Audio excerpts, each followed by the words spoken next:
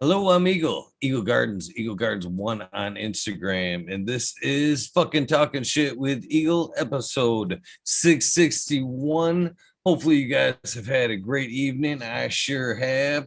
Tonight, I've got a great guest for you. I had the pleasure of briefly meeting the other day at Mendo in the Mitten. Micheal Fang, great, great Gage Green Group. How you doing, my friend? You want to tell everybody how you're doing and where they can find you? What's up, Eagle? Good to be here. Thanks for having me. This is Fang. My name is Micheal. You can also call me Jieshen.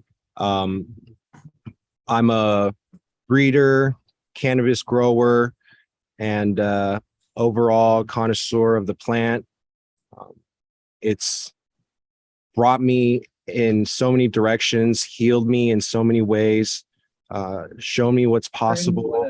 And it's just true honor and pleasure to be here, to be working with cannabis. And honestly, I'm just grateful for every breath. And you can find me on, gagegreengroup.com, geneticdesigner.io. A few of the companies I run besides Gage Green Group and the designer brand are Seed Bank International, Legit Genetics, and our new Phoenix Flower. And so I look forward to seeing you guys, engaging with our pages in the future. And Eagle, thanks for having me. I look forward to the upcoming session.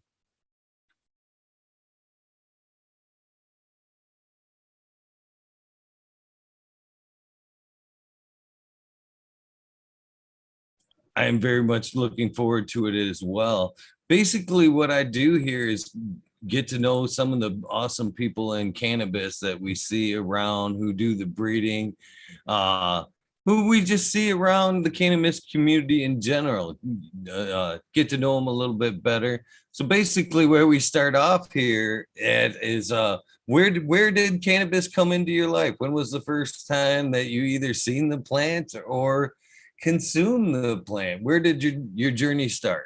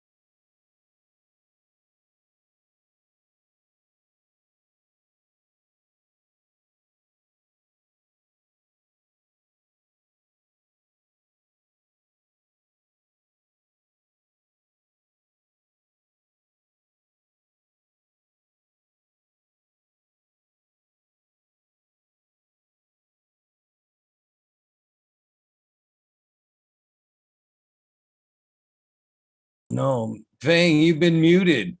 You muted, brother. We can't hear you. Oh, shit. I've been muted the whole time, just talking to myself.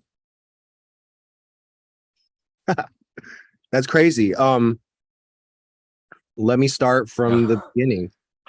I didn't realize I could hear, but Oh, that is yeah, so please. interesting. Yeah, I'll start over. Thanks for letting me know. And it's no problem at all. Well, okay, so my story starts actually when at a really young age, when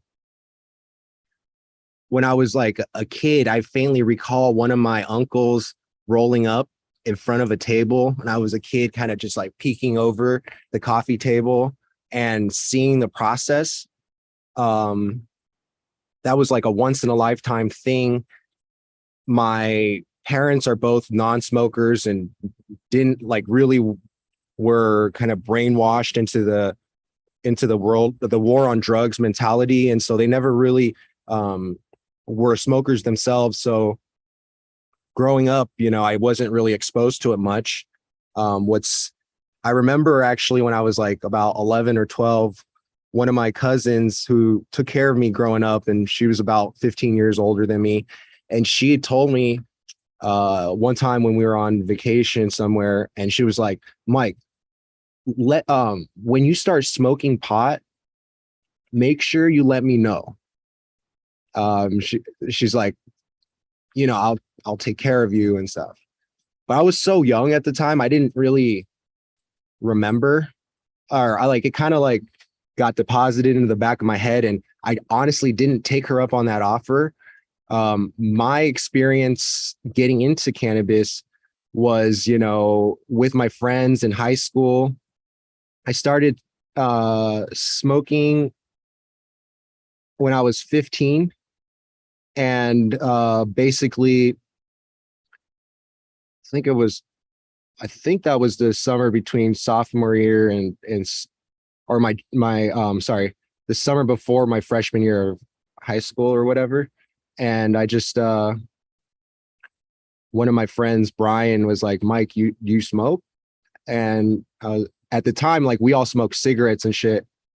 And I was like, you know, not familiar with cannabis at the time. And he's like, yo, let me put you on to some of my friends and a few. I think one thing turned to another, and like I got some weed. And the first time I ever smoked was at the beach. So I grew up in Southern California on the kind of the border of OC and LA. And the beach was always like 15-minute drive away. So we spent a lot of time at the beach. And I remember we set up a tent and we hotboxed that tent. And that was the first time I ever smoked pot. Ever since then, I became almost like a fanatic. Like as soon as I got into it, as soon as I began to appreciate the plant, which is right off the bat, I basically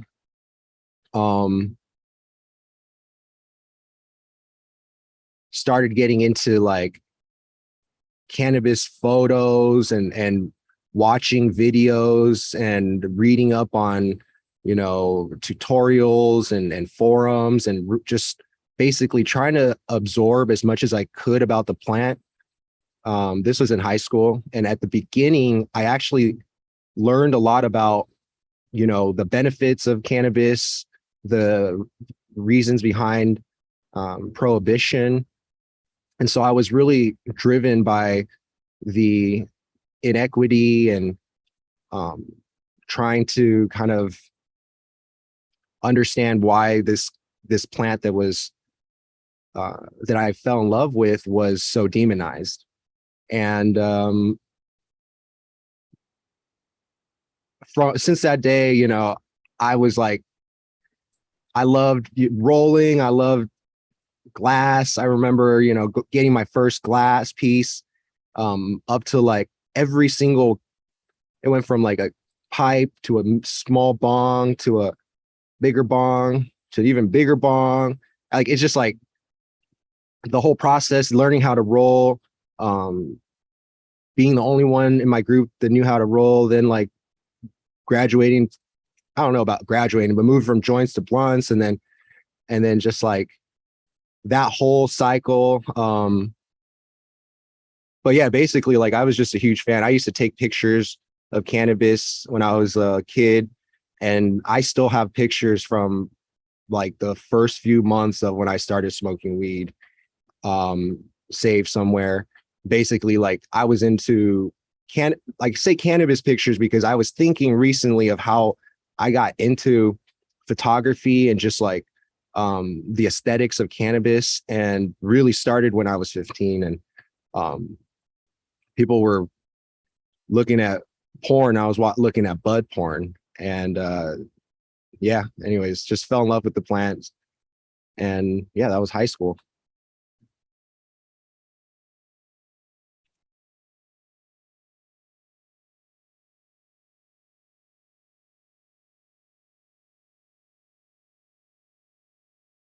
It is a very intoxicating plant, that's for sure. I'm jealous that you still have some of those original photos. I am so guilty of uh digital you know what I mean? We always think as we snap these photos with the digital cameras and our phones that, oh, nothing's ever gonna happen. That's gonna be there. And then life happens and all those photos are destroyed. I miss the, you know what I mean, actual printouts of the pictures. Yeah, it's like they're so precious, and they're moments in time that you can never forget in your memory, but it's nice to have, whether it be digital or physical. And yeah, I'm lucky that I just have always been able to try, like, kind of keep up with backing things up and maintaining a database. But I will say that I've lost probably some years here and there due to, like, you know, some failures in my record keeping. But yeah, I have millions of photos of cannabis. Like, I take hundreds a day. So it's cataloging it is a big part of my job.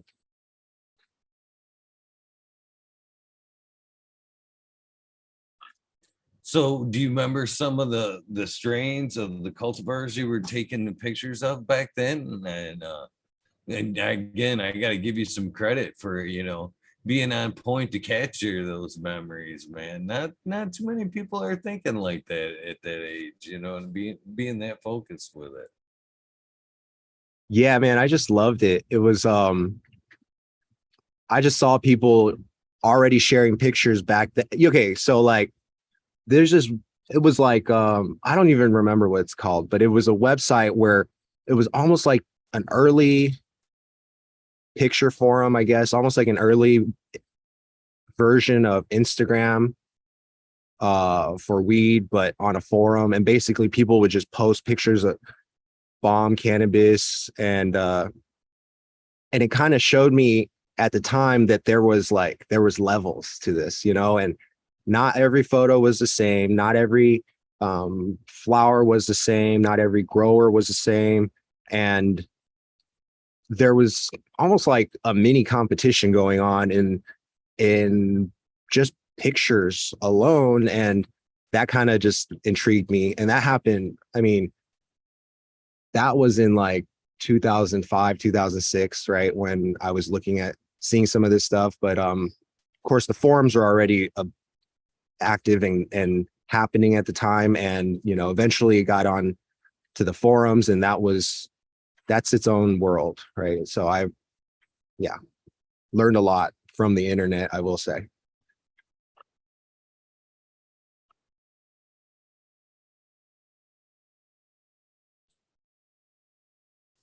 So how did you manage to keep it from your folks though? I mean, and just curiosity out of not being able, having some pretty strict parents. It's not necessarily to have uh a fire like that with cannabis and be able to hide it. So how'd you get around the parents thing? That's a very good question. And it's like I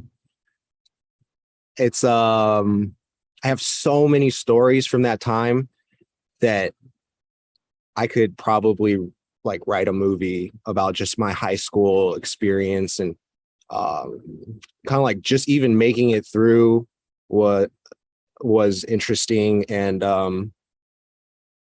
but yeah, with my parents, it was like I was obviously having to hide it. I was already smoking cigarettes in junior high and hiding it. So I was kind of used to, I hate to like promote anything not like not respectful to parents and stuff. because like, and I kind of like feel bad for my parents looking back at just a lot of the drama and stress I put them through, but kind of a means to an end, I guess. I was like, honestly, kind of a rowdy kid, and I did get in trouble a lot. And so, but then I also hid a lot from my parents.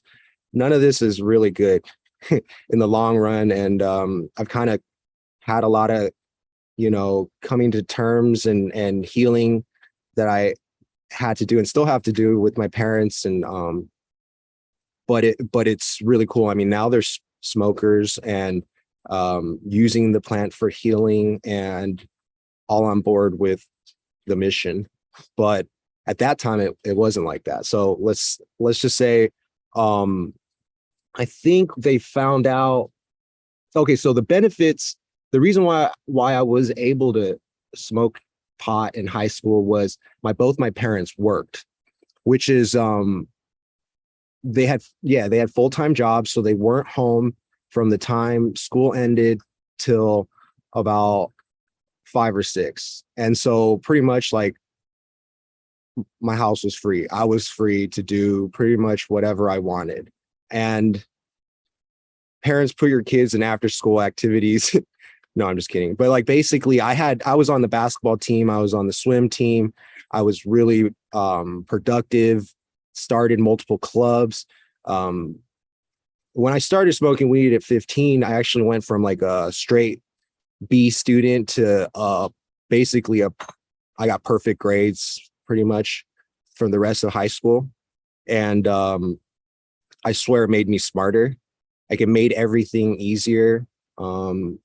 And I was able to get through the school and the extracurricular parts pretty easily. So I had a lot of free time, and me and my friends would meet up after school before practices, during lunches, and we would just have huge parties. And one day after practice, we were hanging out.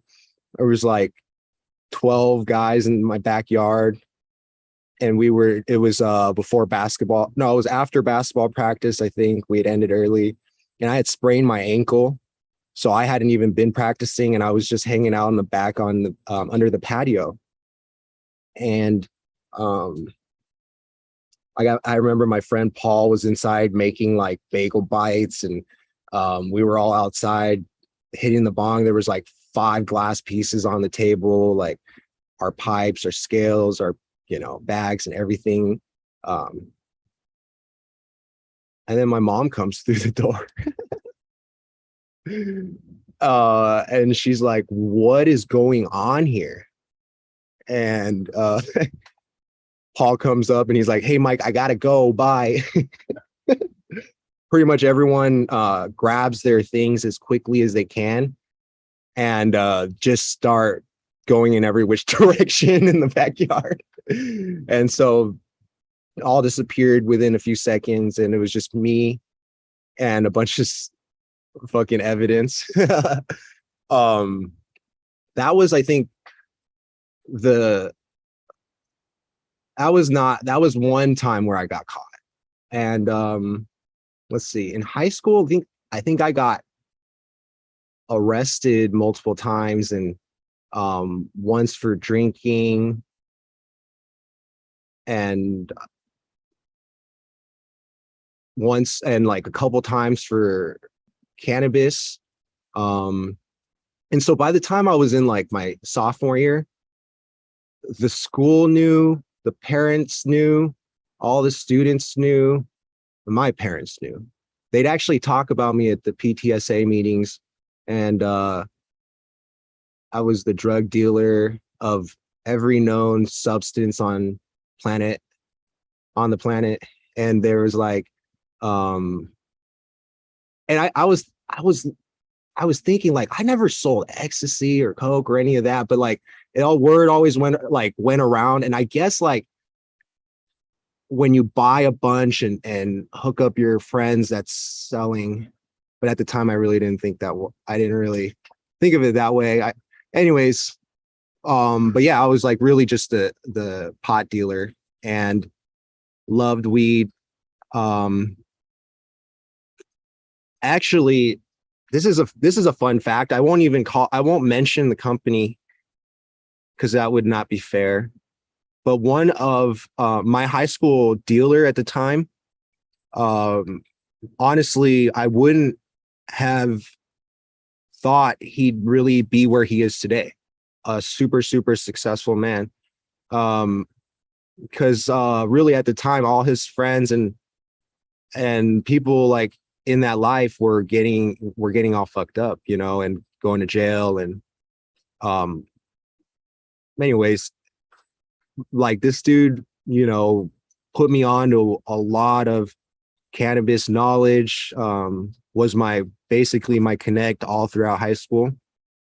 Is now the head of a incredible cannabis company. And I didn't know until recently, but it's one of the top brands in the nation, and I'm just really proud to see that happening to somebody from my town and really from my grade. And I'm 32, so if that puts anything in perspective.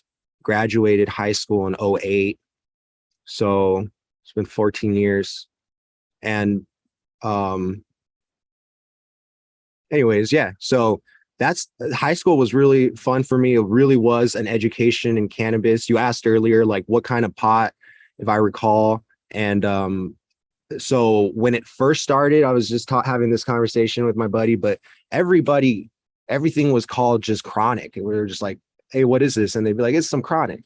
And I guess at that time, it really just had no name. It was just some green bud, I guess.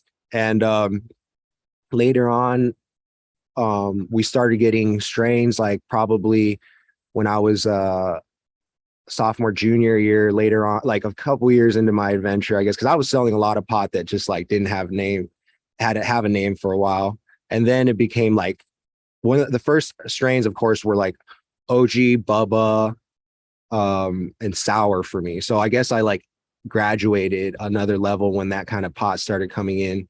And yeah, so that was just like 2006.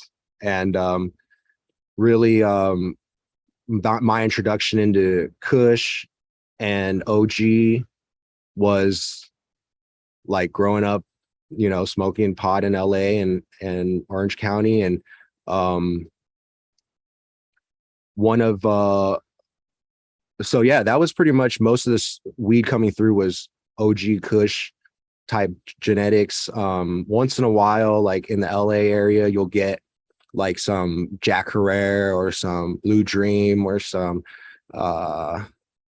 Afghan Bull Rider or some Cat Piss or some unique, but rarely will you see sativa in LA done right. I think it just doesn't have the bag appeal, or hasn't had the bag appeal to like appeal to that kind of audience. But yeah, OG Kush was basically the name of the game from about 2006 to when I like I mean, I don't know when it's ended, but yeah, that was my upbringing. Right on, right on. So, man, I gotta give you props, man. 32, yeah, you've laid a lot of history in cannabis already, and you got it. You know what I mean? You've got a long road to go. So, hats off to you for leaving your mark as early as you have. Cheers to you on that. So, when did it kind of go from, I guess, if you're anything like me, flipping a little bit for you to make some cannabis there to growing it? When did you decided to start cultivating the plant? So I started growing when I partnered with Keyplay, who's now my former business partner. We had a falling out the end of middle end of last year, which we can get into later. But actually, like, I'll take that back. I started growing when I got into college, and I basically did like hobbyist, small tent, and it was like a closet grow. And my buddy had a closet grow, and I had a closet grow, and we were just fucking around. So that was actually my first grow. And at that time I was growing some what was it? Some banana OG. And that was like the first strain I ever grew. Oh wait, no, it was banana kush. I'm sorry. But anyways, this was from a buddy I knew in LA who actually ended up being the source to a lot of incredible OGs and genetics, like the $100 OG and other stuff that we ended up incorporating into our breeding. And his name is Dash. Shout outs to Dash. He was one of my apartment mates in college that, you know, we explored a lot of cannabis with. But yeah, I didn't really start growing until I started partnering with Keyplay on Gage Green Group. Before that, I was just selling cannabis. I started attending Berkeley in 08. I instantly started selling cannabis out of a frat house, basically. It was interesting because I'm not really like your typical frat boy, I guess, depending on who you talk to, I guess. But I was like, when I went to Berkeley for my for orientation, and I brought some weed up and some glass with me to smoke, and I hit up one of my high school basketball teammates, Damon, who was already attending Berkeley, and he's like, yeah, come roll through the frat, or the fraternity house. And so I rolled through and basically like met a lot of people there, and instantly basically became their pot dealer. And anyways, they just inducted me, I guess, my freshman year. The interesting story about the whole fraternity thing is, like, later on, I think I'm too much of a nutcase for them, and they couldn't handle me, so they actually kicked me out of the fraternity. I was getting into fights and all types of weird shit, so probably just out of control. And so that was short-lived. But yeah, while I was there, I met a lot of people, met a lot of friends, made a lot of connections on campus, and sold a lot of cannabis. And I was, going between LA and Berkeley. I had a friend that was attending university in Santa Cruz, and so he ended up growing and basically having, like, he's a year older than me, and this is Ben, and he used to move a lot of weight in high school and was one of the other dealers, but he was like a grade older than me, so we kind of like had different groups of friends. And I would take the Amtrak to Santa Cruz, and we would load up our bags with palm weed that he would grow, or his buddies would grow. And he had buddies that were was already in the game at the time. They were moving packs from NorCal and Santa Cruz to the dispensaries in the Bay Area. And that was like a very lucrative kind of hustle, obviously. And so that's what they were doing. And I was getting my like quarter pounds and pounds on the side of mixed varieties. He was a guy that we were already into like our glass pieces in high school, but I didn't start. Well, he was really the guy who was spending money on glass from the beginning. And So he was the guy that put me on to Roar. He may have been the guy to put me on to Sovereignty. I mean, keep in mind, this was back in 08, 09. I mean, this was a thing, but like they were much lesser known artists. Being in, well, not Roar, but Sov, as I guess, but being in Berkeley, there was access to a lot of really cool glass shops. Big Al's being the main one, probably the top one. I haven't been there in a decade, but I see them doing their thing on Instagram. Big Al Smoke Shop. Go check them out. But yeah, they got a good line on not genetics, glass, and so they're pretty cool people. But they used to hook me up, and I've probably dropped tens of thousands of dollars there. But I used to get all the Toro. Anyways, Ben was the guy who turned me on to Roar. Like he would have like the 4-foot Roar, the thick glass Roar, the Roars with perks and all types of weird stuff that like at the time no one else had, and taught me about the difference between cheap glass and scientific glass, I guess you may, or heady like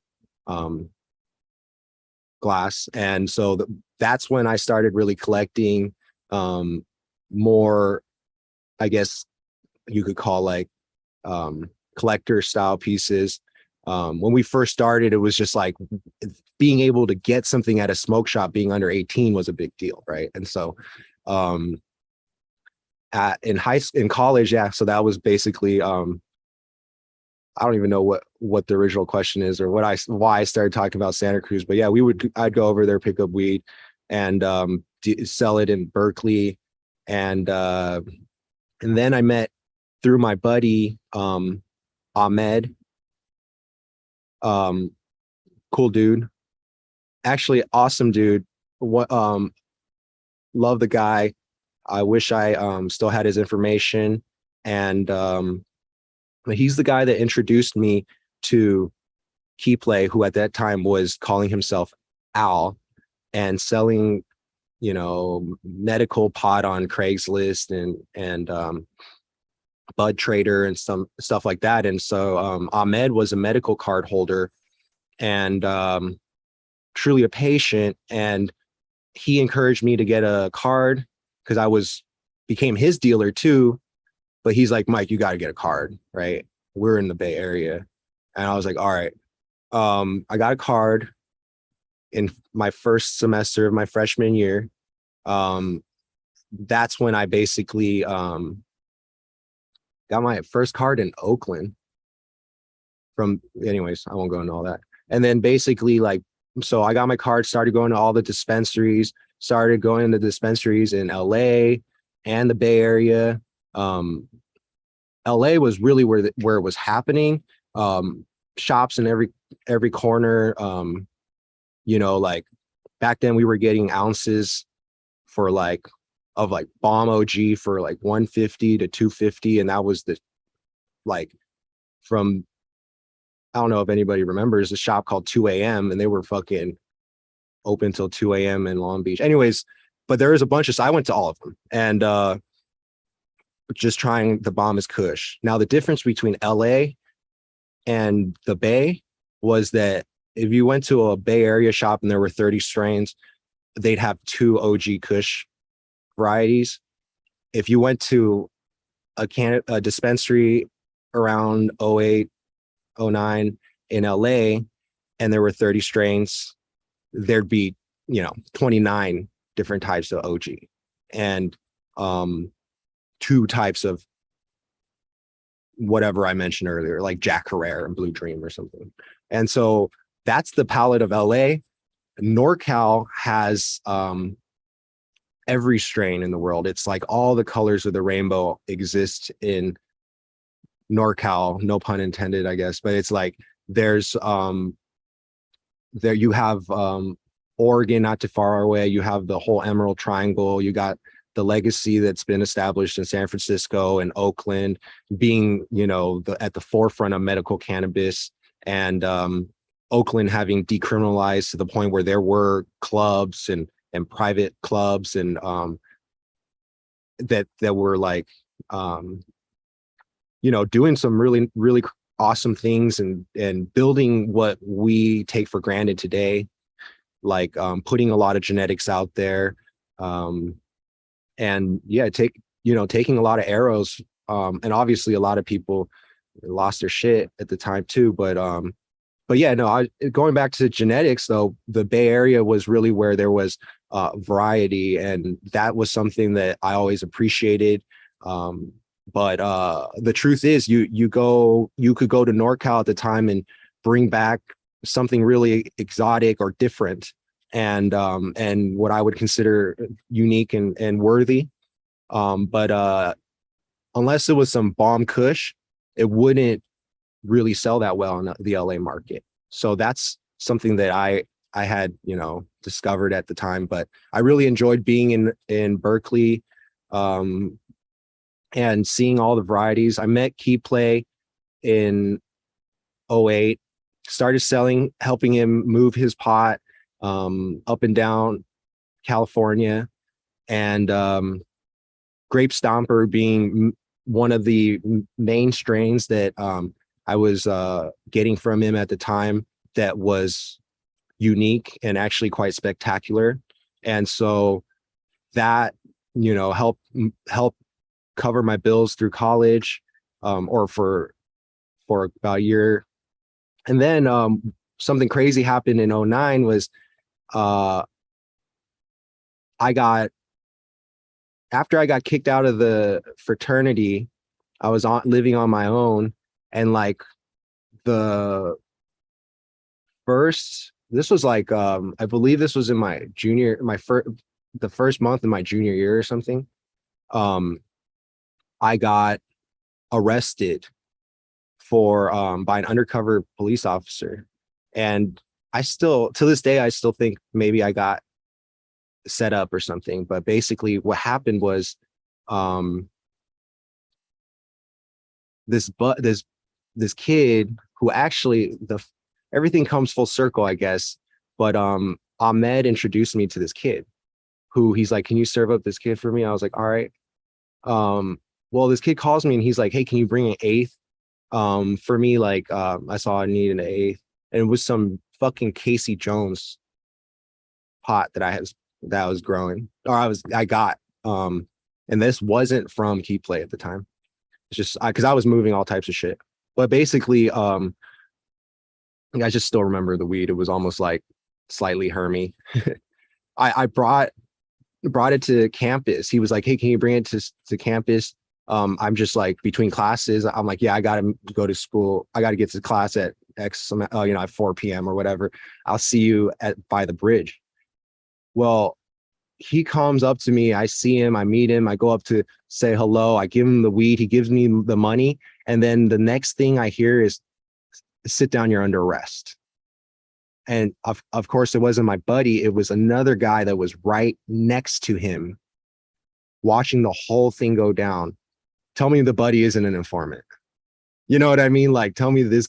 Anyways, never see him again. But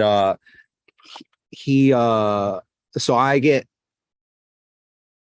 thrown into, I've spent a night in Berkeley, at the Berkeley's, I don't know where the fuck, downtown. And then they sent me to Santa Rita for a weekend. And then they always arrest you on a fucking long weekend, on a Thursday or something. Anyways, so you don't get to see the judge till Monday, whatever. And then, so what's crazy is, so I met all types of people in jail. It's funny. I gave some people my number, and I made friends with everyone. But once I got out, it was like, I did not want anyone fucking calling me. I started getting calls, and I was like, why the fuck did I give people my phone number in jail? And it just, long story short, I got on probation, and that's when it kind of like shattered my dreams of like being in the professional workplace. Like, when you get arrested for felony possession and intent to, sales and blah blah blah blah blah, and that's on your record, there are certain things that you're just no longer able to qualify for, i.e. like certain jobs. A lot of the things that I was like investment banking, working, for a corporation at the time, that was like the path of any kid that was going to Berkeley. And I was like, okay, that killed pretty much all my hopes and dreams of ever becoming working in the financial industry, let's just say, at the level that my friends and people that graduated before me were operating at, let's just say. So I was like, I'm doing this cannabis thing. I'm obviously really good at it. I love it. I was going to do it anyways, but since I can't do all this, like I was doing internships, I was doing all types of activities to prepare myself to be positioned to like work in the corporate world in a sense. And then I find out, well, not that I find out, I'm on probation, and I realize that I ain't gonna be shit in that world. And in fact, they didn't want me. And why the fuck would I want to work for any organization or group or person that didn't value who I was and the plant that I represented, and would judge me for being a user of something that I believe is sacred? So a lot of, you could see like a lot of, I guess gears were turning, or like things were changing in my perception of like the world. And I was like, you know what, I'm going to go into cannabis full time, and I'm going to do what I do, but professionally, and obviously entrepreneur, small business, all that stuff. I approached several people. At that time, had started a website that was that's similar to Weed Maps, but is actually an elevated approach, which I still intend on building this platform, and is still viable and actually extremely needed in the world today. I just need to find the right team to build it. But I was already like embarking on just different entrepreneurial endeavors and ideas. One of the individuals I approached was Key Play.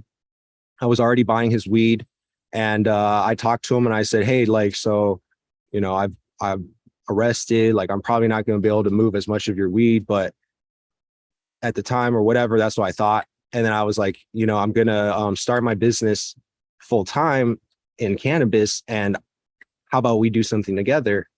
And from that moment, well, I don't know how long it took for him to agree, but it was probably within a few weeks we got together and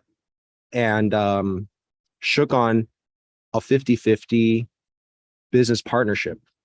And this was around 2009, 2000, no, actually about probably end of, or might have been 2010. So I might not have the years exactly correct, but basically had already been selling his pot, and kind of knew what he was about, and basically said I could turn this into a professional endeavor. And so we shook on it, and basically started as partners in business together. At that time, keep in mind, I had never heard of Gage Green. And when we were looking to come up with a name for our company, he said, how about let's use Gage Green. I have this project that that I had I started, but needs a lot of work, and maybe let's build this and start with work on this platform. And so I agreed. And basically we were 50-50 on GGG from that day forward. I made the website, made the forums, and this was a really good idea at the time, because basically he started, well, we actually picked up a lot of members at the time, and it was quite a community. A lot of the individuals who are leaders of the industry today master cultivators, master breeders, incredibly relevant individuals were members of our forum back in 2010, 2011. And so that was, part of the coming up. But yeah, maybe I should stop here and see where you're at, and see what you'd like to hear me talk about, more of. I am loving the story out of your words. That's why I leave the time slot as long as it is, because I enjoy, and so do everybody else, the like kind of little squirrels and where the natural story goes. If I Right. kind of sit here bombard with questions, it kind of just like sidelines the point, and you know what I mean, takes you from the story. So I prefer to just let it naturally flow as it goes. You're doing a wonderful job, you know what I mean, so far of telling your journey. So I just sit here back and listen for the point being. But please smoke. Take time for a bong break and enjoy the story, my Yeah, friend. definitely. Yeah, I got this bong sitting in front of me. I don't know, it doesn't pick up as well on the screen, but yeah, I'm gonna pack a bowl where I was like, got me some of the Mass Medical Poo-Tang strain, and I also got some Gorilla Glue #4, which are both like sativa dominant, and I figured would keep me up and chatty for the conversation while we while I tell the story. Thanks for kind of giving me the space, and being an amazing host. And yeah, if you don't mind, I guess I'll just continue with the story, and while I take a bong rip and you can watch me cough. And yeah, I'll talk about basically like the beginnings of GGG. I honestly don't have the whole timeline written out, which I should have prepped, but I did go over it for the history of like Mendo breath. And so I've revisited this kind of history, not just, about a month ago. And so I do have some of those ideas fresh. I'm actually sitting here with my team and my friends, and they're hearing a lot of this for the first time too, because there's just so much that has gone on that I haven't even thought of, or gone back and revisited. So yeah, appreciate you giving me this platform, and hopefully it's interesting, and yeah, and I'll just continue.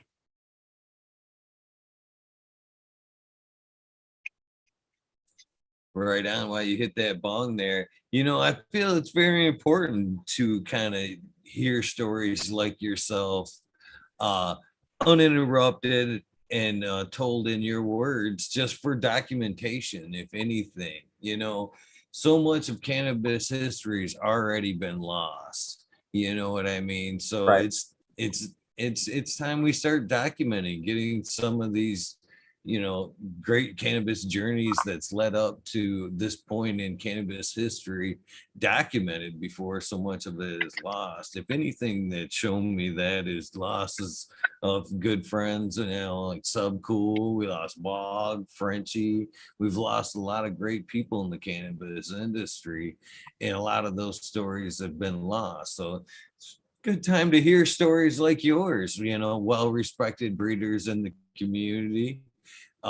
So anytime you're ready, man, pick up after you're ready to, Yeah, where you well, left off, my I'd friend. love to give you some flowers, and thanks for the platform. And like I was telling you before the show, I'd been watching since I met you at Mendo in the Mitten.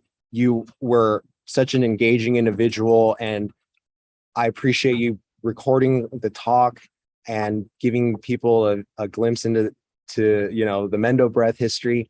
But I also wanted to say that just watching a few of the episodes over the last few days and peeking into your lives, I noticed just the incredible quality of information and the depth of knowledge that your guests and your audience has about the industry, about cannabis, about growing, about natural farming, about the science, about the healing aspects.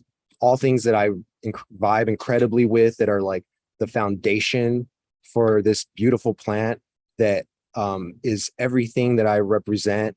You guys talk about, and so I was like, wow, what a breath of fresh air, because I've been watching all this crap on YouTube that is like made by people that that just started smoking weed. And I'm like, what happened to all the people that know shit? Like, what happened to the people that know what I know and can give a perspective about cannabis from somebody who like fucking knows? And there's a big difference. And so props to you and your incredible lineup of guests and audience for just being one of the true, I don't want to say last, because hopefully the first of like the vestiges of real cannabis knowledge that needs to, flourish and needs to get out more into the mainstream in a way, so just enough so that people are no longer are just have a real source for accurate knowledge and aren't dumbed down by the corporate stuff that's just so off base that I can't watch it. And so, yeah, hopefully this starts a trend and you continue to do what you do and you inspire a movement of, good YouTube content. So yeah, thanks for being here. And I'm glad to be here and to be a part of this. So I want to take a bong rip right now. I really appreciate those kind words. Please do. You've earned it. You've earned it, my friend. So we do. Oh, I'm sorry. Go ahead. You're the guest, please. I was just gonna say, man. Jinx. I'm gonna stop and I'm just gonna let you say whatever you're gonna say. I was gonna just say, man, it is a beautiful time in cannabis where people are very open about what they're doing and how they're doing it without very little ego. You know what I mean? This is the way. Oh, this is a new thing. You have to do this. They just kind of lay it out there. I'm doing this, and if you want to do it, go ahead and take some notes and run with it. If not, then cool. That's what the beauty of, I think, of what's going on in cannabis right now. Amen. And I love the attitude of sharing and giving, and there's a open-mindedness in real smokers and growers that I can truly appreciate. I mean, the more you learn, the more you discover how much you don't know and how much you could never truly understand everything, although you could try. But it's like, yeah, just grateful to be here and have the support of amazing people. And what a beautiful industry, and and all the beautiful individuals and heroes and masters and artists and leaders that have come before us, that have given their lives, given up their dreams, and for us to be here today. The list is incredibly long, and I hope to be able to honor them in my words and my work and everything I do, as they've been, allowed me to be who I am today and inspired me. So yeah, all the breeders who've come before me, Subcool, and specifically being a true trailblazer and creating the U.S. connoisseur seed boutique market single-handedly, in my opinion. So yeah, cheers to all these dudes and gals and everybody. Yeah.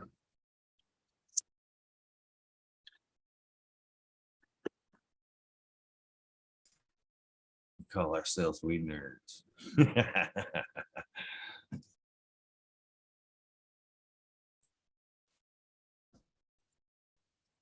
So it looks like a nice spool of hemp wick you got there.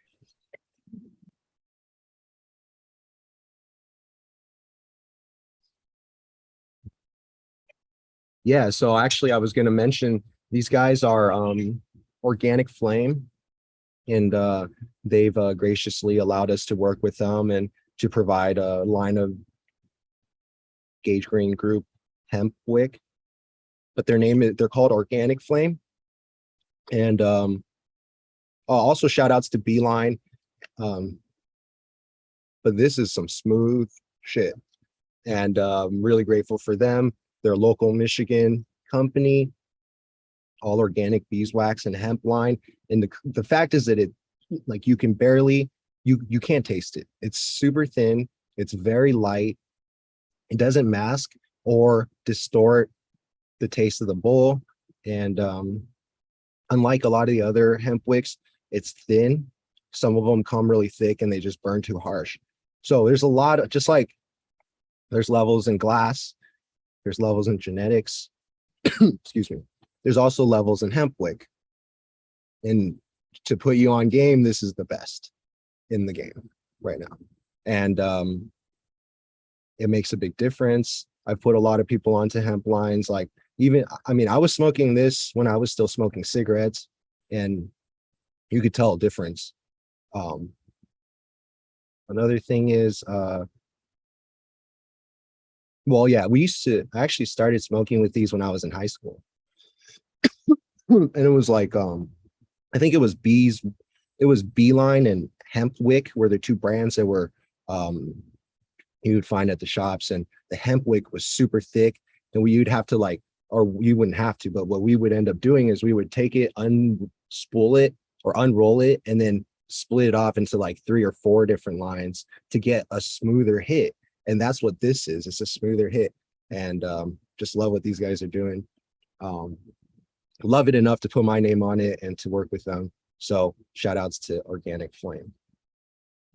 Yeah, and that was a super clean hit. I think there might be a little left here.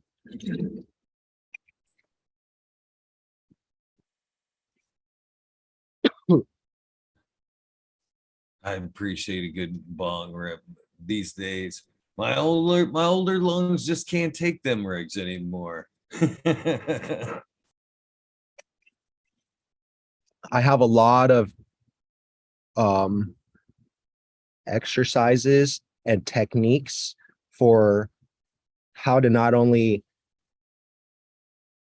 dissolve the desire to cough, but to also increase your lung capacity, your ability to inhale larger amounts of smoke, to amplify the potency and the effects of the smoke while it's in your diaphragm or lungs, and how to channel it through your body, and even how to ghost the hit so that no smoke comes out,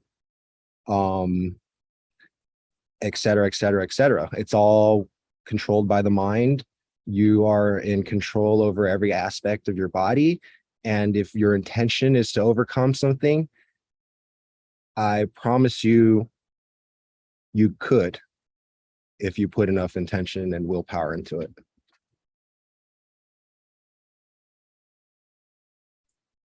I believe you. I believe you, good sir.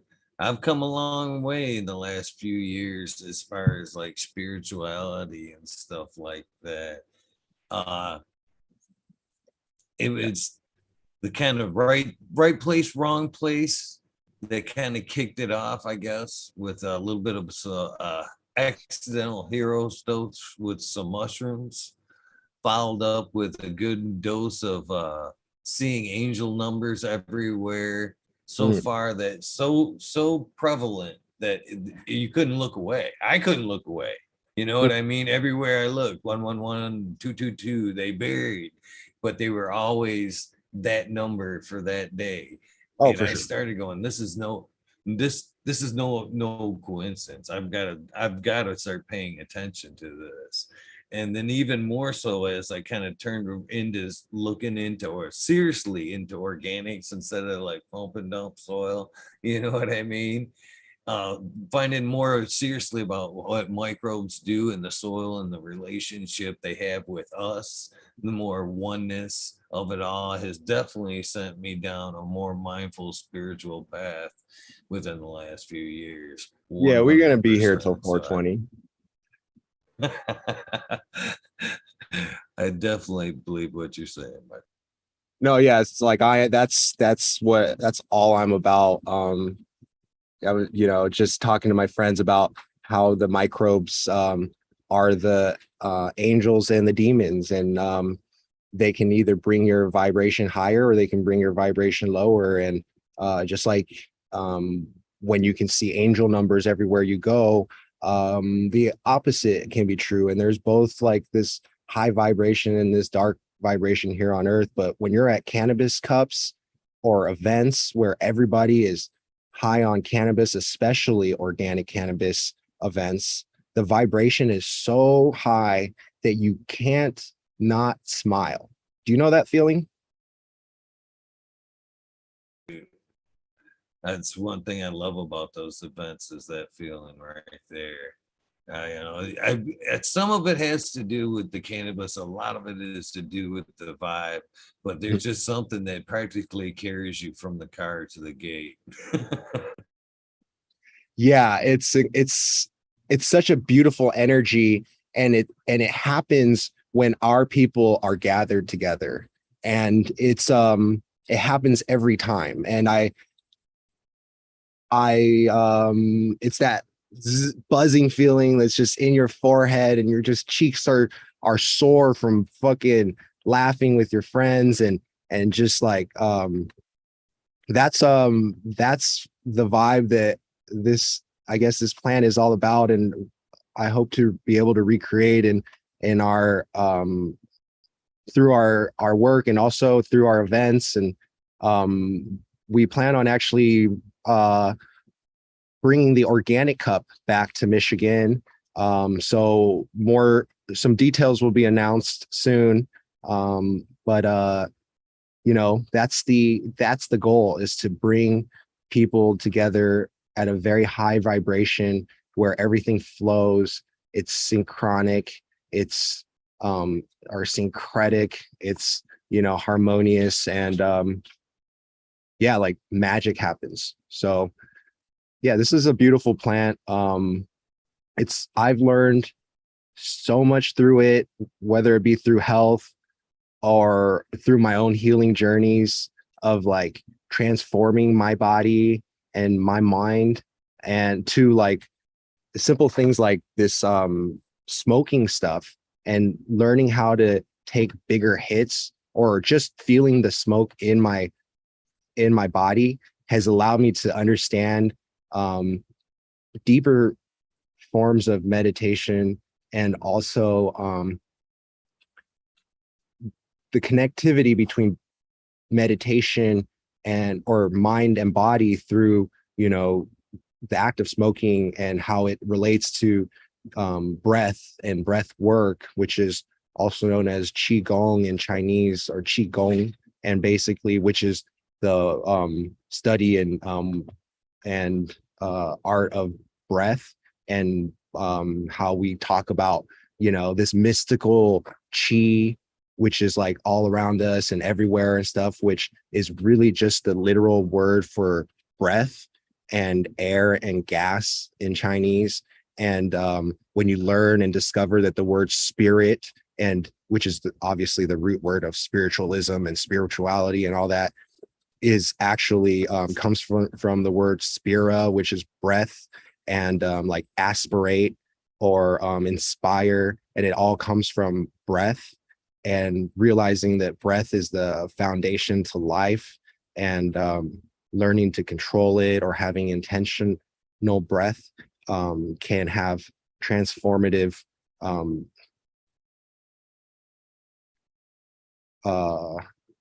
indescribable benefits. And or I guess people have tried to describe them. Just look it up. But basically it's yeah, this is like what just cannabis can teach you, and I've learned so much from it. So yeah, going back to bong hits, I love this stuff. And I'd love to take the time to someday teach you some of the things I've learned about the bong hitting, techniques for, like I said earlier, how to hit a bong, take bigger hits, not cough, all types of incredible things you can do with it as you channel it through your body to engage certain body parts and areas that need healing, etc. I'm always open to learn. I try to learn something new every day. As you kind of pointed out earlier, you can never really learn enough. You know what I mean? You don't. You're a wise man knows nothing, in my opinion. Yeah, and you So always meet somebody who like knows way more about something, or even you find that like you learn so much from just every moment and every new encounter, and it should be always new revelations, and that's what life should be about, really. I mean, hopefully it never ends, it to be in the way where like I never stop learning.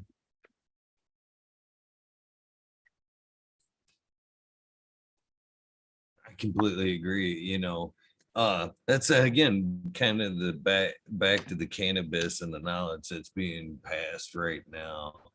I'm older. I'm just turned 50, to be honest with you.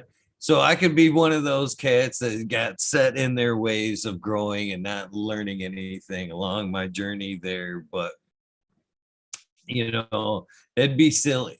There's so much great information out there, and from people like yourself that are, a few years younger than me, that came into a world of knowledge that was, more freely out there. And you guys kind of picked up the pieces of some great information, put it together, and ran with it. There's always something to be learned everywhere you look, a different perspective, a different technique. And that's one of the things I love. Is one of my favorite things is talking to newer people into cannabis or growing, that fire, you know what I mean, that they have, the passion they have.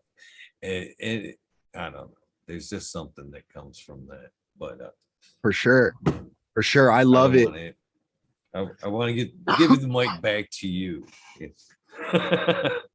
Dude, no, I appreciate you, and hearing your unique input, and I hope to learn more about you someday. I know you keep handing it back to me, and I appreciate that.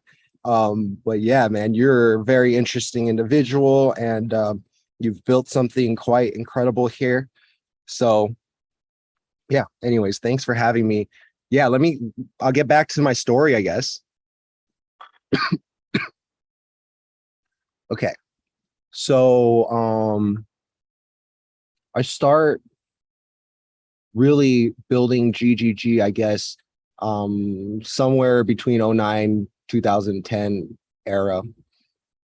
I'm still in Berkeley on probation. Probation is crazy. So, oh my God. They fucked me. So one thing I can tell you, oh man, there's so many names that are just coming to my head and I can't say them.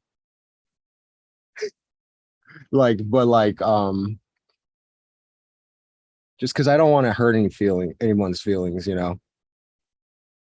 But people really deserve to know. At least, well, anyways, so don't ever get a lawyer from the back of a High Times magazine. I love High Times and everything. I swear to God, they're cool as fuck. I've been to like every single cannabis cup in every single state, until recently, until it all like changed. But like, love the organization, and what they've been able to do. But like, God damn, they have really bad recommendations in the back.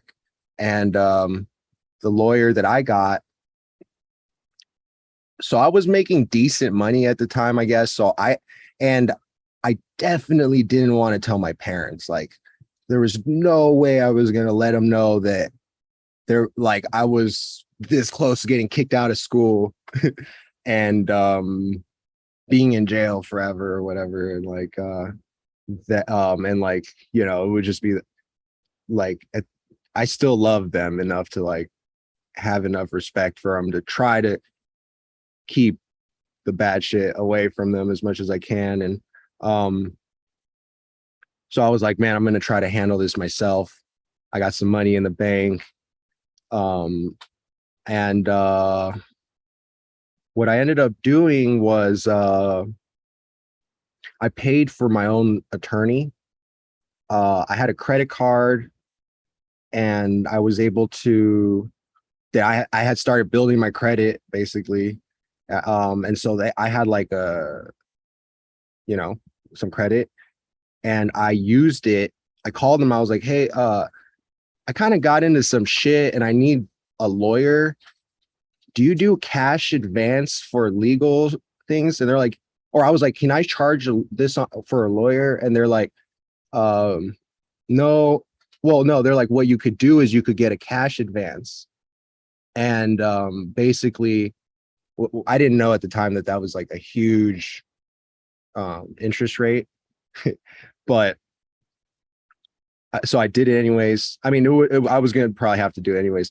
I used my credit card. I got myself a high times lawyer, a back of a high times lawyer.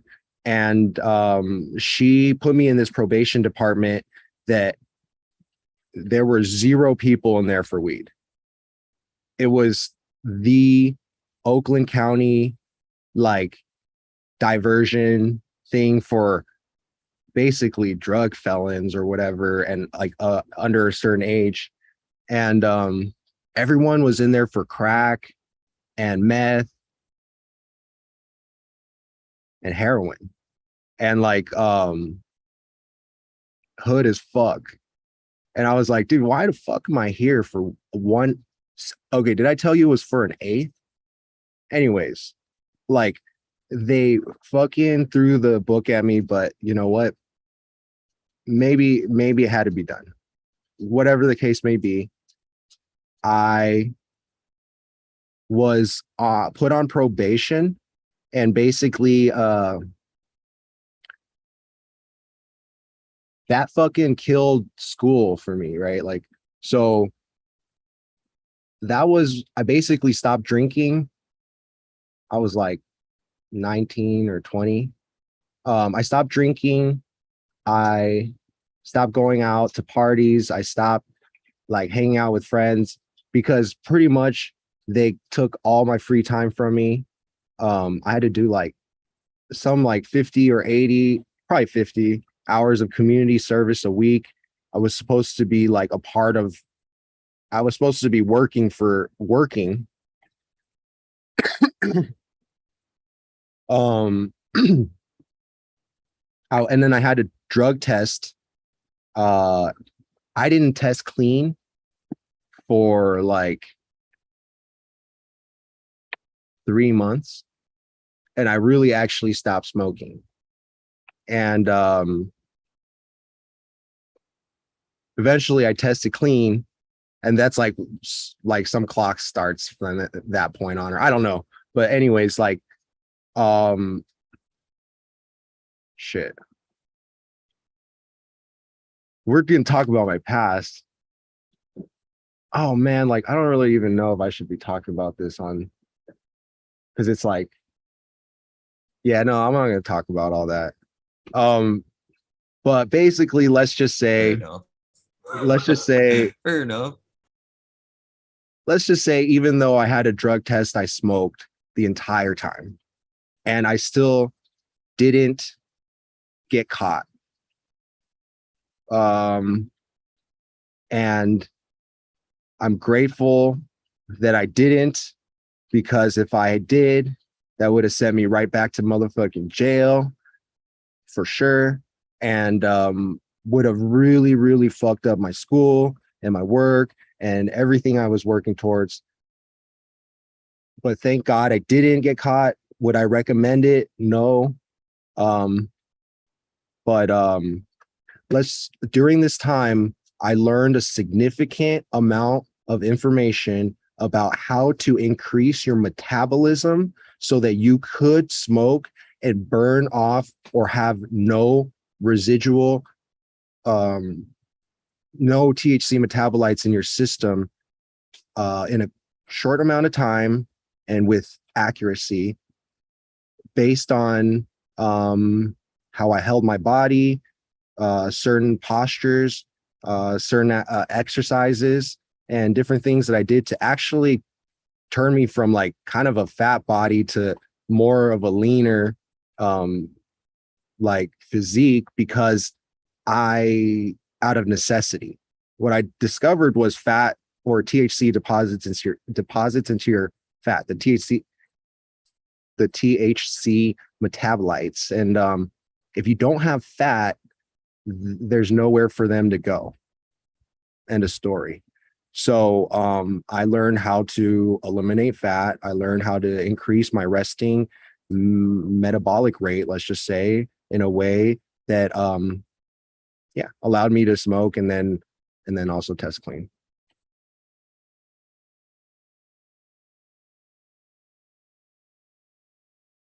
Oh, anyways, let me just keep going, I guess. Yeah, I'm just telling the story.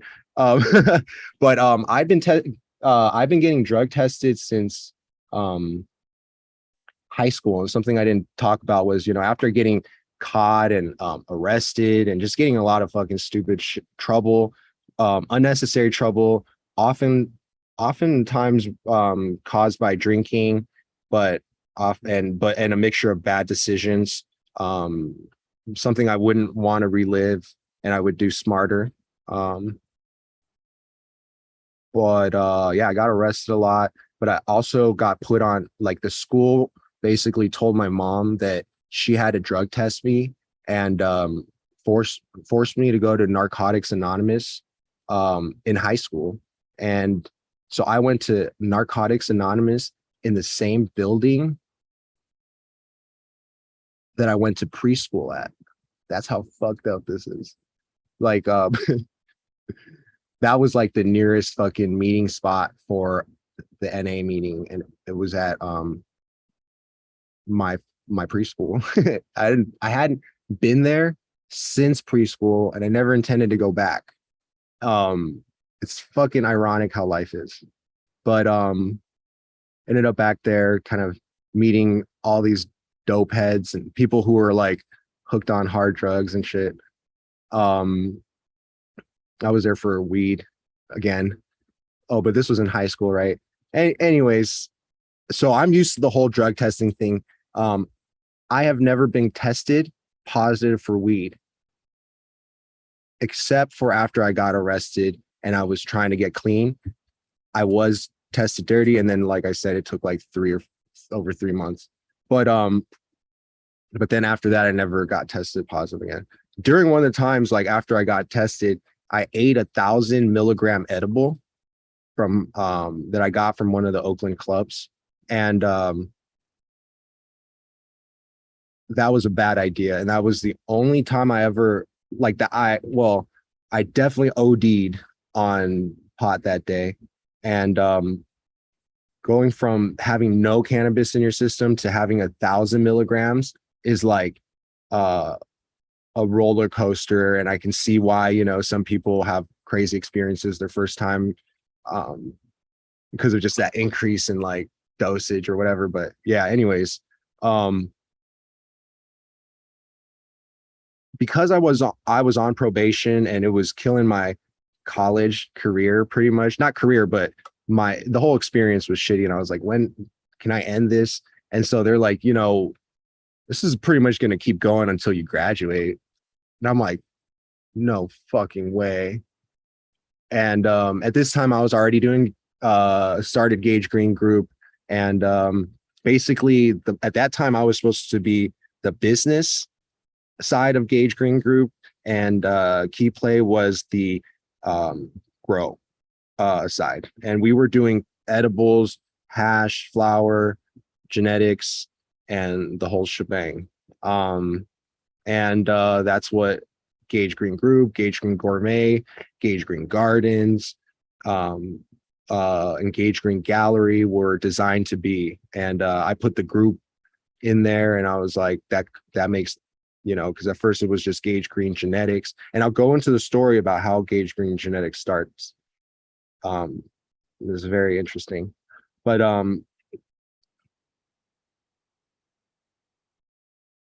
basically I was I was told that the probation was gonna go until fucking I graduated, and I was like, I'm getting the fuck out of here. And luckily I had done pretty good in school and packed on the credits, because I heard that some people could do like, you know, whatever it was, like 18 credits a semester or more. And I heard that that was possible, so I did it like 1 or 2 semesters. I just packed it on. And because I did that, I was able to actually figure out a way to graduate early, and a whole semester early. So I graduated in 2011 instead of 2012 with all my friends. And would I have done that had I not been on probation? No, because it's school's a good time if you're not in the system. But I got out early because I wanted to graduate from being on drug tests every month, and basically like kind of being in all that. So yeah, during this time I was volunteering. I was doing internships. Actually, an interesting internship I did at the time was in intellectual property. I mean, because I needed community service hours, so I ended up just getting internships instead of work, or whatever. And basically worked for an intellectual property law firm, and had just got a lot of incredible experience about IP, which has become very relevant in my world and job today. And so that was cool, and I'm grateful that I was able to do that. But yeah, I graduated early in 2011, and started working on GGG full time. During that time is kind of around the time when the whole like Mendo Breath story saga starts. So you guys could watch that story on the YouTube. But that just gives glimpses of this journey. But basically, like it starts around now, which is when between 2011 and 2012 is, I would say, when I met NorCal IC Mag. And I mean, meet a lot of cool people around this, you know, doing what I do, being on the internet, starting to bring the company that we were building to the forefront. I was able to go to a lot of shows, meet a lot of people during that time. A lot of breeders. There's some that are still around today, and they but NorCal, I would say, was the kind of like was a huge influence on our trajectory, I guess, in terms of like the OGKB legacy. And we all know, if you watch the Mendo and the Mitten history that I go over, it's you know, it starts from when I meet NorCal. And this was when I was staying at my apartment in West Berkeley. And so I meet NorCal through one of my apartment mates, Matt, who was a rock climber and friends with some of my friends, and he was staying with them. So I start kind of engaging with NorCal through Matt, because like Matt basically was bringing this really, really chronic flower and cookies. And, you know, we had seen cookies, we had seen, had already been working with cherry pie from Sirius, and had already started like basically being exposed to that kind of world, but nothing like what I was seeing from Matt. And not only was it well grown, I knew it was all incredibly well grown, but it was the genetics that were different. And so I basically hit him up through Matt, and I told Matt to reach out to NorCal for me and tell him who I was. And he's like, yeah, NorCal will, you know, or here's his number or whatever. I hit up NorCal. So Matt was trimming for NorCal. He was going over the Bay Bridge like once or twice a week, trimming for NorCal and coming back with handfuls and handfuls of cannabis. He ended up being fired for stealing, and I can neither confirm nor deny whether he was or not, just because he never revealed that fact to me. But he always had some chronic, and I just assumed that like NorCal was hooking him up because he was trimming, and he always like packed these fat bowls, and I get really stoned off of it. So anyways, I hit up NorCal and I was like, hey, we should work together. I got to know him. I kind of moved from the Berkeley apartments over to High Street in Oakland in around 2012. And during this time, I'm still like I'm still doing the Gage Green thing. But at this time, I'll go into more of that later, but I'm pretty much like running the entire operation,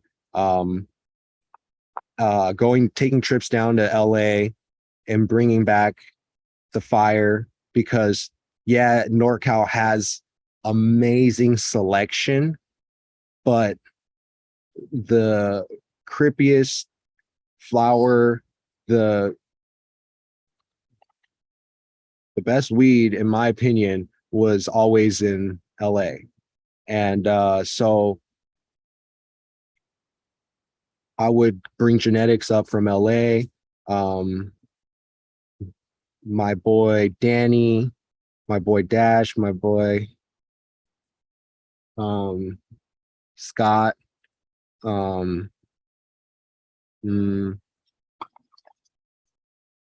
Russian Assassin Boys. Trying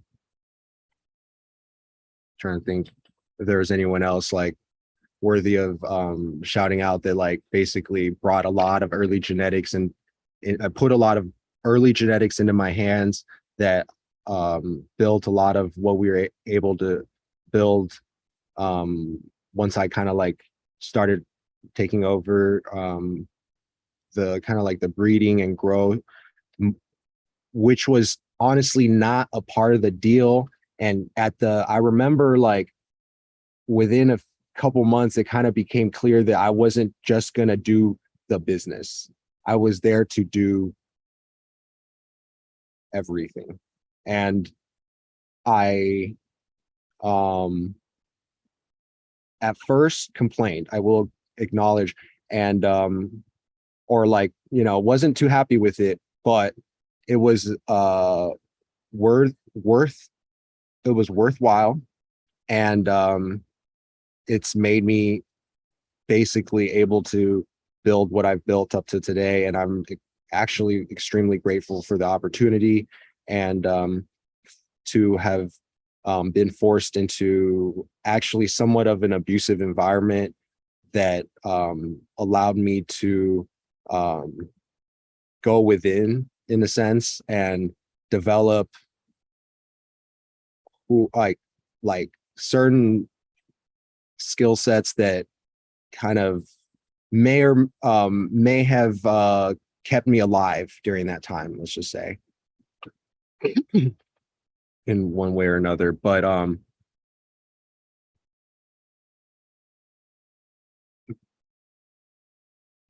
let's just say that without me doing everything, in my opinion, it would have continued to be a disaster and a lot of failed opportunities. I was able to turn a lot of things around, catch a lot of issues. See, at this time, we were coming from an era where the majority of growers were using chemicals, and a variety of them throughout, early flower or whatever, all throughout veg to fix their issues, having fungal root issues, bug issues. And I'm not saying just the operation that I moved into, but the whole industry. And a lot of people didn't understand the organic science, I guess, behind things. So I will say thanks to the internet being one of my a huge teacher, we were able to turn everything around and ended up producing some cannabis that was even higher quality than what was before. I will not say that the flower that was being produced wasn't bomb. It was the genetics were incredible, and I just took it to another level, let's just say. So we ended up building relationships with Harborside and Oaksterdam and Organic Can and the Green Door and a few other dispensaries out there that basically moved my flower. I was I produced basically the top shelf flower for Harborside, produced clones, and brought our seeds over there. And so met a lot of the early crew there. It's since transformed, and I haven't been there in a while since moving out of California, but was like an active member of Harborside from like that 2011 2012 era. They were really, really good to us. Shout out Jeremy and all the amazing folk. But yeah, anyways, that was like a cool experience, basically, like that yeah, I got kind of thrust into a position where I learned how to grow from scratch, but also had to kind of like, I don't know. I mean, I honestly don't have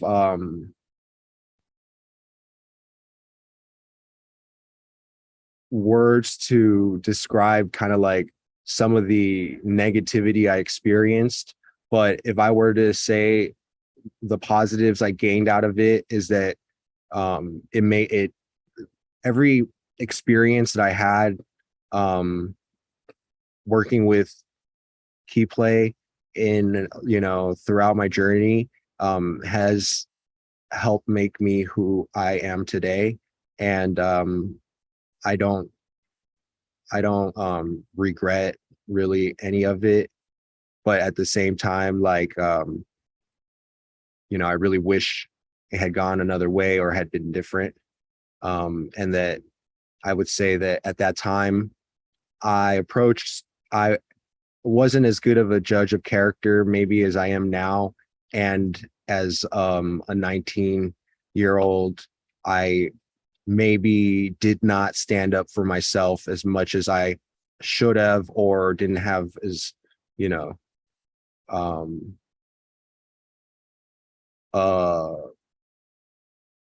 way of kind of defending myself. But I was able to have a lot of creative expression, and did a lot. And I would say also learned a lot during the entire experience. Saw the ins and outs of the industry, got to take an existing house and with a large basement and garage and outdoor area and turn and produce magic out of there. Basically was given control over all of it and allowed to do a lot. I mean, honestly, I'm very respectful to my partners and anybody I work with. I always get their approval or their understanding. So like we're always working together. And that's something that like it didn't necessarily go the other way, happen the other way around, but I would still like make do with what I had and I made the most of it. Yeah, anyways, moving on. I was able to actually meet this guy who gave me the opportunity to run a facility in Oakland, in East Oakland, on it like international. And this is definitely the hood. And we did a lot of early selection of the Grateful Breath, Mendo Breath work there. Completely built out this building from like beginning to end, and made like did our selection there, had a flower there. Unfortunately, it got broken into after a couple rips, and this was kind of the end of my Oakland career. We during this time I had written an article for Skunk magazine called forget what it's called, but it's about basically farming with beneficial microbials. And we write an article about basically microbe life's photosynthesis plus product. In it, we describe and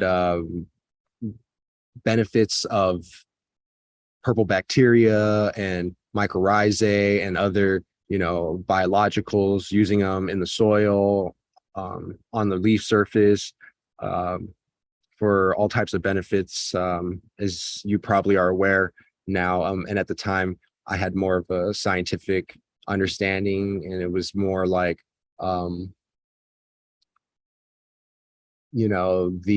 water retention, the defense against pathogens, certain things like photosynthetic purple bacteria is that they actually photosynthesize light and give excess light from the soil surface and help enhance the processing of or the metabolism, I guess, of light energy on the leaf surface, and are also great for bioremediation. And I believe from like is an incredible biological organism that also is symbiotic with human beings. And so anyways, we wrote this article. Well, I wrote this article, and it was published and given like a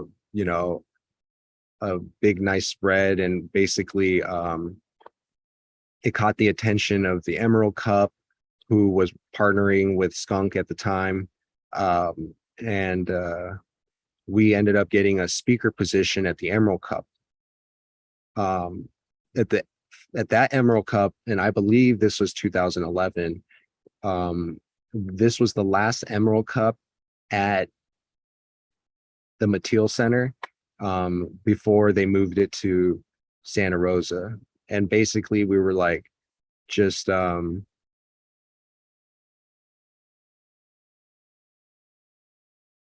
me think. Oh, okay, yeah. So we talked about beneficial biology and the benefits of like seed benefits to growing and seed breeding, and kind of like my pitch, which is how it benefits our breeding and helps with the epigenetic expression of plants, and is honestly obviously the only way to grow cannabis. Well, not the only way. Well, I don't know why we would say that, because we already said earlier that there's no only way, but it's my way. And the purple bacteria, well, growing with biology is one way, but it's my way and I love it. Would I choose any other way? Probably not. Just because of what I know and what I've experienced and all the cannabis that I've smoked. And I'm grateful to have found this method of just complete like biology and organic and nature. But yeah, like plant, but yeah. So I respect a lot of growers and organizations that actually aren't necessarily organic, but have taken cannabis to extreme heights and done some like major work in just showcasing genetics and expression, and even like maintaining genetics. And there's incredible growers of all aspects of growing, let's just say that. So but yeah, from the very beginning, I guess let's just say Jeff and I agreed that we were going to move in an organic direction and learn to be 100% as organic as we could. And at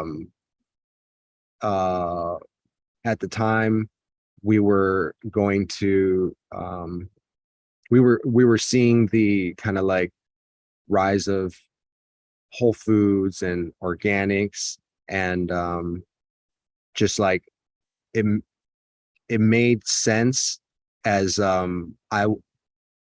both of us were experiencing health benefits through kind of like changing our diets to organic food.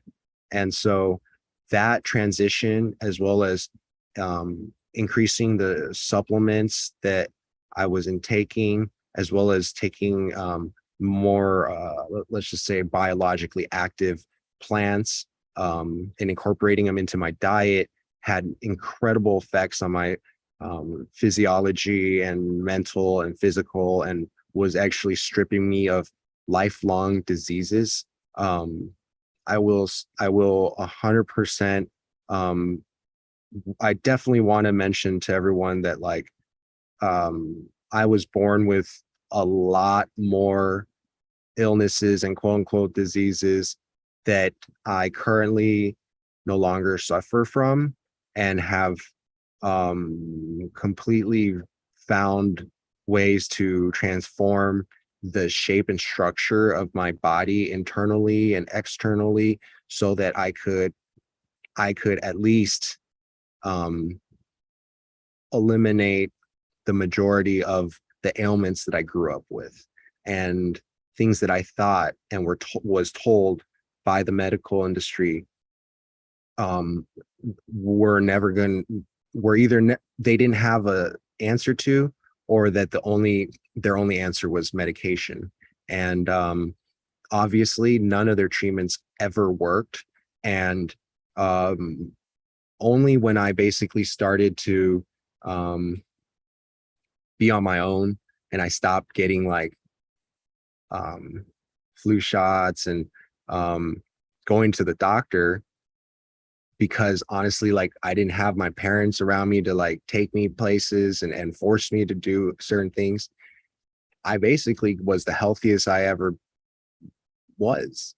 And then as I basically incorporated some of the knowledge that I was developing through organic gardening, and operating the garden and seeing how you can turn a completely okay, let's just say I know how to turn a dead plant around um, in every single way whatsoever. I've almost never failed bringing old genetics back, bringing disease genetics.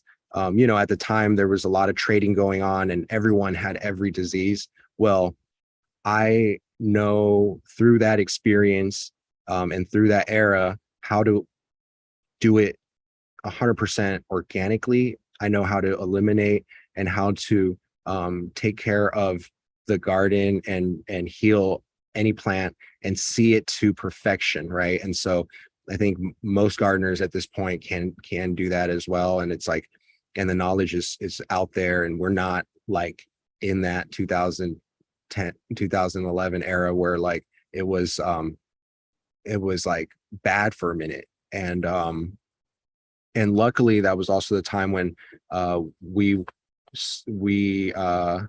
were able to spread some of the probiotic natural healing or natural farming ideas and technology to like our friends and family and people in the community, which through the skunk article, through our Emerald Cup talk, which was on their YouTube for the longest time and then got taken down or is just no longer there.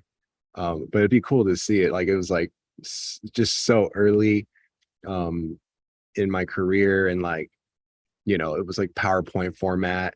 Someone was like, it was a good talk, but it kind of sounded like a college dissertation. I'm like, yeah, I'm in college, dude. Shut the fuck up.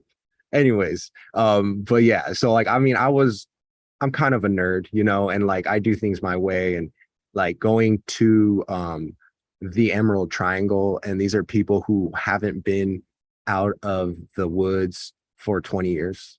A lot of people who were coming out to those Emerald Cups had nowhere else to go all year, and this was the only time. And it just started to where they felt comfortable enough to leave their like plantations that were, there was like 100 more like just hidden up in the woods, and like you would have to drive past a ton of windy roads and almost for an hour to reach some of these properties. And the Emerald Cup was a way of bringing them all to one place, and it was an amazing experience. And these are some of the oldest heads ever, right? And like I met just like the soul of the industry in many ways, and met like Lawrence Ringo actually at my first Emerald Cup, and he was to the right of my booth, and that was cool. Also met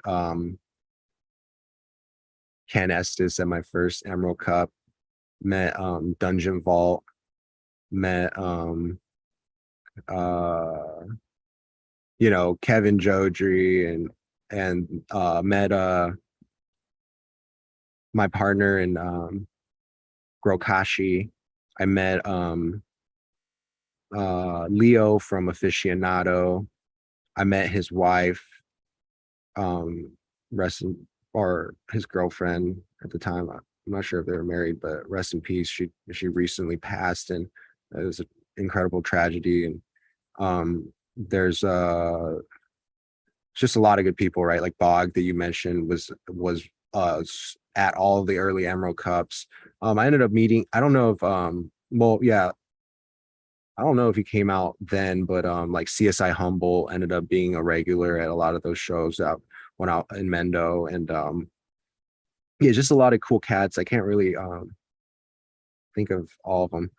But yeah, like that was the early crew, and I actually was invited to be part of the planning committee, and saw a lot of the planning and of Emerald Cup, and just like it was just incredible experience to meet just like the forefathers and founding members of the Emerald Cup, and like Tim Blake and his family, and they put so much love and hard work into that. Like it was their whole life, and I'm just grateful to have been a part of it. And I will say it's definitely an inspiration for the Organic Cup. and what we've been doing out here in the Midwest, and part of like just that grassroots organic vibe. Even though the Emerald Cup was more of like an outdoor and not necessarily organic. I don't think there was that rule there, but it was still like just an amazing event. And so that's what the Organic Cup pretty much is somewhat modeled after, except it is all organic, as that's like my niche, I guess. But spoke at the Emerald Cup. Then we actually we start talking business with the guy who I would definitely admit was quite impactful in my journey. And we had some good talks, a lot of good talks, and we both had shared interests in like I won't get in a lot of like things such as like microbial knowledge and different things like that. We formed the Grokashi company together. It was a project that he had started working on that I basically picked up for him, and basically kind of like what I did with Key Play was take an existing kind of hobby and turn it into a business for him and his wife. And I built Grokashi, the brand made. And by the way, the reason why I thought it was interesting to bring it up was because I did hear you and your guests talking about Grokashi, and during one of the previous podcasts, and he was talking about how it's like really nice and doesn't feel like any other bokashis, and is I think he was referring to it as granulated sugar. And then I like commented that, oh, it's not actually granulated sugar, it's just dried wheat bran, red wheat bran. But it is perhaps sourced differently and dried perhaps to a drier moisture level, which is why it feels different. So anyways, the I helped basically like get that company off the ground, and I gave him, and he gave me equity. Me and Jeff received 20% equity in that company on paper, which I still have somewhere. And basically he's I got him, I built him a website, introduced all my community to the product, and introduced my tester group as the first testers for the product. And we created what's now known as the PFA, or the Probiotic Farmers Alliance, which, you know, I mean, at this point, like, I don't really mind talking about it or anything. It's a sore subject to me, because I actually created that group and gave the idea to, I guess, the group, or our company, to create that. And me and Alan, who's my partner in Grokashi, just hard like not saying his name. It's he and I were the admins of that group, and it grew exponentially, and laid the foundation for what I would say is foundational in the industry, I guess, or basic knowledge now, which is you use biologicals or beneficials to eliminate pest, mold, and to have the best organic growth. Like, essentially, like I said, so this is why I said it was the only way. And it's not, and growing with microbials is not the only way, as we know, because there's tons of people that grow sanitary salts and even pharmaceutical or pesticide. But what I say is that when you use when you grow organically, you got to use microbials and you have to use beneficials. Like, it just doesn't work sanitary, right? Or sterilized, as we know. Chlorine water or certain things will kill the microbe life and kind of affect your ability to uptake organically. Anyways, that's what I meant.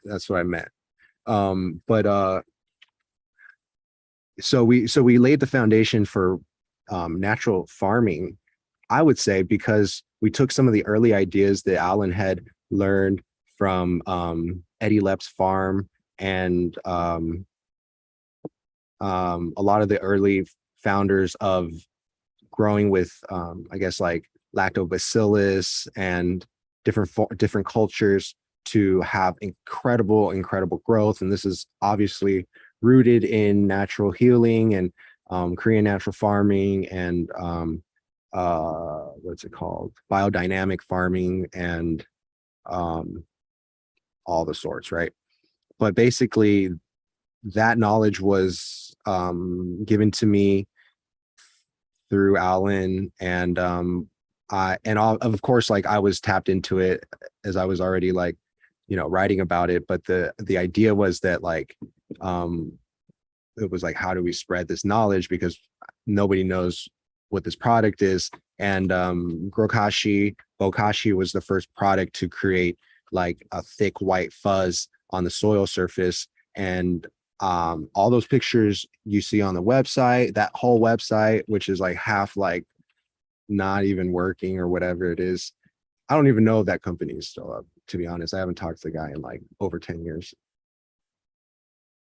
But, or maybe around 10 years. Yeah. Cause no, I probably knew him about, I stopped talking to him about 2013, 2014, I think. Maybe 2014. So it has been about 8 years. But I don't really know the status of the business or if it's still operating. The last I heard, he transferred after I called him out on not honoring his word and his equity and never paying me a single dime. He gave me some bullshit about having no money. And the next thing I heard, he transferred the company to Eddie Lepp, who had been like one of his mentors. And of course, at that point, I was like, you know what, I fuck it. I'm not even gonna like worry about it. I'm sure that was his intention, but I just had moved on way long ago. But it's worth mentioning because it is part of the history. So after about the Emerald Cup in 2011, I think we moved to Mendo and live in Priest Daniel's house. And Daniel was a Rastafarian priest who lived in Willits, and he he allowed us to stay there, basically sold us his grow for like, I think it was like 12K, and ended up, it was just a rental house, but it was a rental from someone who was really chill. And basically, like, we helped Daniel move out of his house. He was in Africa studying, and we moved him out into a storage unit and basically stayed in his house, which at one point was like a Rastafarian retreat, like grow house / like natural retreat. And it was pretty cool because there was beautiful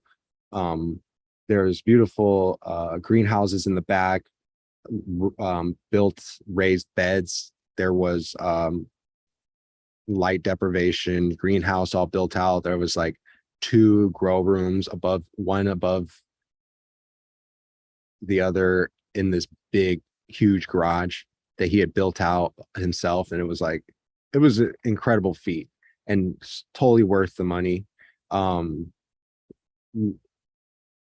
I really enjoyed my time there, grew out a lot of flower, basically like did all the outdoor I could ever freaking dream of, all the light depth I could ever dream of, pulled tarps early in the morning, waking up, um, pulling those tarps every day, twice a day is like incredible, tremendous work. Something that these guys out in Mendo do way larger operations. Like obviously not all of them are doing this by hand, but at one point it was, and it was like it's some heavy duty lifting, let's just say. And incredibly fun. At this time, I was teaching at Peace and Wellness in Sebastopol, which is one of the first dispensaries out there, kind of continuing to spread the knowledge on natural farming. Was like met a lot of incredible people and kind of doing the outdoor life. And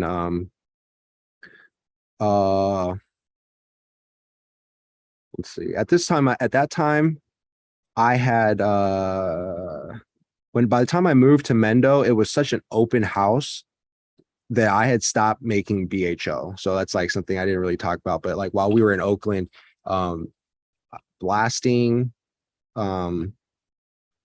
I was like, I was actually taught by a really, really incredible individual who need to get back in touch with. His name's Jerry, but he taught me the basics, the fundamental. Actually, he taught me everything I needed to know about how to open blast in like 2010, 2011 ish. And basically like that's what I was doing for key play as it needed it. I was doing it for NorCal as he had tons and tons of just material and trim and bomb shit sitting around. And so then I was doing like running batches for all types of people. Then I was going up to Mendo. One time, actually, when we were starting the Grokashi project, before I moved up to Mendocino, while I was living in Oakland, I was in Big Al's. I was checking out glass, and there was like this dude in there that was checking out. It was getting glass as well. I'm trying to think if it was Big Al's, but I think it was. And I was like, he was getting glass, and you just know when somebody is in the industry at a level that most people aren't, right? And so I was like, he was like, what do you do? And I was telling him about what I do. And I might have been picking up a case of butane or something. Like at the time, I was getting a lot of that shit. And he was like, that probably was what started the subject. I don't remember. But anyways, he was like telling me about his farm up in Humboldt and all the shit. And well, that guy I was like, so you got trim? Or like out, just product or whatever. At that time, like I think we were just getting his trim. And he was like, yeah, I got some trim or whatever. You should come up and visit. And so I actually go up and visit, and that's where we get one of our SFV cuts. And he is supposedly half of the breeder of sage. He says, like, I don't know how it worked out between, was it Adam Dunn who supposedly bred the sage or whatever? I don't actually know any of the story, but basically he was like, I don't know if he was partners with Adam or or whoever bred that strain at one point, and then had a falling out or just isn't really recognized. And then he also had what's the dude? Mandelbrot seeds, like the Royal Kush, Emerald Harvest or something, genetics that we got from him in like the old school bags. And so anyways, like me and Keyplay drove up to visit him to get his trim and just meet him and check out his grow or whatever. Pretty cool, pretty sick operation out in the woods. I don't know where I forget, like near Eureka or something. It was a long trek. And he was like, we got there and we're like, all right, yeah, like we'll take the weed or we'll take the trim or whatever. Here's the money. He was like, or showed us a shit, whatever, gave what we got, traded him some stuff. And then he was like, here it is. And it was like sitting in bins. And at that point we had already smoked up. And and he had like made some BHO with the stuff, and like we were dabbing it and shit. I was so fucking high. But anyways, like it was all in bins, and I was like, what the fuck? We're not gonna take these in open bins. And he's like, yeah, sorry, like he's like, I don't really have anything to put them in. And I'm like, you don't have like turkey bags or something? And he's like, no, like, well, we have food saver, or these like rolled up rolls of like the sealed air seal bags or whatever. And so what we ended up doing was packing the 20 pounds of trim into like two like 5-foot man-sized long rolls of like sealed bags or whatever. In this process, we're just stuffing the weed, just trying to get all the weed in there. And high as fuck is all I remember. And basically we got it all stuffed in these 2 bags, 20 pounds, sealed it up. You can weigh it out, like stuff it yourself, weigh it out and tell me if it's 20 pounds. It's like 4.5 feet. And then like, but basically he was like, we sealed it up and we threw it in this black contractor bag, tied it up, threw in the back of the SUV and took off. And before leaving, he handed me a handful of weed without a bag. And I just stuffed it in my like snowboarding jacket or whatever I had on in the shirt pocket, and sealed it up and just called it a day. We got in the car and left. Worst idea ever, because somewhere along the 101, before we even hit Mendo in the redwood forest, we get pulled over, and the cop comes up to the shotgun window and he's like, what have you guys been doing? And we're like, oh yeah. Or he's like, where are you guys from? First of all, like he probably sees well, I don't know what he sees. he probably was just wondering. He shines his light on me, and we are stoned as fuck. Like my eyes get super bloodshot when I smoke. I should smoke another hit actually here. But basically, like I was like we were just up here visiting a friend, talking business about a business. He's like, what business? And I was like, well, actually we're starting a natural farming organization, and we're promoting healing and use of organics in the soil. And he's like, oh. And he's like, well, what's that? And he points at my shirt or my jacket, and it's covered in weed just all over, and there's like parts of weed sticking out of the pocket. And I'm like, oh shit. I'm like, oh, sorry, sir. Like my friend just gave me some really good cannabis and I didn't know where to stick it.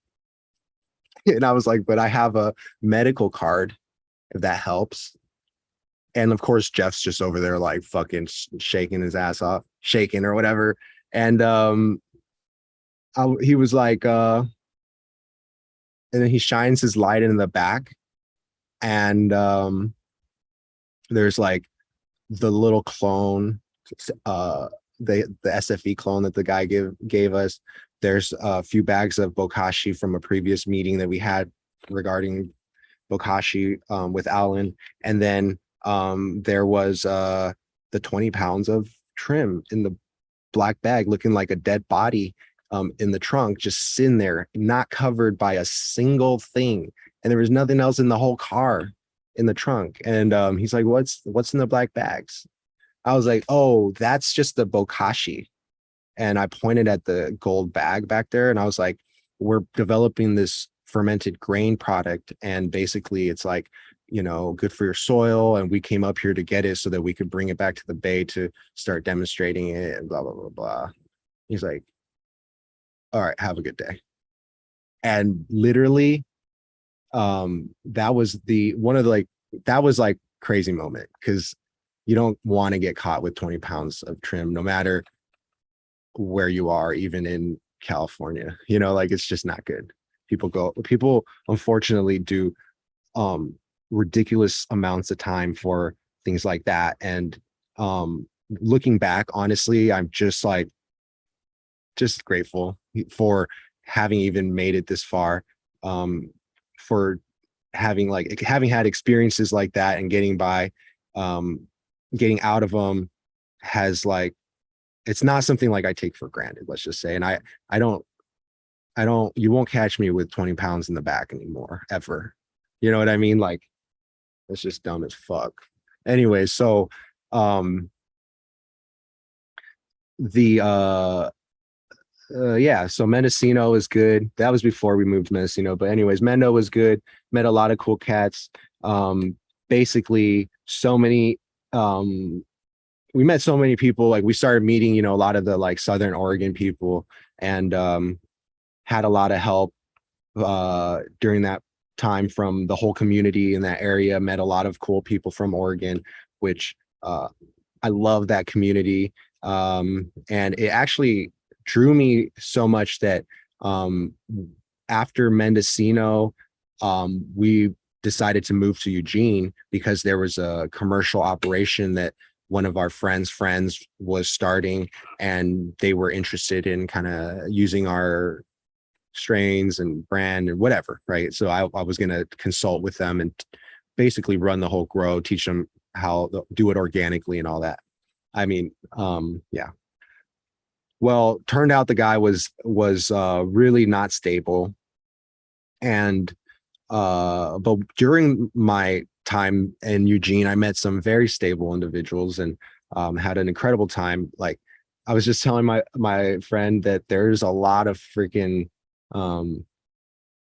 like Eugene is so organic that everywhere you look, you see kombucha. That's how organic it is. It's at every gas station. You know, like they have stuff that I can eat at every gas station. Let's just say that there's not a single thing I can drink or eat except water here in Michigan at the gas stations. So that's the difference, right? And it's pretty freaking crazy, like how different these worlds can get. The water there is unfluoridated. The people there are like a whole nother world compared to Michigan. And it's like, I love the dynamics. I love kind of having been there, kind of got that NorCal like hippie education, and then like transported myself eventually because of that whole falling out with the commercial facility, transferring my operation to Michigan. And during this process, this was around 2014 when the operation is moved to Michigan.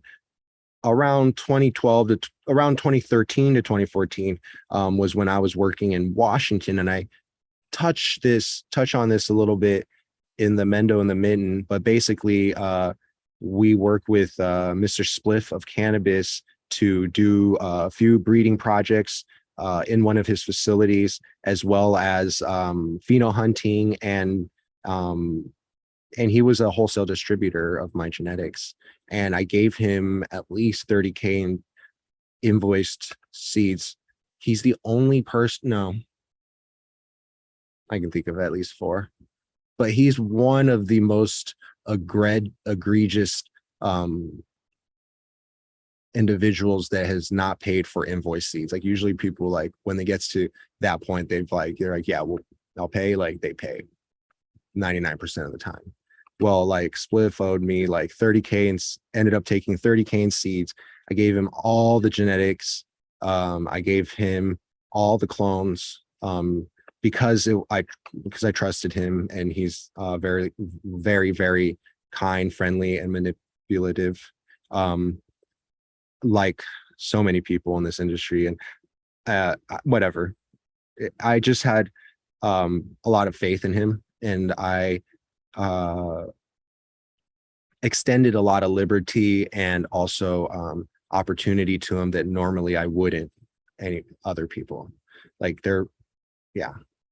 And so what ended up happening was he took the Mendo breath strains that some that we pheno hunted and some that we had made in his facility, or a facility that we set up especially for some of these breed projects. I don't know what he was thinking, but he ended up, luckily did give me some of the seeds, but he ended up taking, I guess, stealing the majority of the seed stock that was made, taking all the seed stock that I ever gave him for wholesale orders and as gifts, and ended up starting a company called Frost City Genetics that, if you do your own research, has no history prior to working with me, has most likely very murky origins in terms of breeding provenance, because the majority of the genetics are Mendo breath hybrids that were renamed into like random things. And I'm not against renaming and being creative for creativity's sake, or just having fun, but at the end of the day, theft is theft, right? And like, I think that we have to have respect for each other in order to be a community. We have to understand the difference between right and wrong, and treating other people the way we would like to be treated. I mean, I think this is foundational for a community. And then I also think that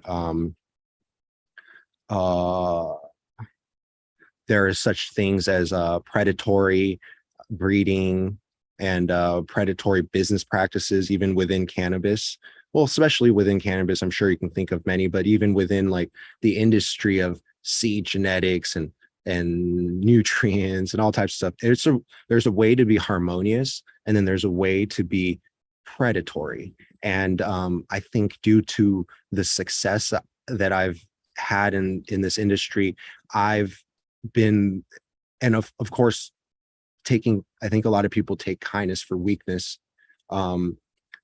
Having seen me, kind of open myself up to the community in certain ways, like I want to have an artistic expression, right? And like a lot of people see that as crazy or uninformed or unscientific or simply unwanted. And of course, I like to do what people don't want me to do, or like I like to push buttons, and I like disruptive technology. I love new and inventive ideas, and yeah, it makes people uncomfortable at times. It makes me a target, but that's like kind of like my role in the industry, and what I've had a lot of fun doing. But anyways, creativity is all good, but being predatory is a different thing. And I've been the target of predators. I'm sure there's some in the comment section. I'm absolutely sure, because it happens every time. And I'm a real human being. I'm like I have feelings and concerns like everyone else, but I'm also really, really, really good at what I do, and people hate that, and I love it. So it's an honor to be able to put my best work and see results, to be able to make connections that are new and innovative and disruptive, and the experiences make me a better person. So there's nothing that I regret, and I'm just grateful for every part of this journey. But don't be a predator, and be kind. Help other people out. Make other people better. Lift other people up. Shout other people out. Encourage them. Support their endeavors, their projects. Give them honor, respect, and courage to pursue their dreams, rather than the opposite. And then, of course, try not to take, but to add and give. And if you do, you will receive. But if you take, you're just hurting, and then it'll lead to other people taking from you. So like what I think is yeah, I'm just anyway, so like predatory breeding exists. I do believe in the very near future. The word is that federal compliancy will require intellectual property assignments that will give intellectual property privileges to the real holders of genetics, people that found the plant out of the dirt of the land in the wild and created essentially like a lot of, you know, the work we see today. And you know, I'm grateful to have been able to breed with other people's work, without a doubt. I think that's oftentimes an argument as to like why can he complain about what other people are doing with his work when he has used the work of other people. And I think a good reference is art, and there's a difference between referencing and stealing, or paying homage to, and shitting on. And if you don't know the difference, then you're a fucking idiot. So don't tell me you don't know the difference. Just stop being a punk. You know what I mean? And that's like what I think a lot of people are not making that distinction. Maybe the music is encouraging them to be like different, but this plant should be about community. So I do try my best to encourage and support other artists in the industry, other brands in the industry. I like putting people together. I like collaboration. I like seeing people come up. I like seeing the industry develop in ways that are inclusive and free and dynamic, and not limited, controlled, and totalitarian, let's just say. And I mean, like, maybe the both can harmonize, but like I really support grassroots, because that's where I come from. I mean, like, I built this out of garages and basements, and I'm still in one, but I've seen I've had deals. I've seen millions of dollars in deals. I've seen opportunities that that would have transformed my lives that I didn't take. You know, so it's like, not that means anything, except that maybe I have to meet the right individuals or find the right opportunities still.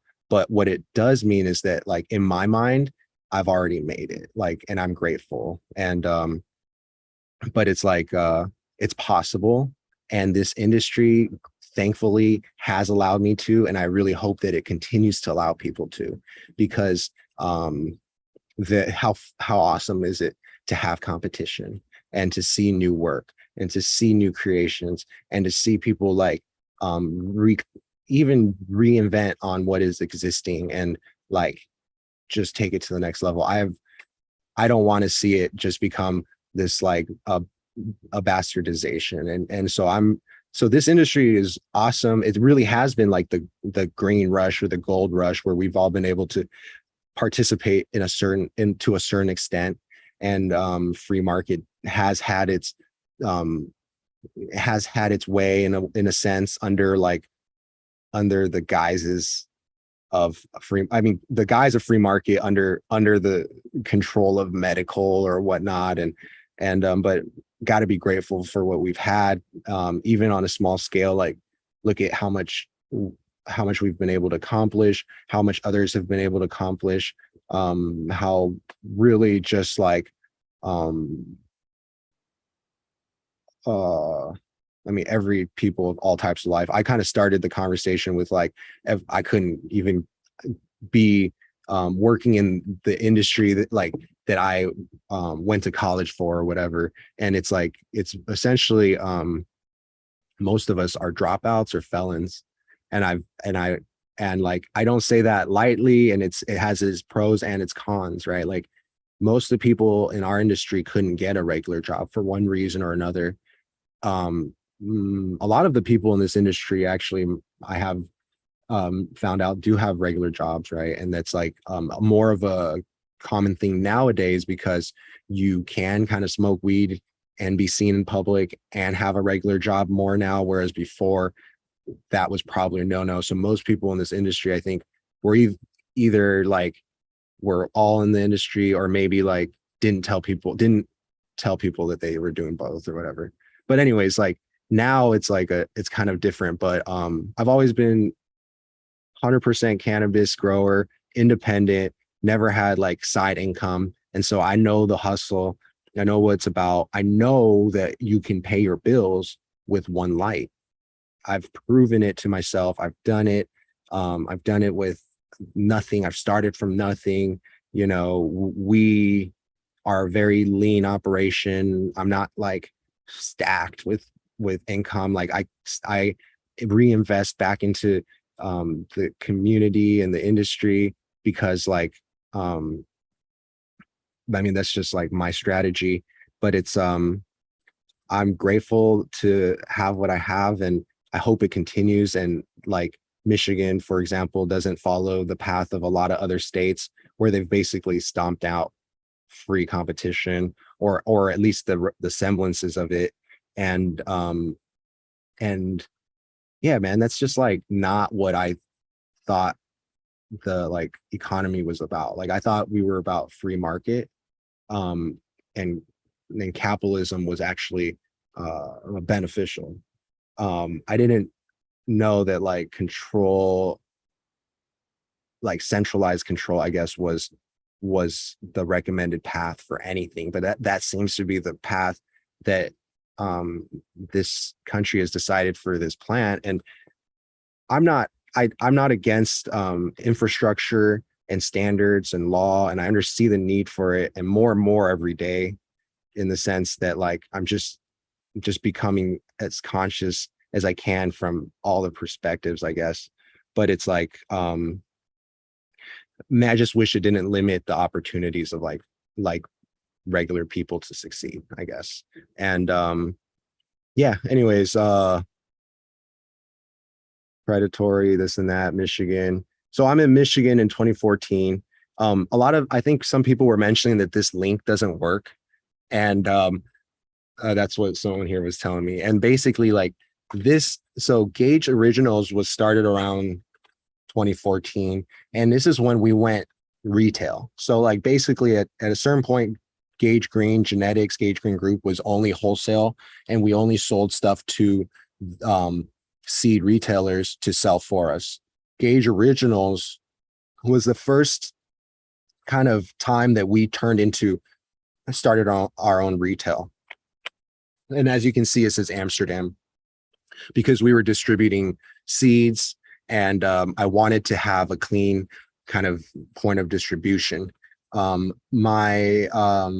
one point we actually were centered out of the UK. I talk about this in the Mendo and the Mitten talk, but Skunk Monkey, who was operating the help desk out of the UK for me and running my operations out there, basically kind of fell ill, and I couldn't really get in touch with him. And so basically this guy named Callum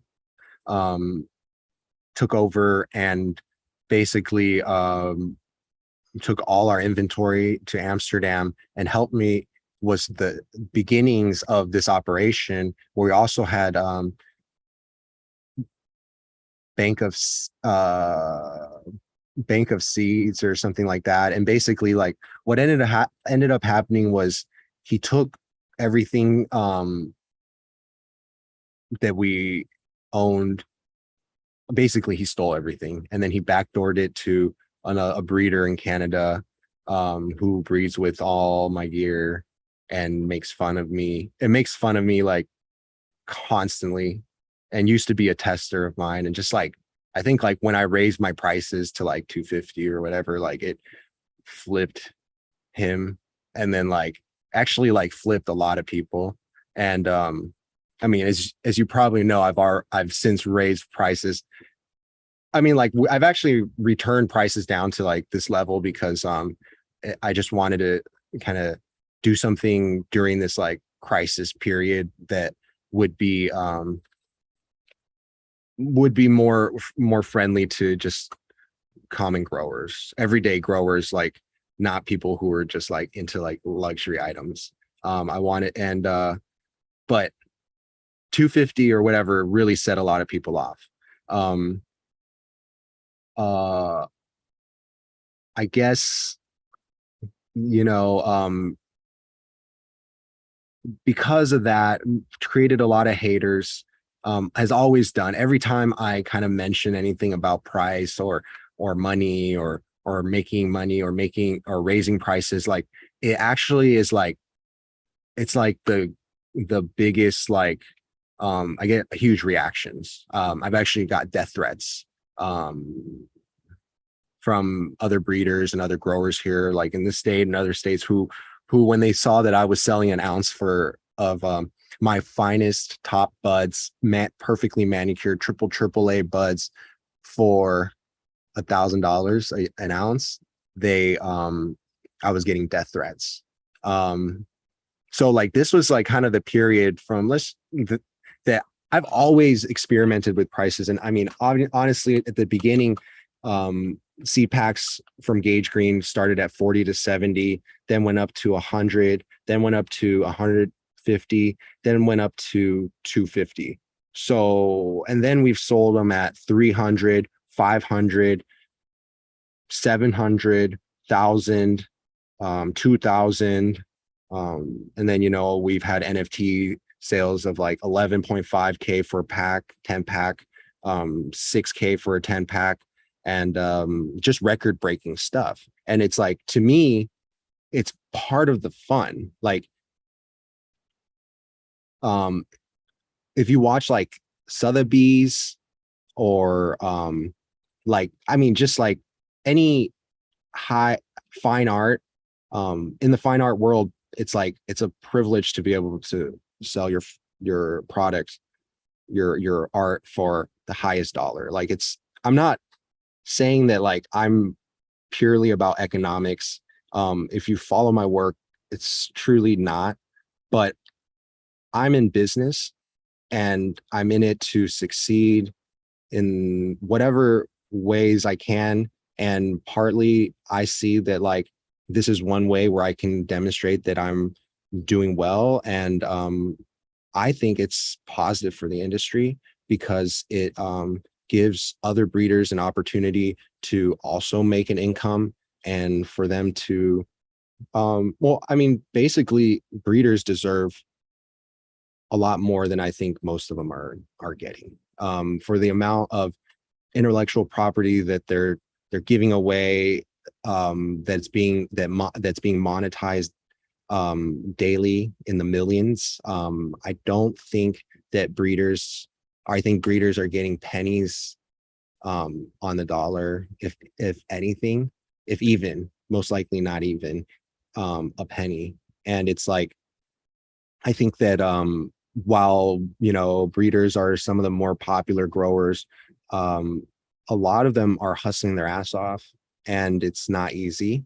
And only a few at any given moment are actually succeeding. And so what I would say is like, I want to encourage this industry to develop and to be recognized as an art form and to be respected by people who are also respected and successful in their industries, that they would come and bring, or people in our industry that are successful, that they would honor the breeder and the art in a sense, in a way that like makes sense. I mean, like for the amount of work and value that this art brings, that I think that yeah, breeders deserve to be able to get as much as they want or as much as they can. And so sure, I've demonstrated that. Sure, we've sold out $2,000 packs, whatever. Right now we're doing $200 packs. So it's like I can do whatever I want. And I like all of it. I do understand the value of limited. All our beings appreciate and value. It's a good investment, and it always has been. Go on Strainly, and it seems like almost like a third of the strains on there have my genetics in them. Search Gage Green Group, and you get 22 million search results on Google. Like, that's fucking crazy. That's real shit. And so, yeah, done a lot of fucking work. And so I feel like it's like people of at my that graduated with me got jobs where they were getting paid like over 100K a year, being on the right path. And obviously I fell off that path. I don't give a fuck, and I don't regret it. But it's like how long it took me to get to that level, right? And it's like I'm 32, and it's like I've worked my ass off. Sure, I could have taken 15 million when I was 27 or whatever, and then or got a piece of that, and like, but it's like I don't know, whatever. It's just like, I think that you see like basketball stars who ball it out for their organization and are the sole reason why their success there, are paid millions. And if you think about what the total valuation or size of the NBA is compared to, say, cannabis, just think about it.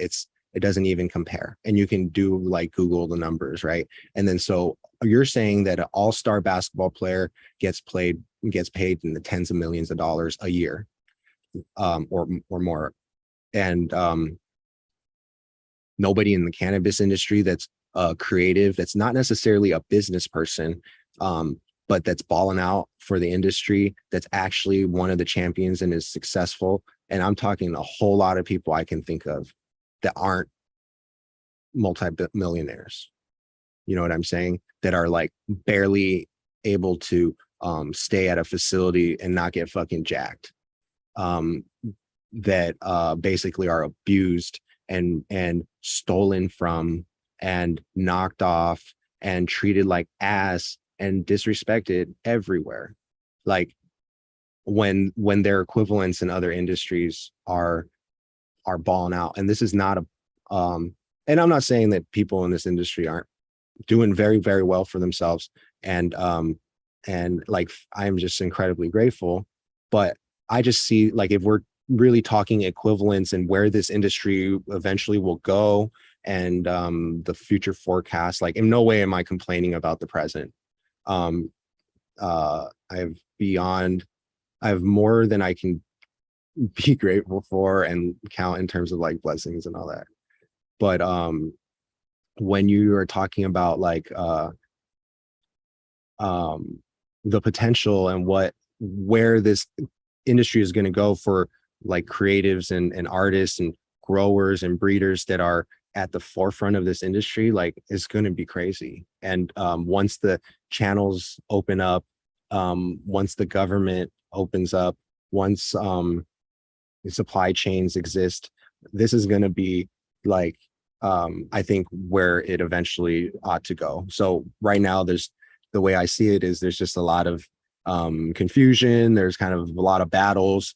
Hopefully the good will be able to maintain or triumph, and at least we'll get some consensus to where we can all participate, and this will be like truly what it was meant to be, like a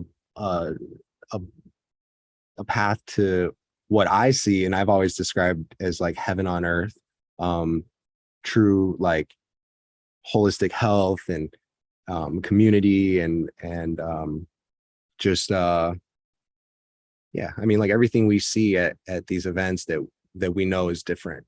I want to make that a reality all around us. I want to help people be prosperous, but also have longevity. It's not just about wealth, as I was just describing, but it's also about health. And so it's like a huge, I will always be like forever like supporting and you know, the health benefits of cannabis, because cannabis has transformed me from like a sickly individual into and of course organic living. But cannabis, I know because I use it intentionally and directly, that it has transformative effects on mind, body, and soul. And I've not only written books, but given talks. Actually, that's what the second Organic Cup in 2012 was about. I talked about myofascia, and you won't hear me talk too much about it now, but it's something I could talk about for forever.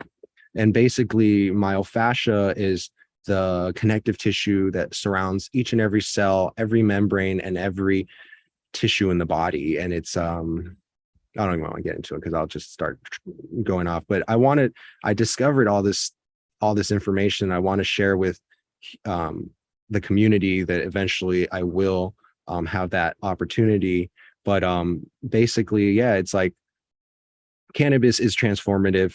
I've seen it. And so yeah, health and wealth and family, community, all of that is like my aim. So anyways, I hope that I can continue to, of course, part of it is I want to be able to continue what I do, but I'd also like to see other people be able to continue to do what they love to do and continue to inspire me. So if you go to my page on Instagram or any of my pages, I got like a bunch of them. We'll always shouting other people out, always trying to like put our friends and family on, because yeah, that's what I'd like to see other people do for me. So and I'm grateful for those that have, and I'm grateful to be here. And for everyone listening, it's almost 2:20. Thanks so much for being here. And yeah, there's still a lot of story, but maybe I should stop for a little bit, because I'm sure you have some questions or maybe something to say. Otherwise, we'll just keep going. But what up, Eagle? Well, if you will take a bong break for one, Yeah, I you will. again more than well deserve it. And if you like, yeah, there's a few things I could pick your mind about. There's a lot of this story I'd like to hear, but as far as like direction, as far as like, there's been somebody I very respect very much, and I mentioned him to you when I spoke with you at Mendo and the Mitten, Mr. Smiley's Gardens, who has a lot of respect for you as a breeder. Wanted to hear the story of the high school sweetheart. And then there was a question, if you'd like, about Grateful Breath, if you'd like to tell that story. Just a couple suggestions and directions. Cool. Chat with, you know what I mean? No, that's actually a good suggestion, because I'm at like 2014, 2015, the 2014, 2015 era. And those questions would have fallen some like that. Those were created in like the 2012 and 2013 era. So great questions. I can definitely explain that. Yeah. I'm going to take a rip of this potion. No, you just look at the stuff you got there. That's for sure. Yeah, I've been having some amazing help from Designer Gardens, Ambrosia, and my buddy Terp Wizard.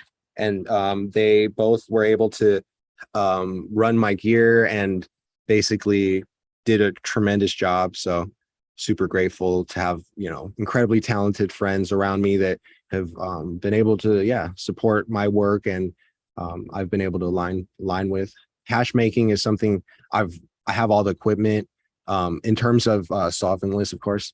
But I've always had just good friends around that just did incredible work, and I never had to fully get into it. So never ended up getting a room built and all that. But yeah, I have enough on my plates. So yeah, super grateful to have all the help. Terp Wizard's a good dude, man. He was on I think 2 months ago, he did an episode and told his journey as well. great opportunity to meet him.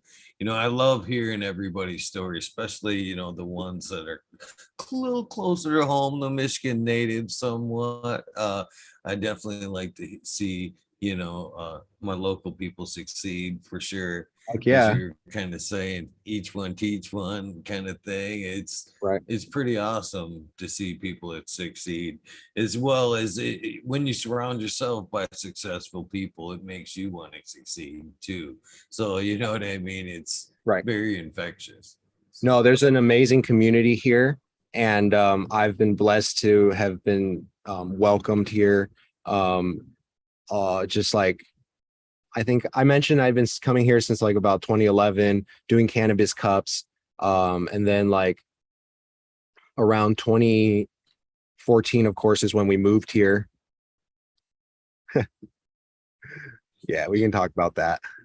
And then like around 2014, we moved here.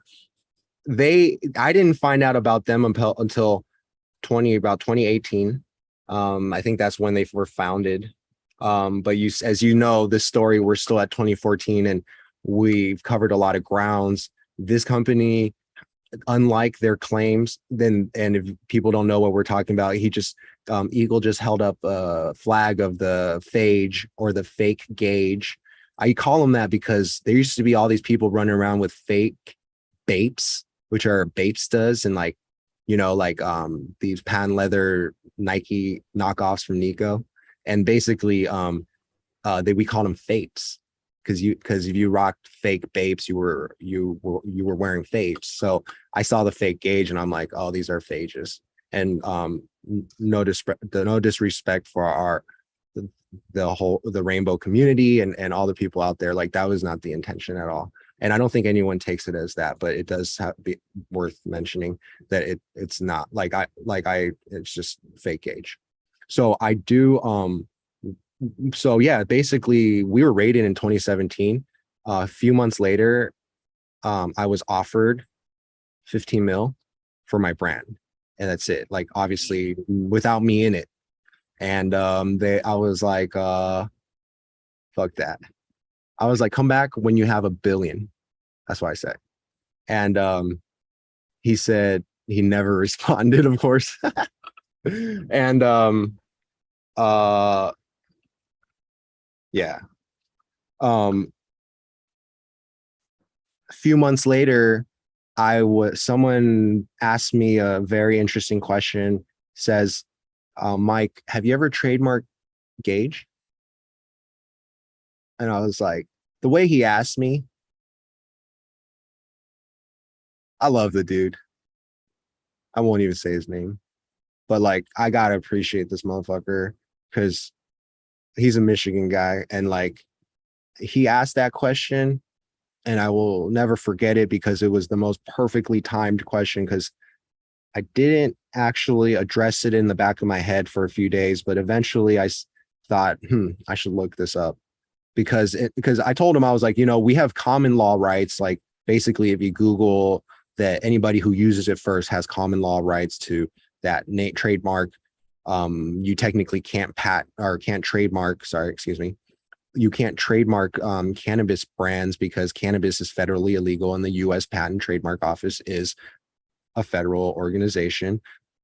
But you can trademark cannabis of like ancillary activities, such as message boards, t-shirts, merchandise, you know, whatever. So there are things that you can do, and I wasn't aware of that at the time. I just thought, okay, we've been doing it and demonstrating use, and unlike what the fake Gage says, we are not an illegal company. We are not illegal growers, and haven't been breaking the law doing what I do. I think that's blasphemy, essentially, for a cannabis company to say that about another cannabis company who you are jacking.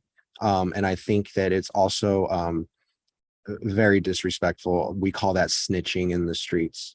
But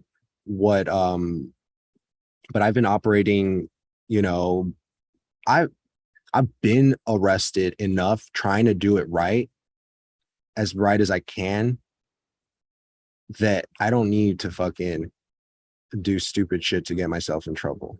And so like, anyways, I don't know why I said that, but basically like we were offered the 17 million. Oh, and I turned it down. And then this guy was like, "Hey Mike, like, did you trademark Gage?" So I go online and I look it up, and I'm like, "Oh shit, there's another fucking Michigan company." Or no, at the time I think they were Canadian using a Michigan entity, um, and filing for the name Gage, the word Gage. I was like, "What the fuck?" And it just so happened that it was the week that I could, a the month that was allowed for the public to oppose the filing. So you literally, if someone tries to file for your name or whatever, you have to check it until it's gone through a certain point to where you can oppose it. And then you have to spend, I think I spent like $100+ per list per claim that they had, because I was like, I do all of this.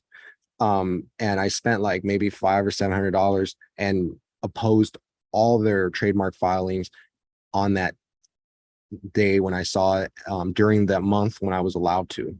And they had just started the process maybe less than a year ago. And uh basically I would say around the time we got arrested was around this time that they got started. I mean, the coincidence, like the timing is just so, it's too coincidental. And we know that nothing, coincidences don't exist, in my opinion, when we live in an intentional universe. Nothing happens on accident, but it's but it's but everything happens with a purpose, and for a reason, and of all that. But it's like I'm where I am, and I'm not sad or upset, and so this is just, you know, shit that happens. People are like, why is it all negative? I'm like, I don't fucking know, dude. Like, I attract negativity. I don't know, like positive attracts negativity, or maybe I'm negative and I'm just, you know, attract negativity, whatever it is.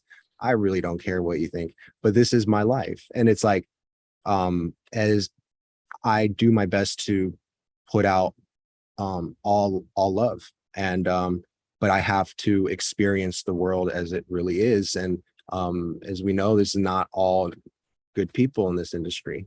So anyways, whatever. I didn't mean to strike a chord. I ruined your bowl. You didn't even get to it. You didn't even get to the bowl. Bro, I don't even know why I started talking, but like I'm in such a talkative mood right now that like I would just go down a fucking rabbit hole and get lost. So why did I even start talking about that? Oh, we talked about Michigan growers being the fucking best. And yeah, that's why I moved out here. I don't even know what I was talking about. Yeah. So that what you got there looks pretty impressive there for sure. I can relate to some other stuff you said earlier on why you're smoking a bowl or getting prepared there. Mhm. About the healing power of the plant. There is definitely a lot that goes on there. And, you know, you said even outside of organics, I'm a firm believer in that as well. I hear more and more stories on how cannabis has changed people's life as far as using it as a medicine, juicing, shit like that, being able to get, you know, some nutrient density back into them. And that's where that's where the organics kind of thing comes back into it. But that's a whole side adventure. We're just still on the cannabis side of it.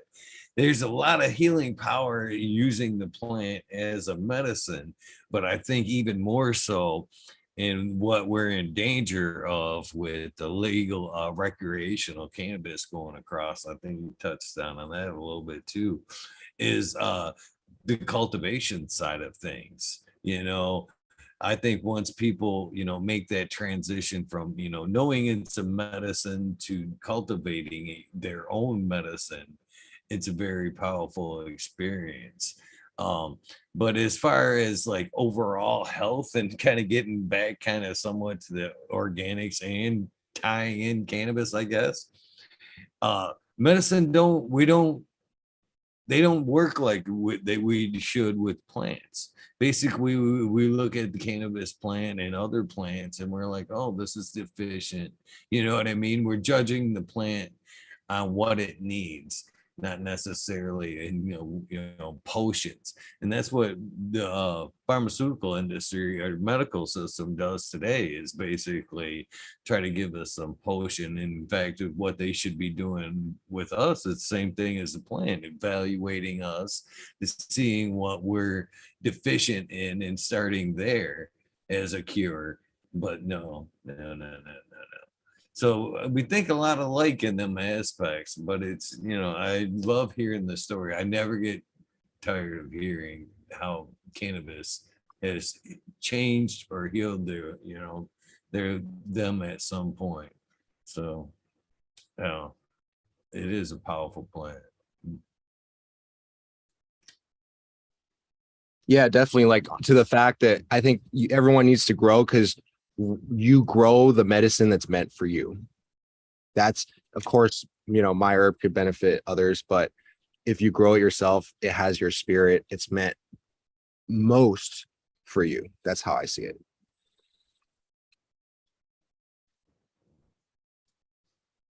And I guess kind of like recap why you're still smoking there a little bit about as far as like breeding and seed cost. There's a lot of work that goes into it, some really good strains.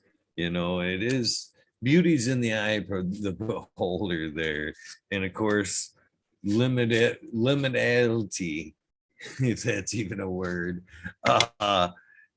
plays into it as well. So Sub used to joke all the time how people would he could provide a pack in like the forums for a set price, and then put the same pack into like an auction, and people would overbid and pay 10 times the pack just to say they won.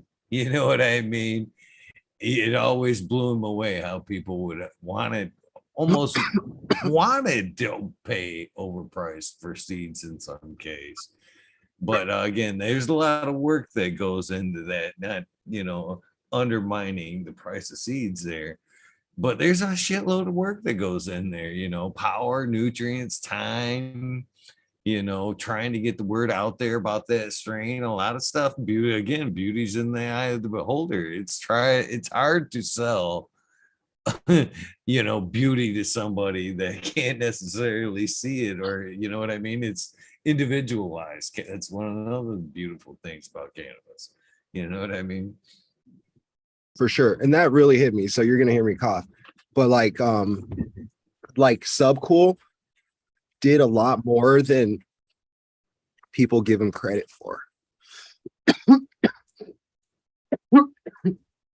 And I think it was because he was his own character. He was his own person. He was different. He didn't necessarily like follow trends or do just what he wasn't like politically correct or whatever.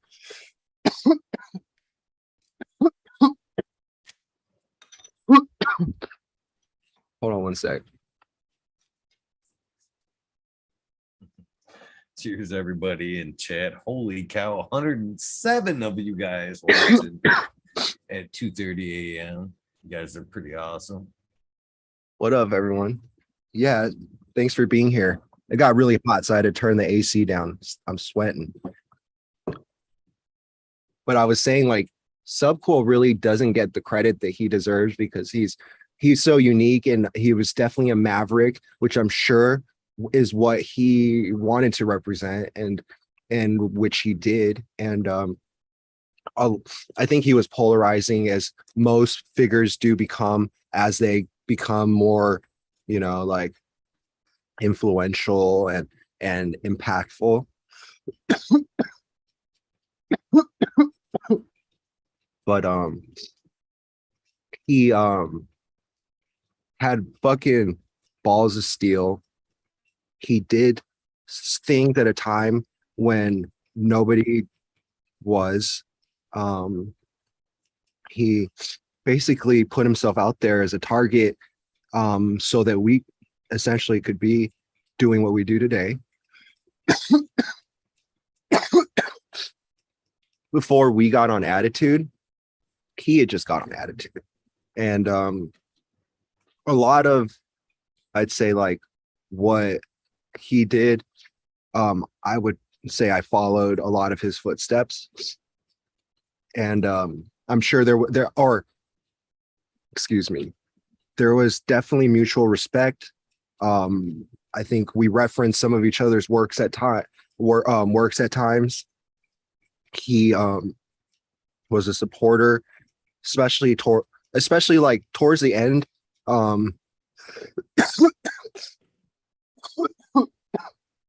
Excuse me, man, that really got me.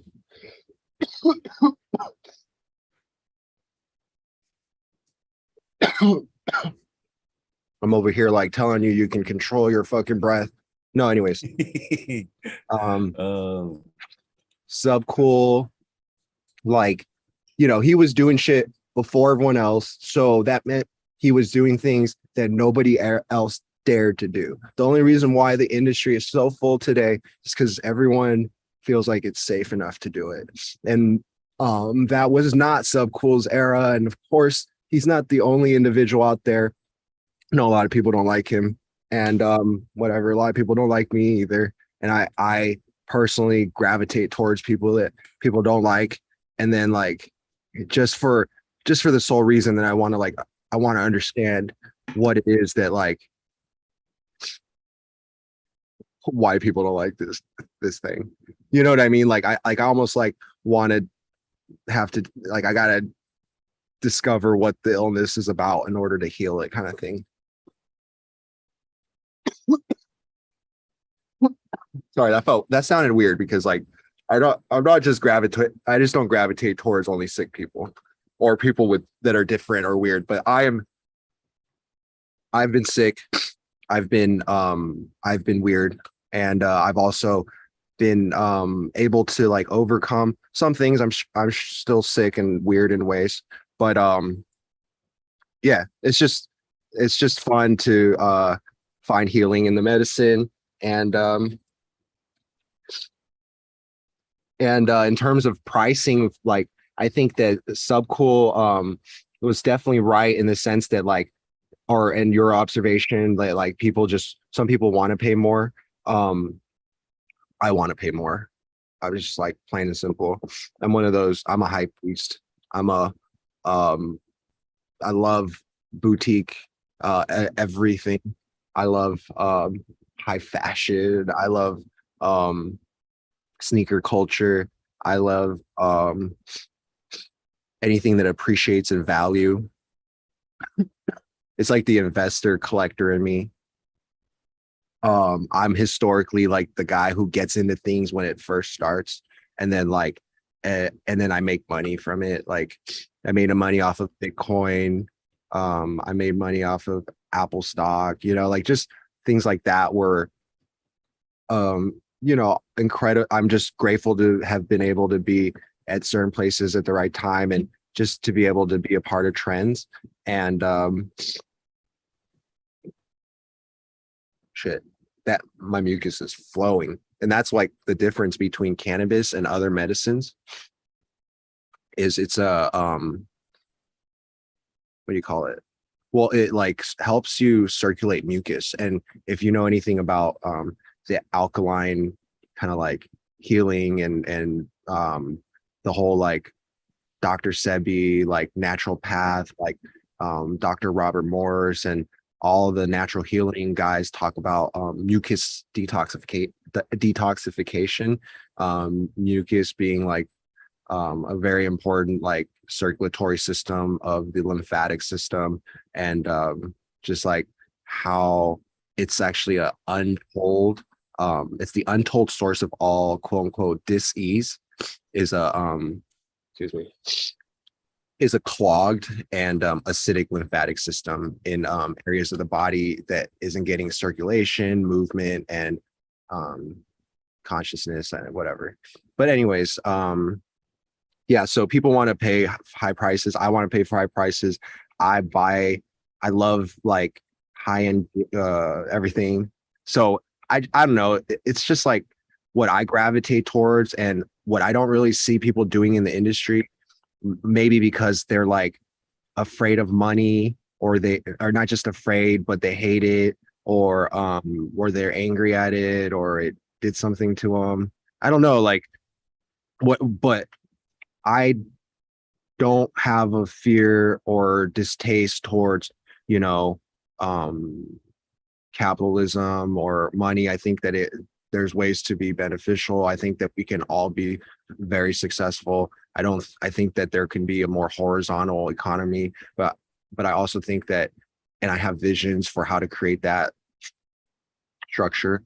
But I do also think that every human needs to achieve at a higher level and have be incentivized to do it, and to basically get off their asses, so that, and this is a shitty way to say, because I guess like that could be taken out of context and made to seem like I'm saying that people who are suffering need to get off their asses, and that's not what I'm saying. But for the most part, what I am trying to say is that everyone should be able to achieve in their own way, and add value to society in ways that is like lucrative, and gives them an opportunity to live um, a, a good, beautiful life. And I think that it's possible for everyone to have that, and it doesn't have to be like where someone has to suffer in order for that to happen, or that we can't operate on a harmonic level where everything we do can be beneficial towards others, and that there's like a regenerative forms of businesses and regenerative forms of capitalism that aren't necessarily like predatory, or things that we don't desire, but that we can kind of have the best of all worlds. And that's ultimately what I'm trying to achieve. I am running a business, and I am in the business of trying to create the best cannabis. And so yeah, I mean, like I would hope that there's, to see more people like not discourage uh specifically just capitalism, but encourage like regenerative capitalism, whatever that means, in the sense that we have regenerative, there you put regenerative in front of anything, and that creates an idea that we don't always think of. And so I think that what I found in holistics and spirituality is that everything has polarities, and you can recognize both in order to make the right decisions. And so that's ultimately, I think, where we have to see wealth as well as health, holistically.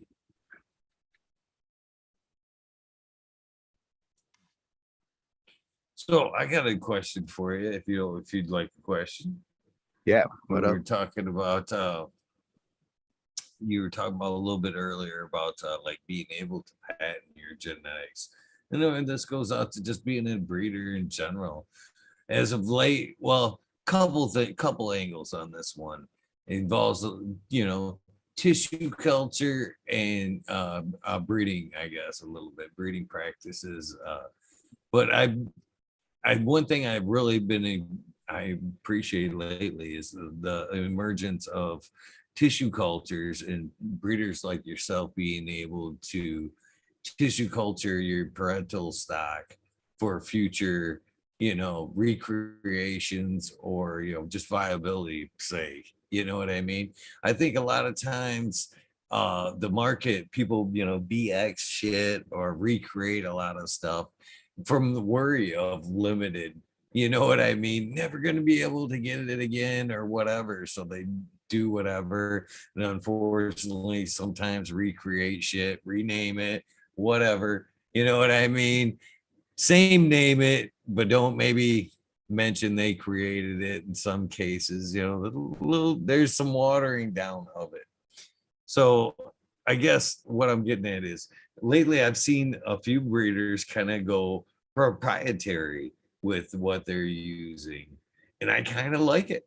I kind of like it. It would be good for you guys, you breeders, to be able to kind of be able to at some point, patent or hold your stock. You know what I mean? This is mine.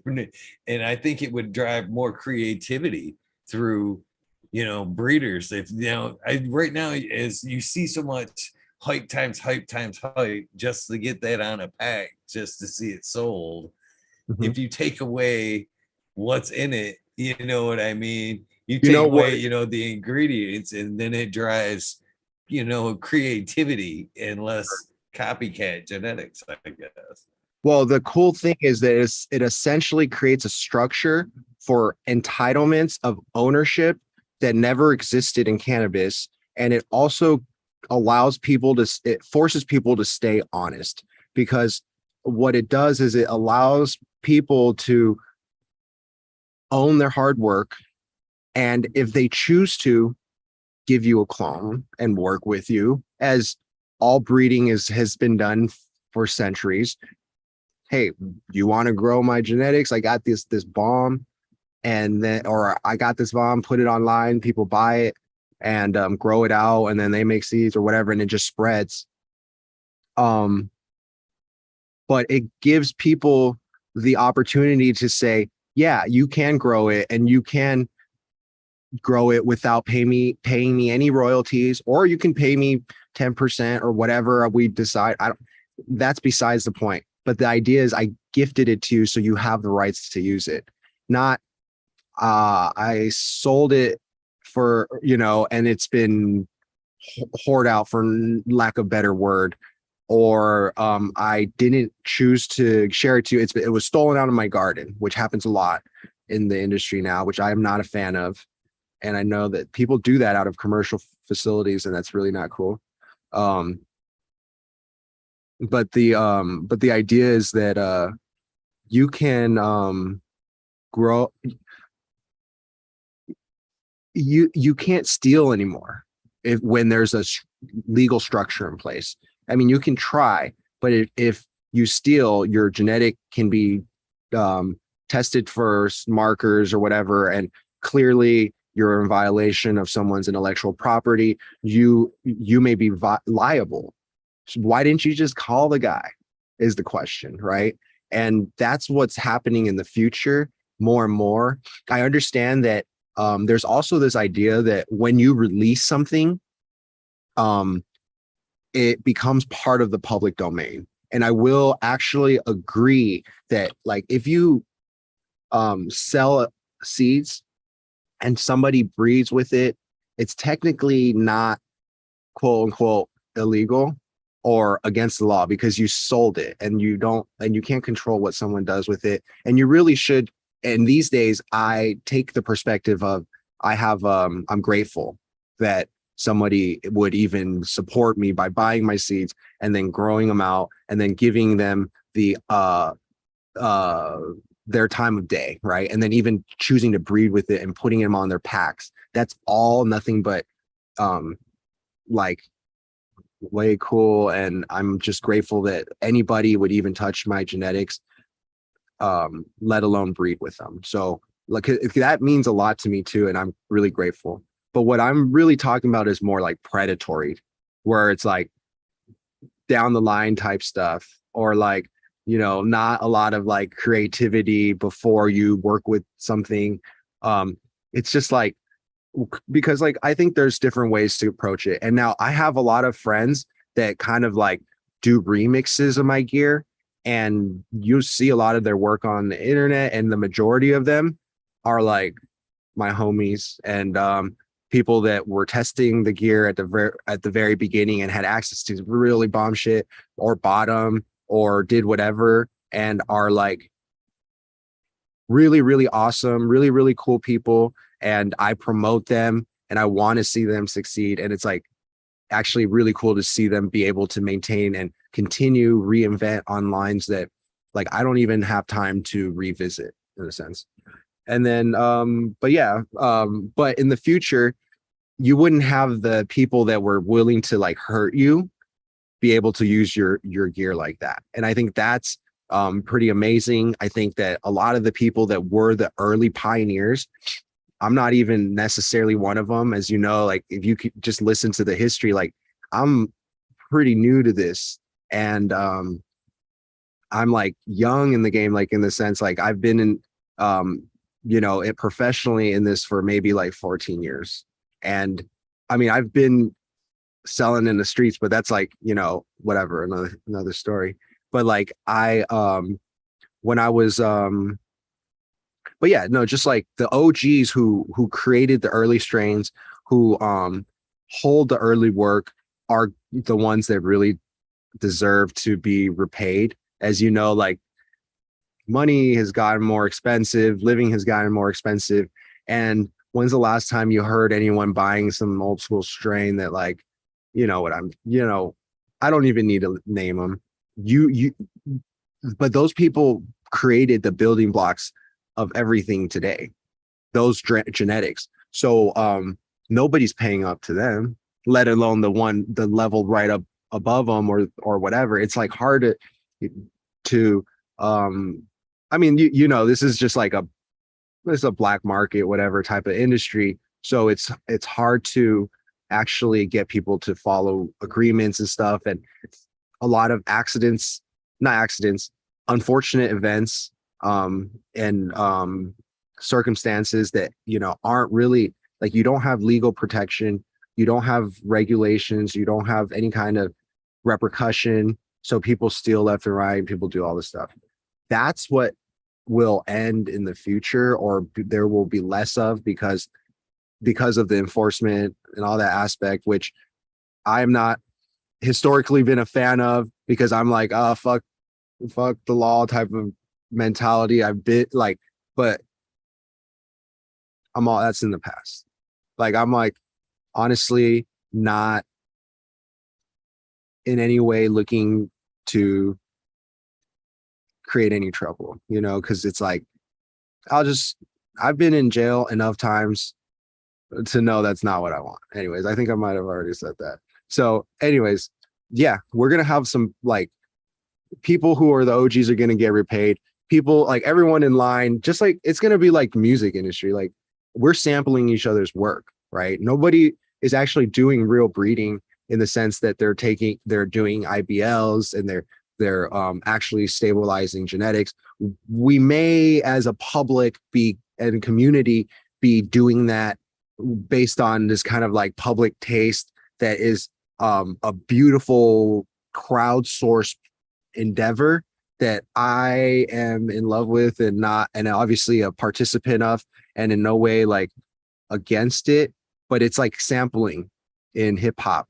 And at one point you could get away with sampling anything you wanted when it was just playing in your backyard. But when you start sampling on radio or TV or movies or published music, that's a whole different story. There are institutions in place to stop theft of other people's music. And yeah, like, at one point it was a bit, everyone was stealing music and it was like the cool thing to do or whatever. And but think about it, if you really think about how much like the musicians suffered, and like some people are like, fuck the musicians, they're making too much anyways, whatever. I'm not, I see both sides. I guess I understand the reasoning behind both sides, but what I'm sure you understand why there's a structure in place to protect certain people's livelihoods or assets.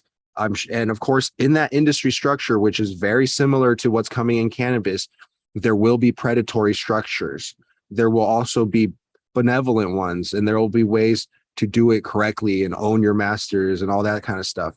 But at one point, it was like not necessarily like that. And people were getting jacked, samples were getting made, nobody was getting paid. It doesn't happen anymore. You can barely play music on, certain platforms without people getting paid for it. So anyways, long story short, that's what is coming to cannabis. And I think it'll be very interesting to see how we all fit in that kind of puzzle. I don't think that it'll all be nefarious. I think that it's kind of what's coming. It's going to be more regulation, and good or bad, I guess we just have to do our research and be prepared, and kind of just like, I don't know, like I just put my head down and I just continue to do what I do. I basically put the best things that come across my table together and offer with, this incredibly high selection criteria and standards, which allow me to basically have a collection of the best seeds that made from my experience. But I'm giving people the palette that comes through my table. Whereas like, but yeah, that's what I'm doing now. I'm blessed to be able to do it. I don't have any plant patents or really understand too much about it, but I know that that's the future, and there's structures in place for other agricultural industries, such as every agricultural plant in the world falls under certain intellectual property criteria, seed stability criteria, as well as things like phytosanitary certificates that you don't really hear people talk about, but is the standard for all forms of agriculture. So I don't know, it's definitely something to look into, and that's most likely what's next.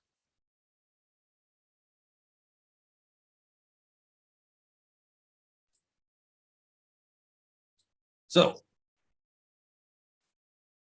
would you like to tell the story of the high school sweetheart? We left out around 2014, somewhere in that area, I think you said. Yeah, of course. So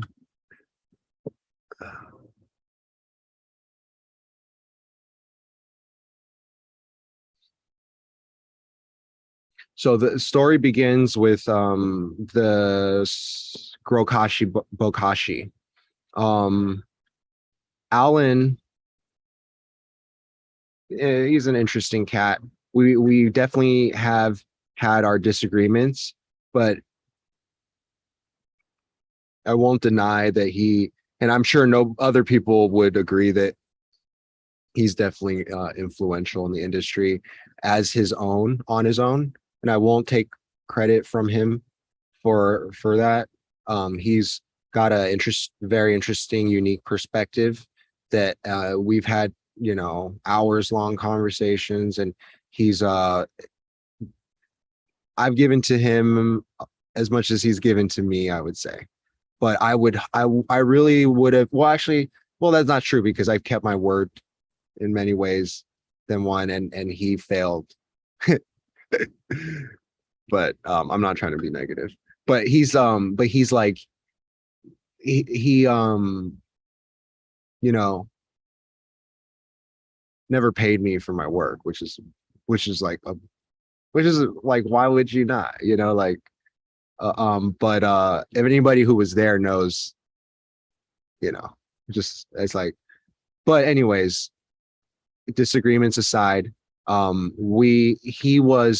was a major endorser of the product, really took it like more or less international, made it legit, got a CDFA registration, got everything tested, created the label, created the website, created the promotion, got the testing, started the probiotic farmer. Oh, I never mentioned, so basically the reason why I'm salty about the PFA is because what happened was Alan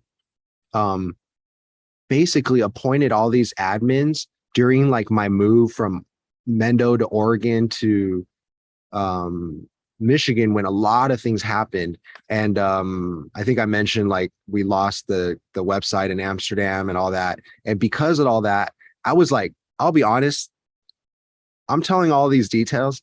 This was like a fucking blur for me. During this time, I was traveling to all these different states doing cannabis cups. We were doing drops all the time. I was managing a grow, managing multiple employees, doing all types of work, like all doing everything, let's just say. And you kind of see what I do now. I was just kind of doing the same thing on a different kind of structure. And but like basically uh but also like working my ass off, getting abused, not getting paid, and then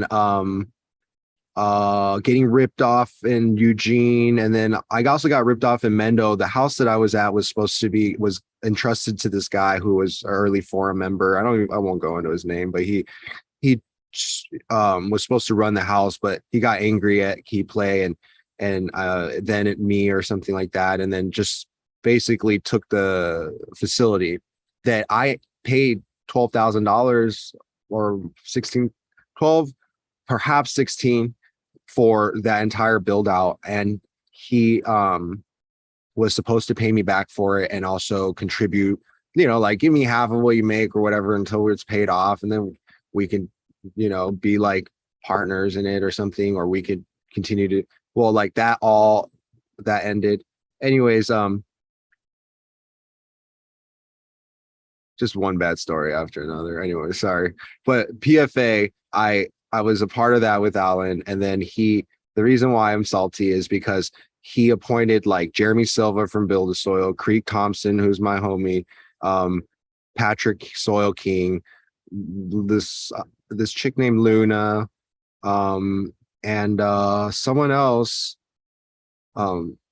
Sorry, I didn't mean to say chick, but lady, and this other gentleman. I can't remember all the members, but these are all appointed during that time when I was losing my house in Mendo, getting ripped off in Eugene, and then going to Michigan and kind of getting ripped off in Amsterdam. And so it was like a really fucked up period. And I will be honest, like I got depressed as fuck when we lost this shit, because this was like my baby, and took a lot of work, and really like as I did as I often do, trusted other people to be honest, and they take in criminal ways from me.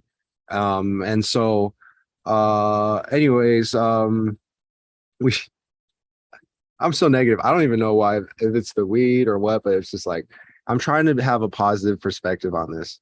But it was really just like this weird time. I was depressed, and these guys jacked me, and then Alan basically got everyone on the PFA to admins to agree to remove me from the page. Now, keep in mind, I started that page under my like M4K or some weird name, or Gage Green. That's what I was using as my profile for Facebook. Well, they just flagged it as like not my pro name, and then they were deleting all these people at the time. Well, I got all my early work deleted from there, which was a huge bummer. So I had to restart my page, Fang, Jieshen, or whatever. And I guess they can't argue that that's not my name because they don't know. But like, oh, it is my name, but I just not my legal name or whatever. Right? It's just my Asian name. But they when I was so I got reinstated as admin, but because of that, I wasn't the creator anymore of the group. And I lost privileges. And not that I wasn't the super admin or whatever, and never was made one. And then they basically made a decision to remove me from the PFA. And basically I see it as a coup. Like, this is some like fucking like espionage type shit where I was removed. I was not paid for my efforts in creating, and then forcibly removed and like ganged on by all these admins and all these whatever, like people that like it was I was like, man, this is fucked up, because like I put a lot of effort into creating this, and now I'm like not a part of that, which I'm not jealous. I know it has a lot of jealous or upset. I don't really want to be a part of it. It kind of had his days, and I know it still has its ups and downs, but I don't really want to be a part of something that doesn't appreciate like honesty and truth. But that's my whole like gripe with those years of my life that I put into that whole thing. And that was like kind of a upsetting situation, but so I'm not a part of that anymore. But Alan is the one that gave me the cherry pie kush.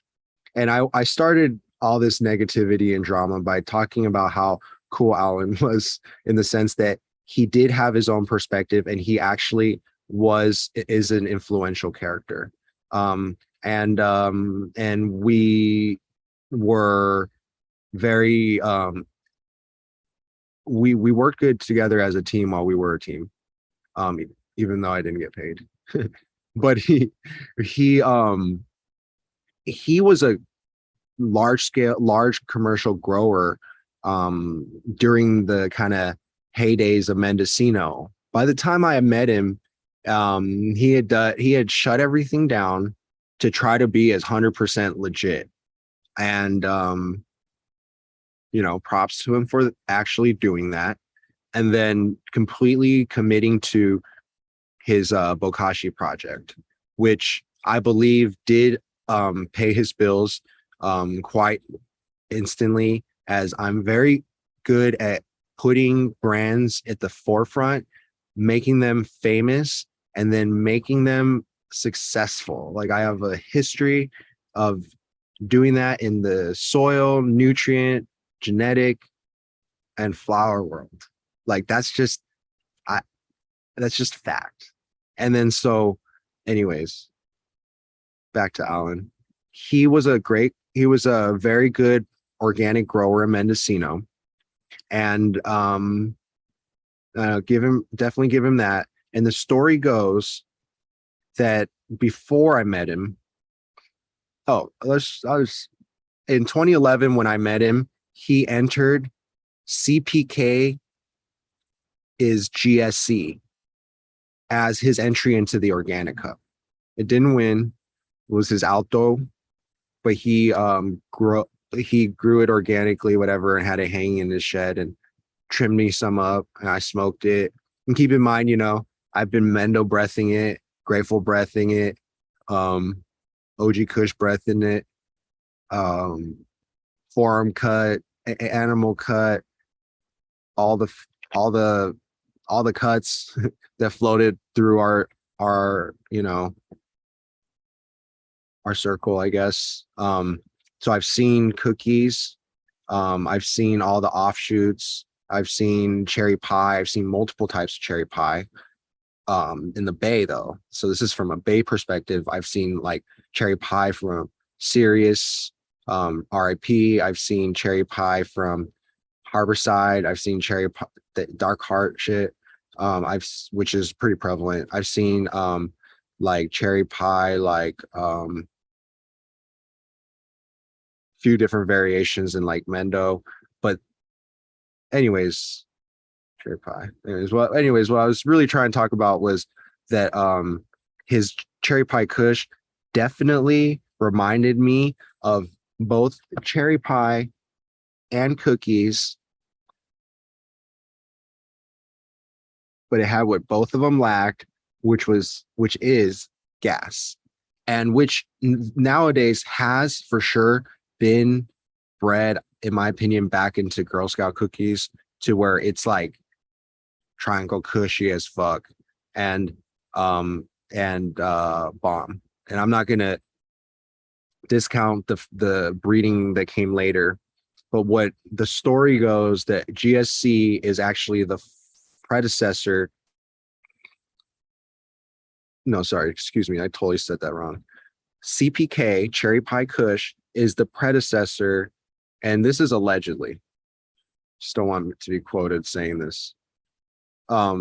Cherry Pie Kush allegedly is the matriarch, and his legends say That's what the story how the story goes, which I'll go into the story later. But we kind of go by that history because it's very seems very accurate to my experience and to the reaction that say like I hate to go after a billionaire, but like the Cookies family, why their animosity towards me, why they directed hate towards my Instagram page, like came on there and like trolled and said really nasty shit about my work at a time when I was simply just kind of divulging truths that I had discovered, whether it be OGKB or CPK. And both of them were, I guess, trigger points that that really kind of fucked up our relationship, like I see GGG and Cookies, because we kind of had access to these incredibly elusive and high performing genetics that were both not really in their possession when I had them. So like when the OGKB came out, that was the bombest cut of quote unquote Cookies, but it's really just someone pheno hunted it. OGKB did. And that goes into the story of Grateful Breath, which is the predecessor to High School Sweetheart. So I really should have talked about that first, but I do talk about it in the Mendo and the Midden story. I do touch on Grateful Breath. But I may go back to that. But basically, these were just people were growing bag seeds of each other. It's like the same thing that's going on today, but with Cookies, like they did with OG, like they did with Sour and all this stuff. It's just bag seeds of each other. After a while, especially when you're not a real breeder, but you're growing somewhat unstabilized seed stock or genetics, like some of the best cushes are not so stable. I mean, I don't know why, but it just is what it is. And in the wrong conditions, they often hurt me. But in the correct conditions, they're super ridiculously bomb. And so, anyways, Girl Scout Cookies, OGKB, bag seeds. So we had the OGKB demonstrated, showcased it to the world with NorCal, and people fell in love with it. It was the first time anybody's seen a full bud shot of any Cookies, quote unquote, because all Cookies was baby buds at a time, remember? And the claim was that there's no baby buds on the real Girl Scout cookies from the Cookie fam, but the truth is we never saw real pictures of it, or we never saw the actual presentation. The OGKB was it was Cola's 3 foot long single cola dominant of dense, ridiculously monstrous, noddy, bulbous, calyx, dense, gassy, whatever. I'd say the OGKB was one of the better, but it's not as gassy when I describe it as like, say, the traditional Kush smell that you'll find in like the CPK, which I was talking about before. But the OGKB, I mean, it's phenomenal. And you as you know today, still hard to get, hard to grow, hard to veg. People don't really pass it around. And she's just creates amazing genetics and has created pretty much the backbone of a lot of breeding today. Mendo Breath, Grateful Breath, Do-Si Do, being the main components of a lot of breeding today. A lot. And I mean, just I don't even know if the Strainly map actually supports the true data. Not the Strainly, sorry, I meant the Seed Finder map, because I don't know, we had kind of a falling out, I think, because I got real busy, and I might have not got back to him on an email, on a few emails. I'm really bad with messages because I'm just so I get hundreds of texts and emails a day that people take it very, very personally, and I'm fucking sorry if I've ever viewed thousands of people that I've ignored on accident. No, there's nothing's by accident. I shouldn't even say that now, but it's like it's like because I just physically cannot. And yeah. Anyways, I don't even know why I started talking about that. OGKB, I'm getting like real lost, but there's kind of like a narrative so I can jump back, which is cool. I like keep getting like going off the trail and then like almost falling off and then like being like, oh yeah, I remember where I came from. But there's like the OGKB, really incredible genetic, then Cherry Pie Kush comes out of fucking nowhere. People have never heard of it in the public. People have never seen it grown out, demonstrated. But as soon as you see it, especially if you smoke it and smell it, and I bet you still 99% of the world hasn't seen or smelled it, but they have grown the seed stock of it, put out a lot of seeds of it. But a few people have actually smoked it. But I have, tried to grow, I've grown out a lot of it for friends and family, whatever. But I put out a lot of pictures and documentation too. It's to anybody with an eye for genetics and heritage and ancestry and breeding, it's pretty easy to see that it possesses a lot of the early traits of what ended up becoming what we call cherry pie and cookies and sherb and gelato. Shout outs to Sherbinski for that incredible like alley-oop and just like I mean just like everything he did with the cookies and the reinvention and the addition of perps and kush and the branding and whatever. Huge fan. But like what was I gonna say? Fucking CPK is cherry pie kush. So people are like, what, cherry pie kush? Like never heard of that. Like I hadn't heard of that either. And the story goes, and this is I'm just telling the story. This is what I was told by Alan. And Alan says that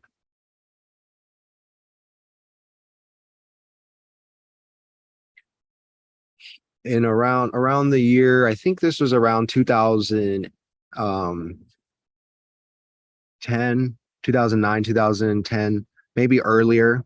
I don't think earlier. I've heard, other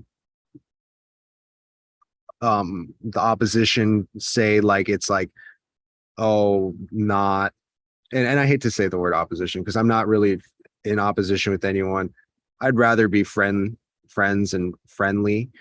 It seems like unfortunately I'm under direct attack in many ways, and it seems pretty obvious where the arrows are coming from in a lot of senses, and I'm not really here to like shoot any arrows or I'm not really, honestly, like not really fun just running dodging arrows. Like I got better shit to do.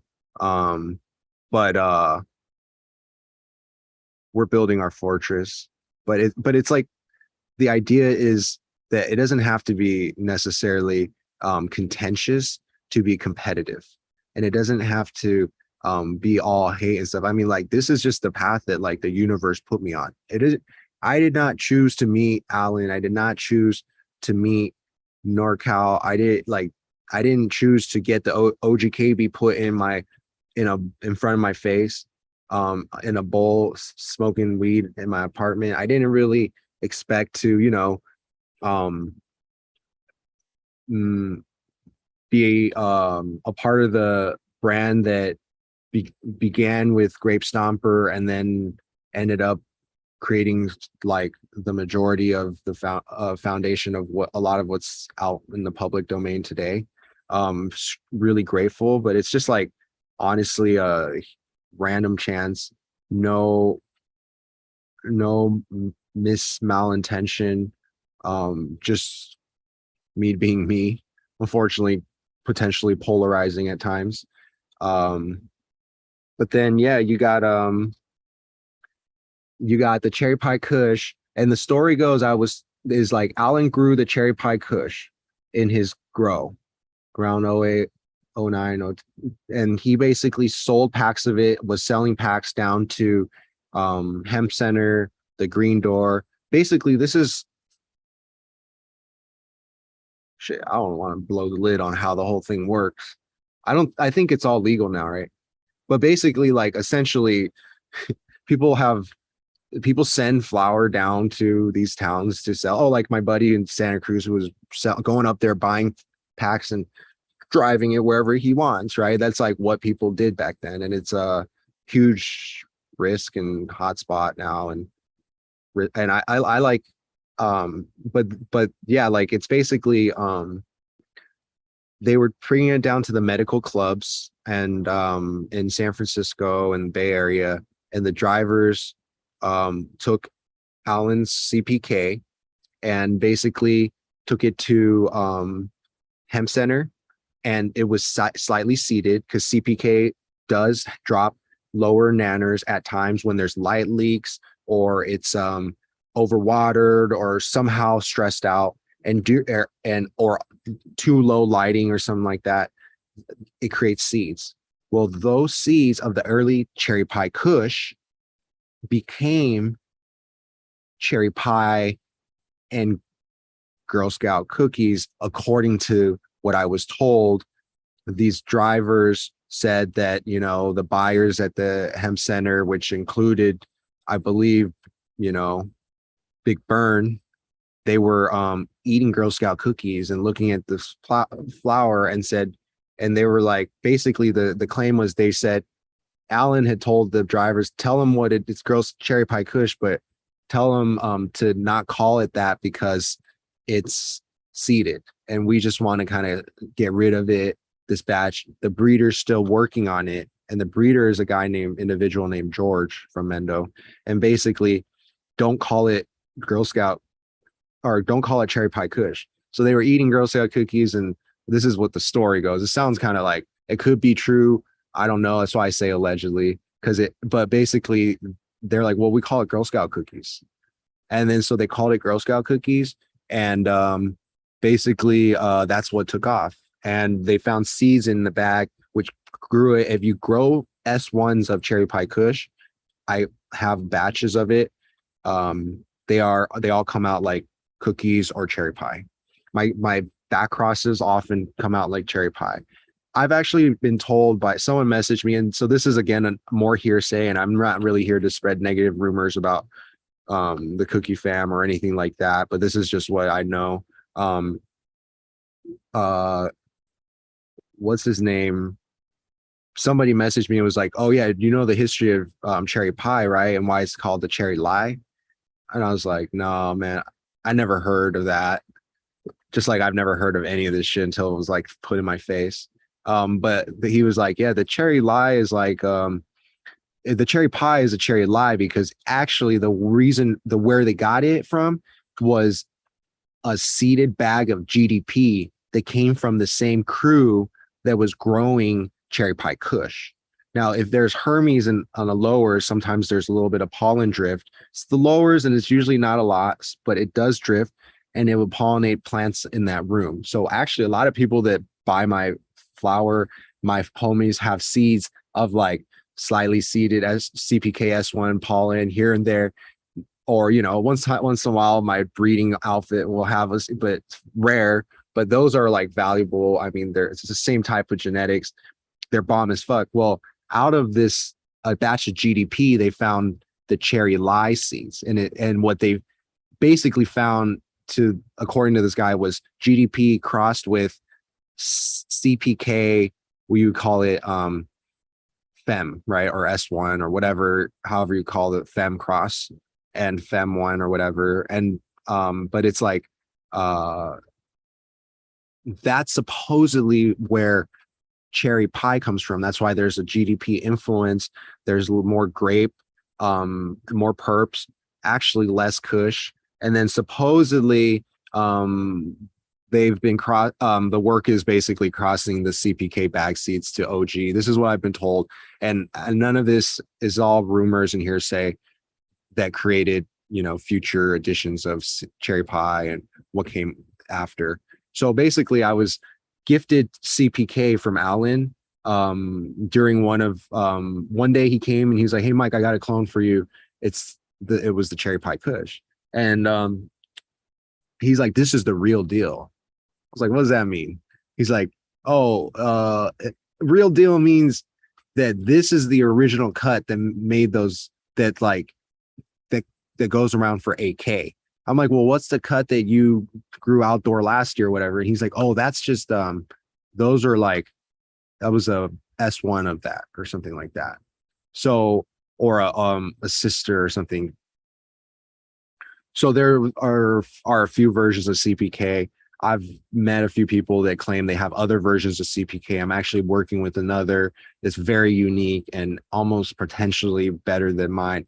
So I'll be demonstrating that soon. But basically, the cherry pie kush that I got from Alan supposedly was being sold for 8K, and his brother had held it because he was a grower, and he got permission to give it to me, and so I had full permission to work with it, breed with it, whatever. And it wasn't really like too long before I found out Alan wasn't paying me for my work.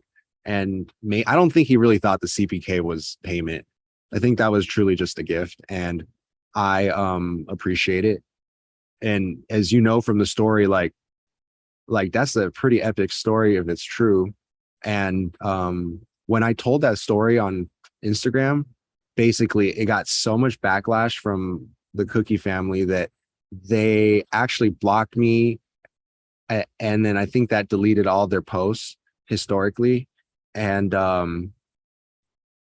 yeah, it just never talked to me because I was like homies with S Flux, and like we were all in the same groups, you know, like my friends were friends and working with them and all this stuff. And a lot of people I know in Mendo are like working with all those cats. And it's like, I don't know, for some reason, I just felt in this place where I was gifted these genetics that were very extremely special and changed the course of history alongside what was going on in the Bay, that in the NorCal area, that the Cookie fam was trying to posture as their own. And no, I mean, I don't hate them, and I mad props to what they've been able to achieve.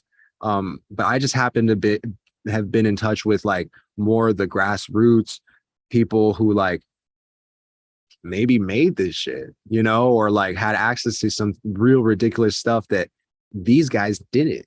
And that's basically kind of how a lot of our genetics have been created, was using OGKB, which created Grateful Breath, which is a cross to the underdog OG, which we called Joseph.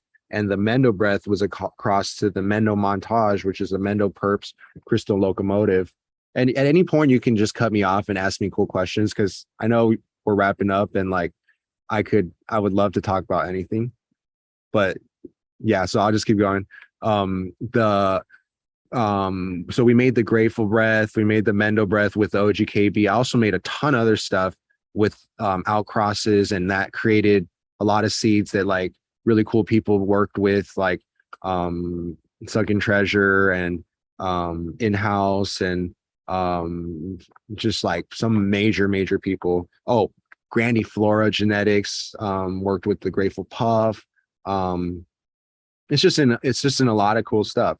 And so I'm really grateful for people who've basically kind of like added on to it and been influential in like spreading the legacy per se, or just Mendo Breath, Grateful Breath work. And okay, anyways, of course, a lot of our work is also based on Cherry Pie Kush. That's where the story that I inherited from Alan through Mendocino, and I've been babying that cut for 10 years. And I still have it. It's honestly evolved in its structure, its expression. It's I believe my growing style kind of releases certain genetic restrictions and inheritances through potentially what we were basically talking about through beneficial biology, was that the probiotics actually work with the genetics, and that true healing and true natural healing actually is genetic, transforms your genetic expression, and they call it the field of epigenetics. But basically we are always we're always transforming and changing, and our consciousness actually creates and changes our genetics, but so do the biology, the beneficial biology. Like I said earlier, they're like the angels and the demons. So if you have good biology in your body, then you are activated with high energy, good thoughts, and intention, the desire to like connect and be like a mycelial force, a positive force. But then like if you're like sickened with pathogens and black mold and all types of negative potential parasites, like there's like freaking all types of shit. I don't want to sound like I'm like, I think that we got create worms in us, but if you Google intestinal worm, and then if you Google fucking what's that shit, no, that's a stem nematodes for plants. Now I'm talking about what's that term, skin mites. They're fucking gross. They're so gross. Oh, they're called demodex, and you can Google it. It's spelled the way it sounds, DEMODEX. But we're covered in mites in every skin pore, and we spread them from dogs to people. Causes the cause of acne. I won't claim that I have perfect skin, but like it's the cause of every fucking shit that happens. Hair loss, rashes, inflammation, blocked pores. It causes dogs to, you know, have patches, hot spots. All this stuff is actually like, if you understood biology, like we understood plant biology, and you use a microscope and you like doctors would, and you science, and you start looking up what lives on people and plants, you understand that we actually have organisms that are eating us. And if we don't take baths with good oils, essential oils, certain kinds of minerals and vitamins and other things that you would put on a plant to feed it through foliar, then you're not really like feeding your body in the most beneficial way, especially if your diet's not full. And then so like we're covered in all these bugs that we're just not, if you don't take baths every day and keep clean, then you're not going to be at your full potential. That's balneal therapy, bath therapy. But the truth is just take baths every day and use organic soap and you'll be fine. But it's the same concept as spraying your plants with, you know, organic oils and essential oils. That's what you're doing for your body, and you're getting rid of all the parasites that are on the skin. So anyways, I really don't even know why I started talking about that. But Grateful Breath, Mendo Breath, all this cool stuff. Yeah, does that kind of like explain? Oh, High School Sweetheart was one of my first crosses with Cherry Pie Kush. It was made in Mendocino while I lived in Priest Daniel's house, and actually made in an earth box using the like the anaerobic bacterial method of sub-irrigated planters, which I helped introduce to the public and teach people, which is now like a very popular method. I'm not saying it's been around, soma beds, earth boxes, all types of stuff. I just helped kind of demo it and showcase it with mycelial growth, completely anaerobic, all that stuff. And all the amazing flower I was growing at the time was grown that method, and definitely got really good at it. But I also will say that it's not the most convenient method, and I'm not sure. And yeah, so I just kind of I just use more of an aerobic and anaerobic type of mix. I use the best of both worlds. I'm not one or the other kind of mentality. I think it's dumb that anybody would sit on one side and just blah blah blah. It's like stupid. Just try to figure it out.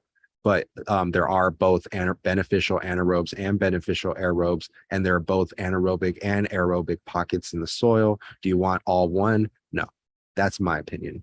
Anyways, after all that, I made, but High School Sweetheart was made in a earth box anaerobically. A lot of the crosses during that time were, just thought that would be fun to mention, because people like fans of like natural farming or probiotic farming will know like how important sub-irrigated planters are to desert farming, and also demonstrating the proof that beneficial biology and fungi can actually sustain a plant in a completely oxygen-free environment, completely saturated environment. So anyways, yeah, that's what High School Sweetheart was made in. And that was I fucking made so many crosses in Mendocino. Like I had a male with different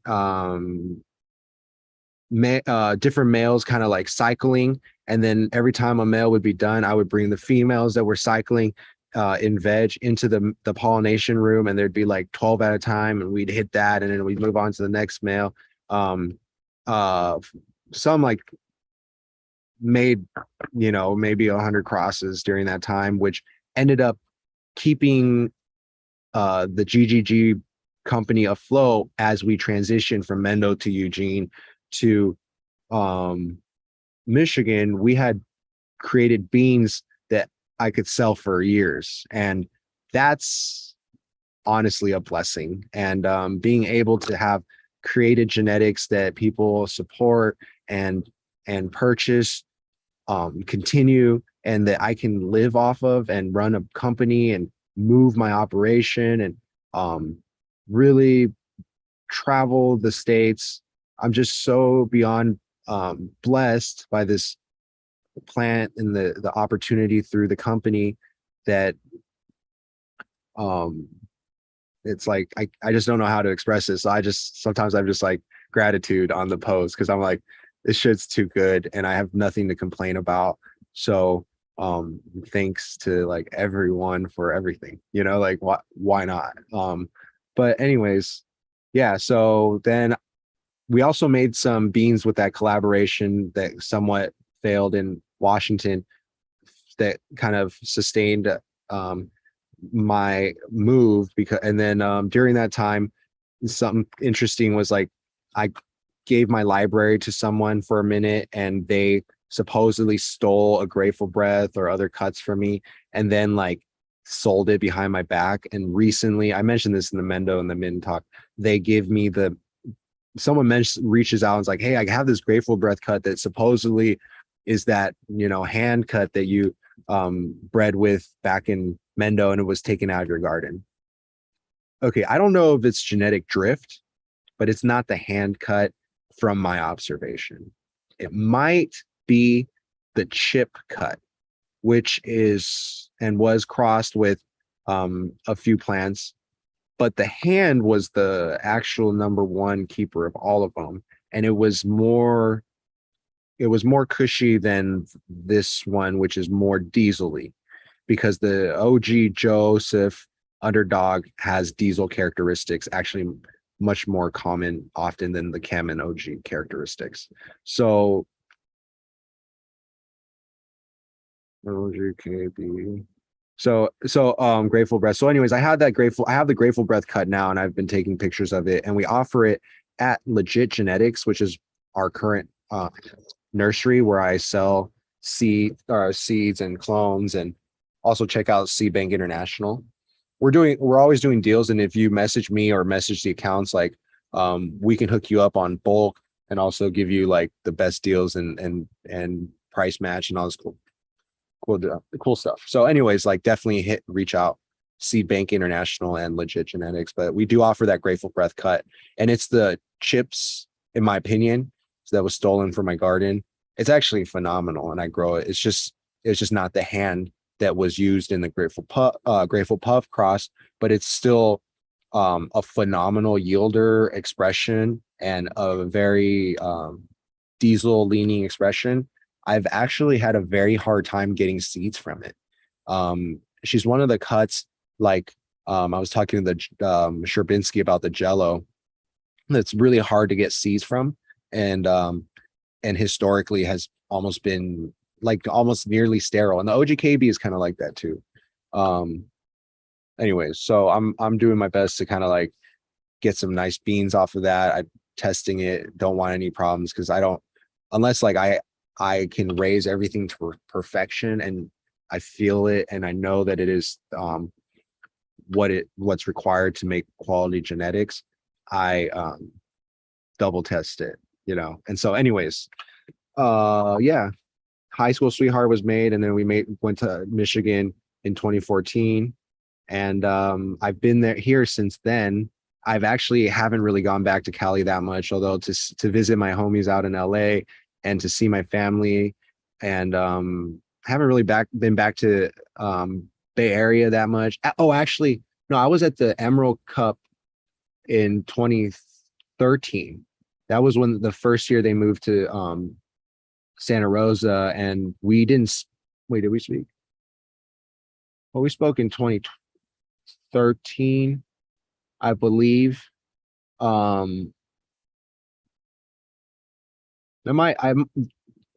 might have some of these years wrong, so don't quote me on it. But basically, they moved to Santa Rosa. We did a talk, and then that's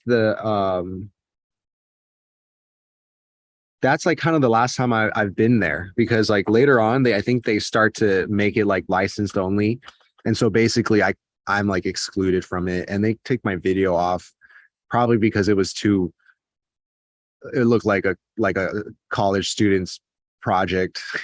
And they were like, and I probably honestly would be embarrassed to see it if they put it back up. So whoever it is, just send it to me, but don't put it up. That'd be cool. But like it's just like this old one of the first lectures I ever gave. But anyways, yeah, so I never went back to the Emerald Cup since then, but they really inspired me. So we've done the Organic Cup here, which will actually potentially be going on. We have a announcement to make on that. Follow the organiccup.com. No, sorry, excuse me. It's at the Organic Cup on Instagram, but the .com is organiccupmichigan.com. We really plan on doing Organic Cup Michigan, Organic Cup New York, and Organic Cup California. So if you're in any of these areas, I think I locked down the New York venue, but let me know about a NorCal venue, because I'm really interested in doing something out there organically, hopefully bring out folks in Oregon and LA, because there's really not a representation for like real organic pot. This is a private event, so it's not going to be like open to the public or anything like that. But if you reach out to us, like essentially we vet you, and you can join the organization. But we're very open to having the community, but knowing that it's an organic only thing, and being the one of the only organic only events, it's a special audience and it's real niche. But I think that it's what's needed. We don't really have a place for like organic type of people, and oftentimes it's like shunned or excluded or whatever. And so people are always thinking about the salt growers, but nobody's ever thinking about the organic ones. I don't know, whatever. So anyways, yeah, so that's what the Organic Cup is about. And unfortunately had to cancel it last year in 2021, because I had a falling out with my business partner. I paid every single vendor, every single ticket holder back. And if anybody was not paid, call me or email me. I will be 100% there for you. I just appreciate like all the support. We had such an incredible lineup and showcase of vendors, guests, speakers, booth holders that essentially had to see a disastrous falling out between me and my decade-long business partner, who at one point I held at the highest regards and honored and respected as an elder, as my equal. Though I mean, like, we're 50-50 from the beginning, but unfortunately, like during that whole process, I wasn't really treated like that. But the Organic Cup 2021 got canceled. That would have been its third year. It was going to be an incredible event. We had so much planned, a whole committee, a huge budget, which now I know why it's horrible for artists and musicians to cancel a show. I'm like, oh, cancel a show, whatever. They got drunk, whatever. No, it's not whatever, dude. It's like millions of fucking dollars, you dipshit. Like, it's like all the rentals, it's like all the ticket holders, it's like all the performers, it's like all the vendors, it's all the sponsors. Like, not cool. And I'm grateful for people's understanding, and hopefully I will be welcome back next year, or excuse me, this year. We plan on doing a Harvest Cup in Michigan, and um, starting something that's should be very incredible. We're coming out with even more of a bang than we ever have, with a stronger team. And those who have been part of the Organic Cup in the past, we would love to have all of them back, and we would have anybody love to have everybody who is kind of in the area to kind of set their calendars or kind of look forward to a future date, because this is going to be a phenomenal event. We have just like some of the most beautiful people helping me design and recreate it in an even more incredible way. I guess this is going to be more community. So follow the Organic Cup on Instagram. Know that we're going to be announcing dates in potentially multiple locations, and start getting your organic indoor and outdoor flower, ready, knowing that there'll be a cup at the end of the year, in like some really nice heated tents with some good vibes, good music, the Michigan community. So yeah, we'd love to see everyone. And yeah, thanks for having me here. Of course, I'm actually down to stay till the end if you're down to have me, and I'll just keep talking if you have any questions. But yeah, that's the Organic Cup, and look forward to seeing everyone there. I'd love to have you there, whether you're live broadcasting or you get a booth, or we get you a sponsorship. Maybe we could barter. I just love to have everyone that I work with involved in some way and represented and given a mad showcase, because like that's what everyone deserves. I'd love to be a part of it, man. I definitely have been to when the Michigan was first event I've been out to, and I hit a few last year, but it's, man, I did have a lot of fun, and kind of recharged my batteries a little bit, man. I've actually talked about, since that event, kind of being like a cannabis gypsy, if you will. Talk about how good the community is. Just going from event to event, kind of covering things. I think that would be like super fun and cool. Just meeting people across the U.S. You know what I mean? I think that'd be fun as hell. Not everyone is going to be able to make it. You have an international, at least a very national interstate following, definitely international. And you're incredible, cat. Wouldn't it be cool if you did, or were at least one perspective in the live broadcasting that was a part of the Organic Cup? And the reason why I say that is because these days we want to be immersive, we want to be there, but we can't all be there. And you have that live perspective, and you have a wonderful influence and voice in the community. But basically, you, amongst maybe a couple others, having your program on live, being a part of the Organic Cup structure, and basically reporting, showcasing, I mean, what you already do, but with our endorsement and our putting you on. I mean, like, I would rather that than hire like a news crew or something, you know what I mean? Like, that's how I want to build the community. I had never ever thought of myself as the following term, the other, until, well, and I still don't think it applies, but I thought it was, how about this? Like, that's kind of cool. I may throw that on the resume, even though I don't really think it applies.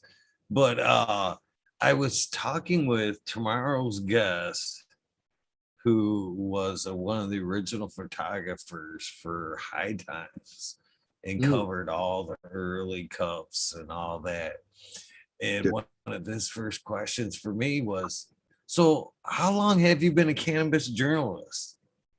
And I kind of stuttered for a minute, and I'm like, I'm not a journalist. And he's like, well, you kind of are. And I'm like,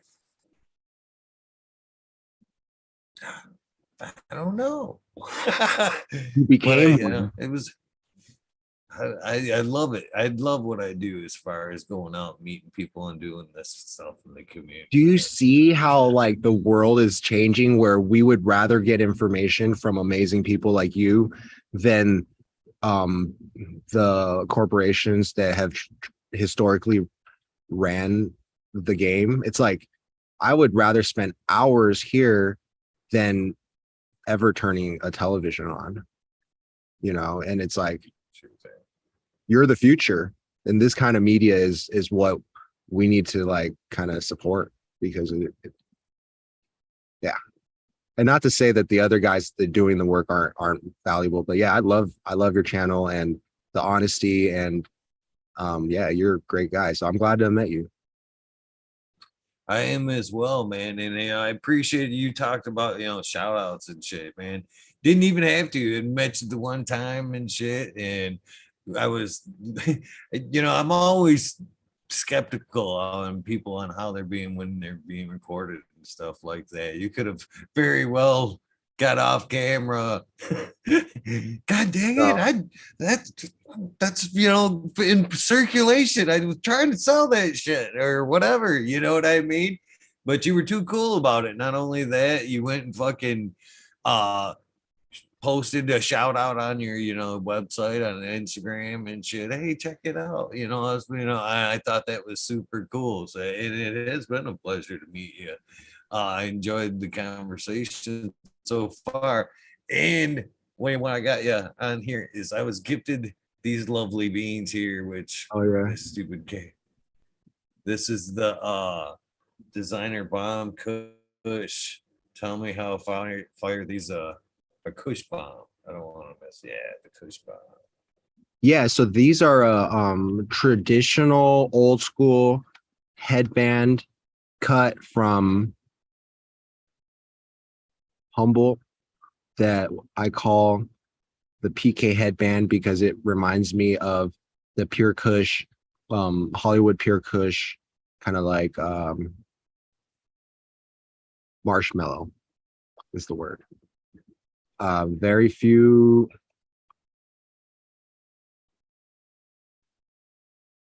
Can you see this? It's like the only thing not showing up. Right. Oh, there it is.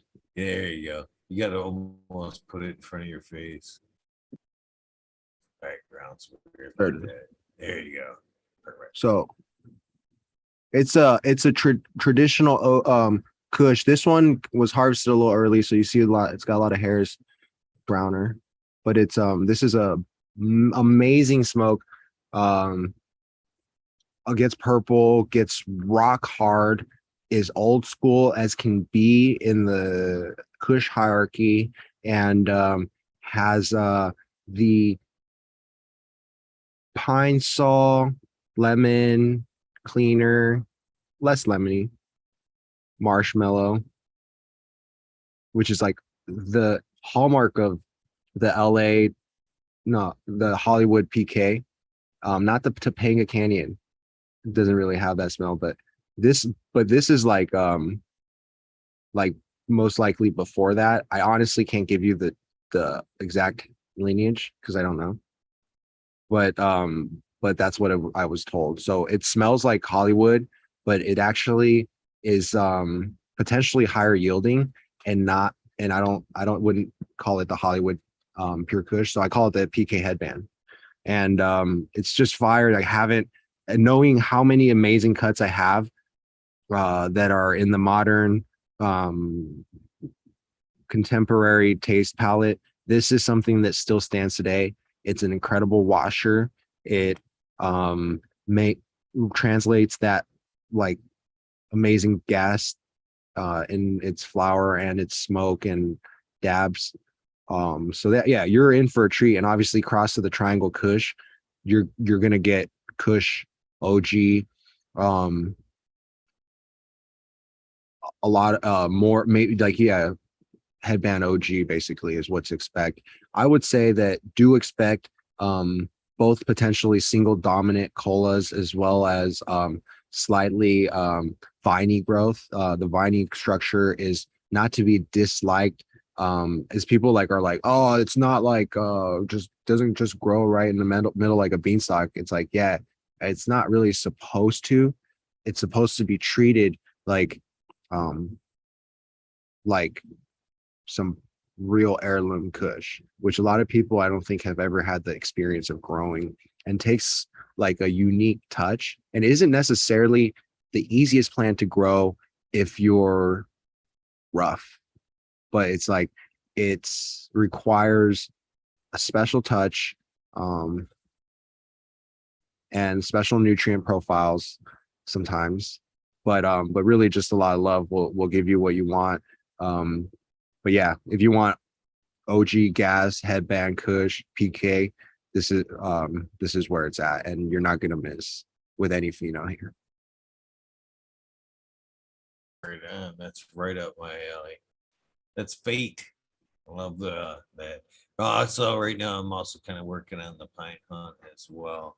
Um, well, you were talking earlier about, some of these genetics stuff really OGs can be anything kind of super indica dominant, in my opinion, can be overfed or easily hermed.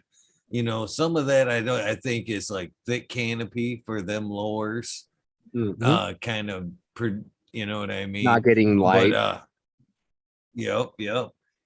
And I've heard lightly, but I think it's the opposite way. I think it's a thicker canopy blocking out the light, and it kind of freaking out in that way. And then I would of 100% course, agree. higher feeding, higher feeding mid flower, I think also kind of pushes an indica to, throw a banana mid flower. I think people don't realize indicas don't like to be heavy fed. You know what I mean? They kind of like to be kind of held back a little bit. But if you push too far for too long into flower, in most cases, they will throw that banana. And I think a lot of really good strains have been discounted for that reason at some point or another. I love When that it's kind of perspective. a little more operator error, some good stuff right there. And I think, that's one thing that I hear people throw that term around so easily. That's stress caused. That's slight stress caused from one thing or another. It's not necessarily a true Hermie. People that want to throw that term around so easily, you know what I mean? Right. There's quite the difference. I think the idea is that a lot of people have found that you can make anything Hermie if you do it wrong. Yeah.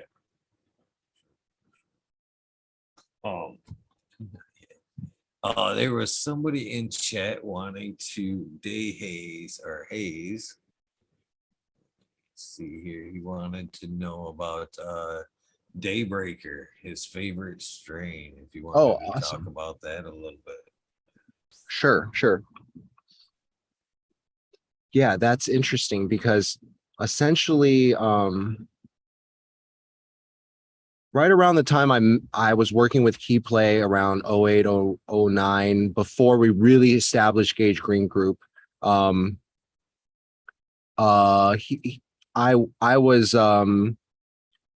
I was picking up from Jeff. Well, he was working with this kid named Aaron, aka Medic. And at that time, Jeff and him were working on a strain or breeding company called Dank Bros. And they were putting like naked women on the seed packaging and like all this stuff. And then basically like you could find a lot of this stuff online. And basically they had a huge falling out. And Aaron was a good friend of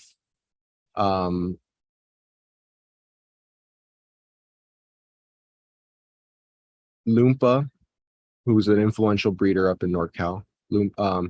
Loompa's headband is Underdog, which is actually the Joseph OG, the father of the Daybreaker.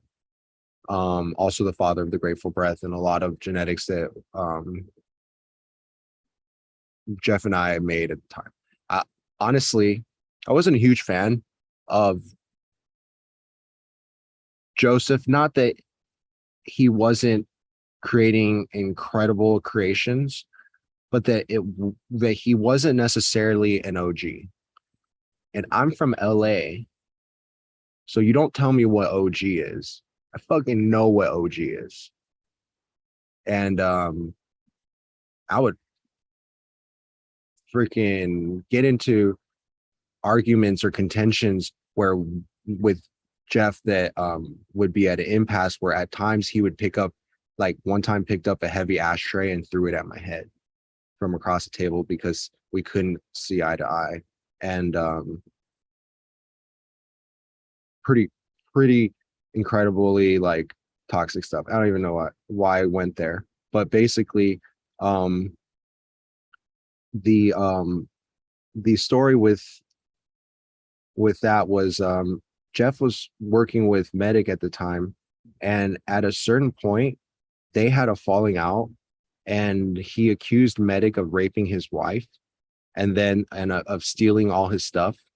And so what he did was he sent Medic on a one-way ticket home to LA, and he kept all of Medic's genetics.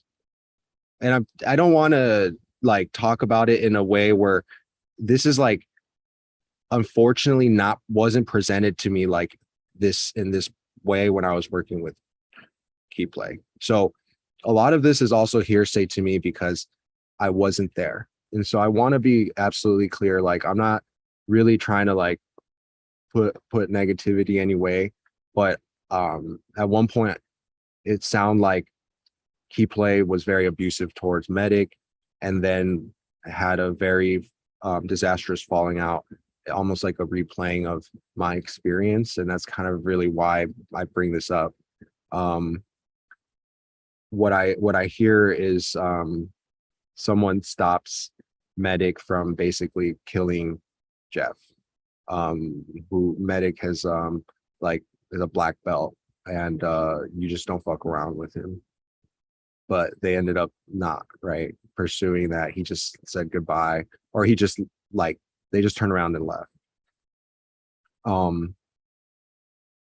This early work that Key Play and Medic had created became foundational in works related to the Joseph and potentially the Chem Dog and other works, which Key Play was working on at the time when I came, which I wasn't necessarily a part of bringing in. So I can be more specific of like, the abusive OG and the Ghost OG and the Skywalker and all the stuff that I brought to the table, but I didn't bring the Underdog or the Chem Dog to the table at that time.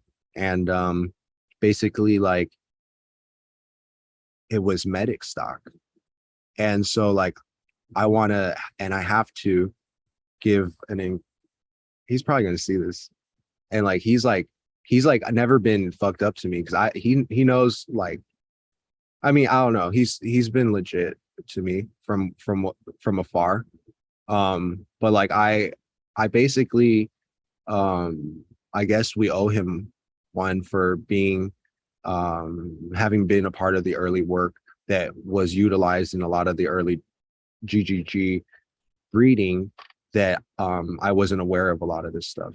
Like I was told that Medic tried to steal from Key Play, and so he was sent back to LA, and they had agreed that like the stock that was there was Key Play's, or that he basically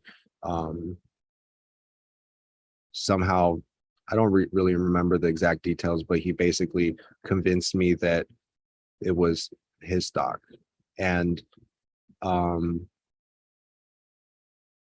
yeah, I wasn't planning on talking about all that, but there's just like, it's just an interesting, history. And I don't think anyone's trying to like take credit from Medic, but he brought a lot of Loompa's genetics, who he was good in contact with, to the table, which is why we have the Loompa's headband and stuff in the in the Joseph.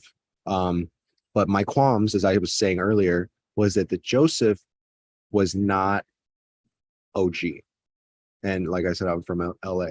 This underdog is actually has connections to Sour Diesel and is in the is actually underdog is another name for original diesel, which was also I think it's Chemdog Mass Super Skunk without the DNL. Don't quote me. This is off the top of my head, but it's like a sister clone of and I've had different versions of Underdog and Daywrecker and Lupa's headband and all types of stuff. But the Joseph was a male that basically Key Play and Medic somehow had created, potentially all Medic's work, and was used in a lot of the early GGG breeding, i.e. Daybreaker. The Chemdog D, I believe came from a mutual friend of South Fork Genetics. His name is Savvy, and actually a really cool cat. So introduced me to South Fork at the time when they were putting out immense like super bomb chem seeds, and I was selling it at my seed bank for Humanity at the time, which was like basically me taking my buddies genetics, and we have Top Dog, Exotic, Bodie, CSI, a lot of cool people that actually aren't on my seed bank international today. I still have Top Dog, and but now I work with like a whole another group of breeders. I think after I got arrested, it kind of spooked everyone. So, but yeah, I spooked me. And then so Sleeping for Humanity, and yeah, so shoot, what was I talking about? The do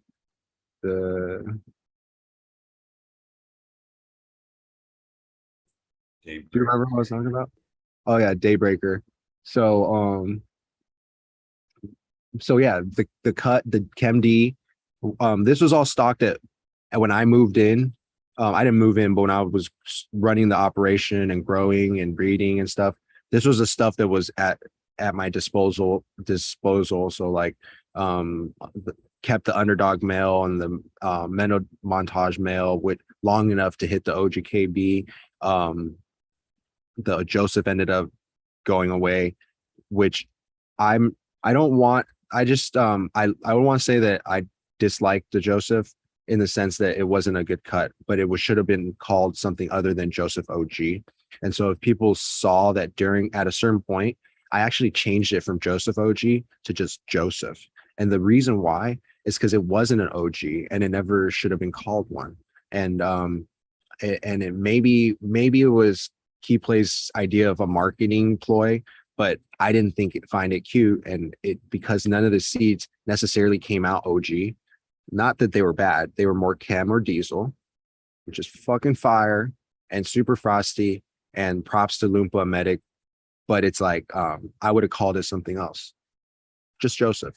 So that's what we ended up doing. Anyway, so that's what created the Daybreaker, which is a homage to Daywrecker, which I talked about earlier, which is underdog predecessor sister of Sour Diesel with the Chem 91 and the super bomb and chemi and gassy and almost less sativa and foxtaily than the sour. So it's like, it's super unique and ridiculous and probably what everyone actually wants. But the sour is unique in itself and also phenomenal. I'm not to discount it, but anyways, so yeah, that's the Joseph and the Chem Dog, which is probably the same Chem Dog that was a part of the South Fork line, which is phenomenal, and I'm grateful for that. So that's where I kind of lost myself. But yeah, and we made a lot of Daybreaker. Actually, put out ads on Skunk. Back in those days, we made thousands of seeds and we sold them like that. We didn't like nowadays. I make hundreds or less than a few thousand at most of any seed usually, not because I'm not trying to have a huge archive, but because I want to just have unique variety, and I keep my stuff limited. So we were talking about pricing, and I like the collector idea and the limited. If I'm going to create something, and you gave me an option, bulk or limited, like I'm sure you guys would already know what I would choose. But back then we were doing, so like when I say I've done it all, like at least in genetics and seeds and flower, but more so in genetics on every level, that I've done bulk, lower priced. I mean, lower price being 150, 200, which I still think is phenomenal. And I see at one point CPACs being 20.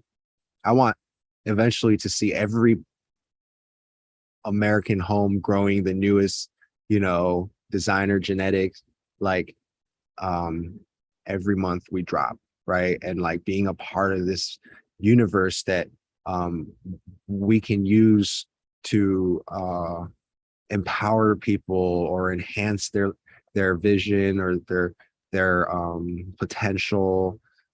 Anyways, all that aside, like that's my ultimate like desire. But I like the boutique, I like the limited high priced stuff. I like the even if it's not high price, like right now we're doing the 200, but it's still limited. It sells out before the drop sometimes, just off of pre-sales and to friends and family and collectors and hunters and stuff. But like we do allow I keep it limited. Like people, there's seed banks I see who make something and then they make it again and then make it again, and all the seed banks have already put it on sale and it's like still coming out. I mean, dude, if it's not selling, like stop making more. This is my opinion. And like don't flood the industry. Like if your retailers are like fighting each other for pricing, you've already messed up. And like right now, like I'm working with my retailers and I'm saying like for the first time, like let's put on sales. It is like we need to fight inflation. We're at a point where everyone is this is like a refresh of like the Great Depression. Oh shoot, we're at 412. So like we're trying to take a more compassionate approach. I love everyone that supported us, and we want to make it more approachable, but we still want to keep it limited and fun. And yeah, so that was the Daybreaker. So pretty much about all I can say. It was definitely an amazing cross. We pheno hunted lots of it, and I'm grateful that people supported the drop and were able to find incredible stuff from it. It was all legitimate heirlooms. Definitely chat saying nice things about it for sure. I'm in the club with the limited thing. Both ends, unfortunately. I'd like to collect. I'm enticed when I hear limited. It definitely makes me want. Unfortunately, it's a great sales technique. Nothing against you, but it's great. But myself, I used to do it as well in my carpentry. Cannabis aside, I do custom pieces, furniture and shit like that. And at some point, where in the hell I got I would only build so many of each item, 28, and that was it. So every item would be limited. So I like little crazy shit like these, you know what I mean? Spend some time. This is a business card holder. You know what I mean? You can actually, it's hinged, all wood. There's a brass pin in there that actually is your hinge. So you can actually put this in your pocket like a wallet, or you can set it like that on your desk as a display. Exists. But I used to make Oh my I used to God. do shit like this all the time, but you know what I mean? I make 28 of them. And I even like the t-shirts for the show. I only so many. You're either there and got one or you just didn't fucking get one. That's the way I've always been about that shit. So now Same. you know what I mean? I Yeah. love the limited. You People know what always I want mean? my It captures t-shirts. the moment. They want the t-shirts like when I'm wearing them, and I'm like, man, these you didn't get them when they dropped. They're gone. It gives it, yeah, it makes it more special in my opinion. It gives everybody, you can wear that one with pride. You know what I mean? You're like fucking 28 of these bitches. You know what I mean? You walk around like you want to, it's a trophy. I definitely appreciate that shit for sure. Uh, so Yeah, man. we are getting close to that mark. Currently 107 people watching still right Wow. now, if you can believe that. Amazing. Yeah, thanks for sticking with us. It's like morning time, and this is perfect for me because I'll be honest, I don't go to bed till like I really actually rarely sleep, but I'm always up in these hours. So yeah, I would love to be on the panel once in a while, maybe not all the time, but it sounds you have something cool going on. I'm grateful to have been here. Yeah, once again, I just repeating myself, but thank you. Oh no, I appreciate the kind words, and chat was most definitely saying they hope that you do pop into the weed nerd world at some point. And as Here. I was telling you from a little bit before the show, kind of spoiling the ending a little bit. That's how things do work out around here. There's three things that go on around here on this channel, and that's the fucking talking shit with me, and then what you've done, and that I guess that opens up things a little bit wider because that any once you've done that, that Zoom link that I sent you this evening is always good. So anytime that you do see a Weed Nerd World, Monday nights are guaranteed a Weed Nerd World. Little late, 2 a.m., but you can always bet there'll be one there. The rest of the time, they're a little sporadic. Either Awesome. they're if I don't have a guest, like it's a fail safe, 2 a.m. Weed Nerd World. Other than that, it depends on the guest. If the guest, they vary. Now I'm not always as blessed to have a guest like yourself that with a great, wants to go the whole enchilada. You know I'm what a I mean? talker. And I've had it. Oh man, I've had some. I think Rasa Jeff, Rasa Bob is my longest one. I think he took me 8 hours. And Wow. that cat, yeah, straight from Jamaica. And he had been up like the whole night before, kind of just, trying to make it work. Time difference, so different. And he had got on another show before this one, and when he got on, man, his eyes were like bloodshot, and he's got a cutting board full of cannabis. He's chopping up fucking weed with a butcher knife. Amazing. Ah, and I'm thinking, no way he's going the distance. I mean, damn, he took me the distance. He took me the whole show and then some. When we Oh, were done, my eyes were bloodshot. His were white, and he was getting ready to go out to do yard work and shit. I'm that's like, holy amazing. shit. Yeah, no, there's days where I don't go to bed.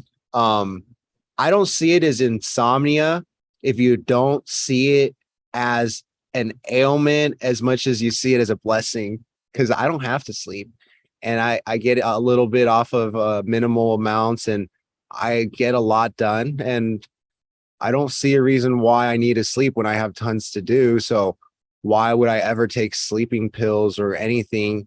Because I don't know. Why do I want to go to bed anyways? That's another thing that contradictory to the stoner fucking misconception there. We're lazy. I don't know too many people that are in the cannabis industry or cannabis field in general that are lazy. Most of us only get 4 to maybe 6 hours sleep, and the rest of the day hustling like crazy. Where did that even come from?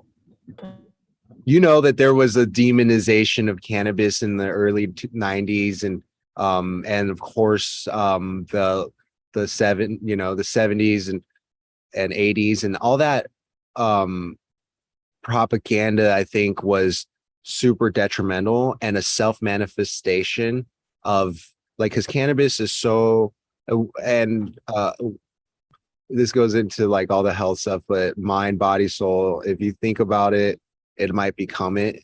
And so people being told this from birth, you're going to be lazy, you're going to be lazy. For some people, it manifests itself. And I'm not going to say that it's true for everyone. And I think, like you say, most people in this industry are some of the hardest working, and this is growing, and keeping up in this industry is not easy. So props to everyone being a part of it, and being a creative force, and just like keep holding on.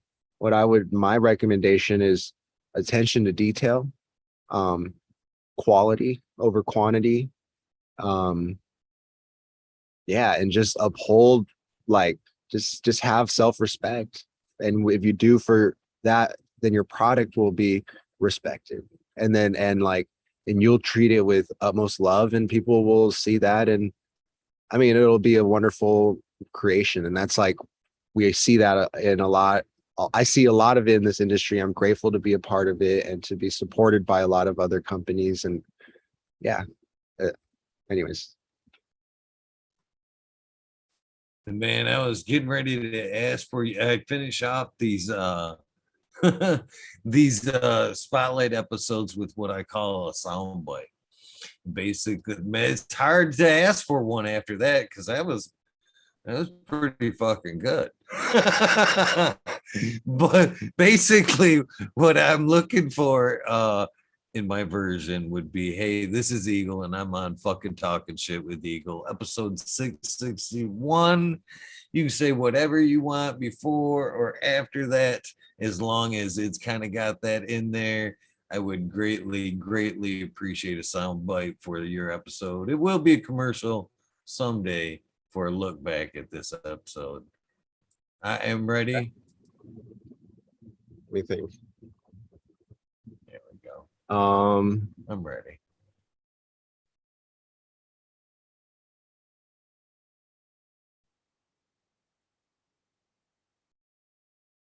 All right. I know that last. I'm gonna go. Go. Okay. What's up? Hey, everyone. It's been an incredible pleasure being a part of fucking Talking Shit with Eagle, episode 661. I'm glad to be a part of this community. Thanks for being a part of my journey, and I hope to see you soon. Tune in to future live chats and interviews with Eagle. Thanks for having me, guys. Perfect. 2 in a row. 2 in a row, man. I was getting ready to say before you threw that one out, because I hesitated for so long. I was like, that was a tough one, wasn't it? I almost that was a tough there. one to beat. Like 2/3 of the way there, I was like, what did I just say that for? Or I don't know, like I said a word and I was like, okay, how am I going to follow that up? But I kept it going. So hopefully that works. Great job. Great job. Thank you again for your time, everything you do in the community, and hanging out for the night, helping buy us another night of hanging out. We all appreciate that, of course. So any last goodbyes before I say goodbye to everybody? Yeah, just keep up the great work, man. Love seeing you on all the time, and you've been a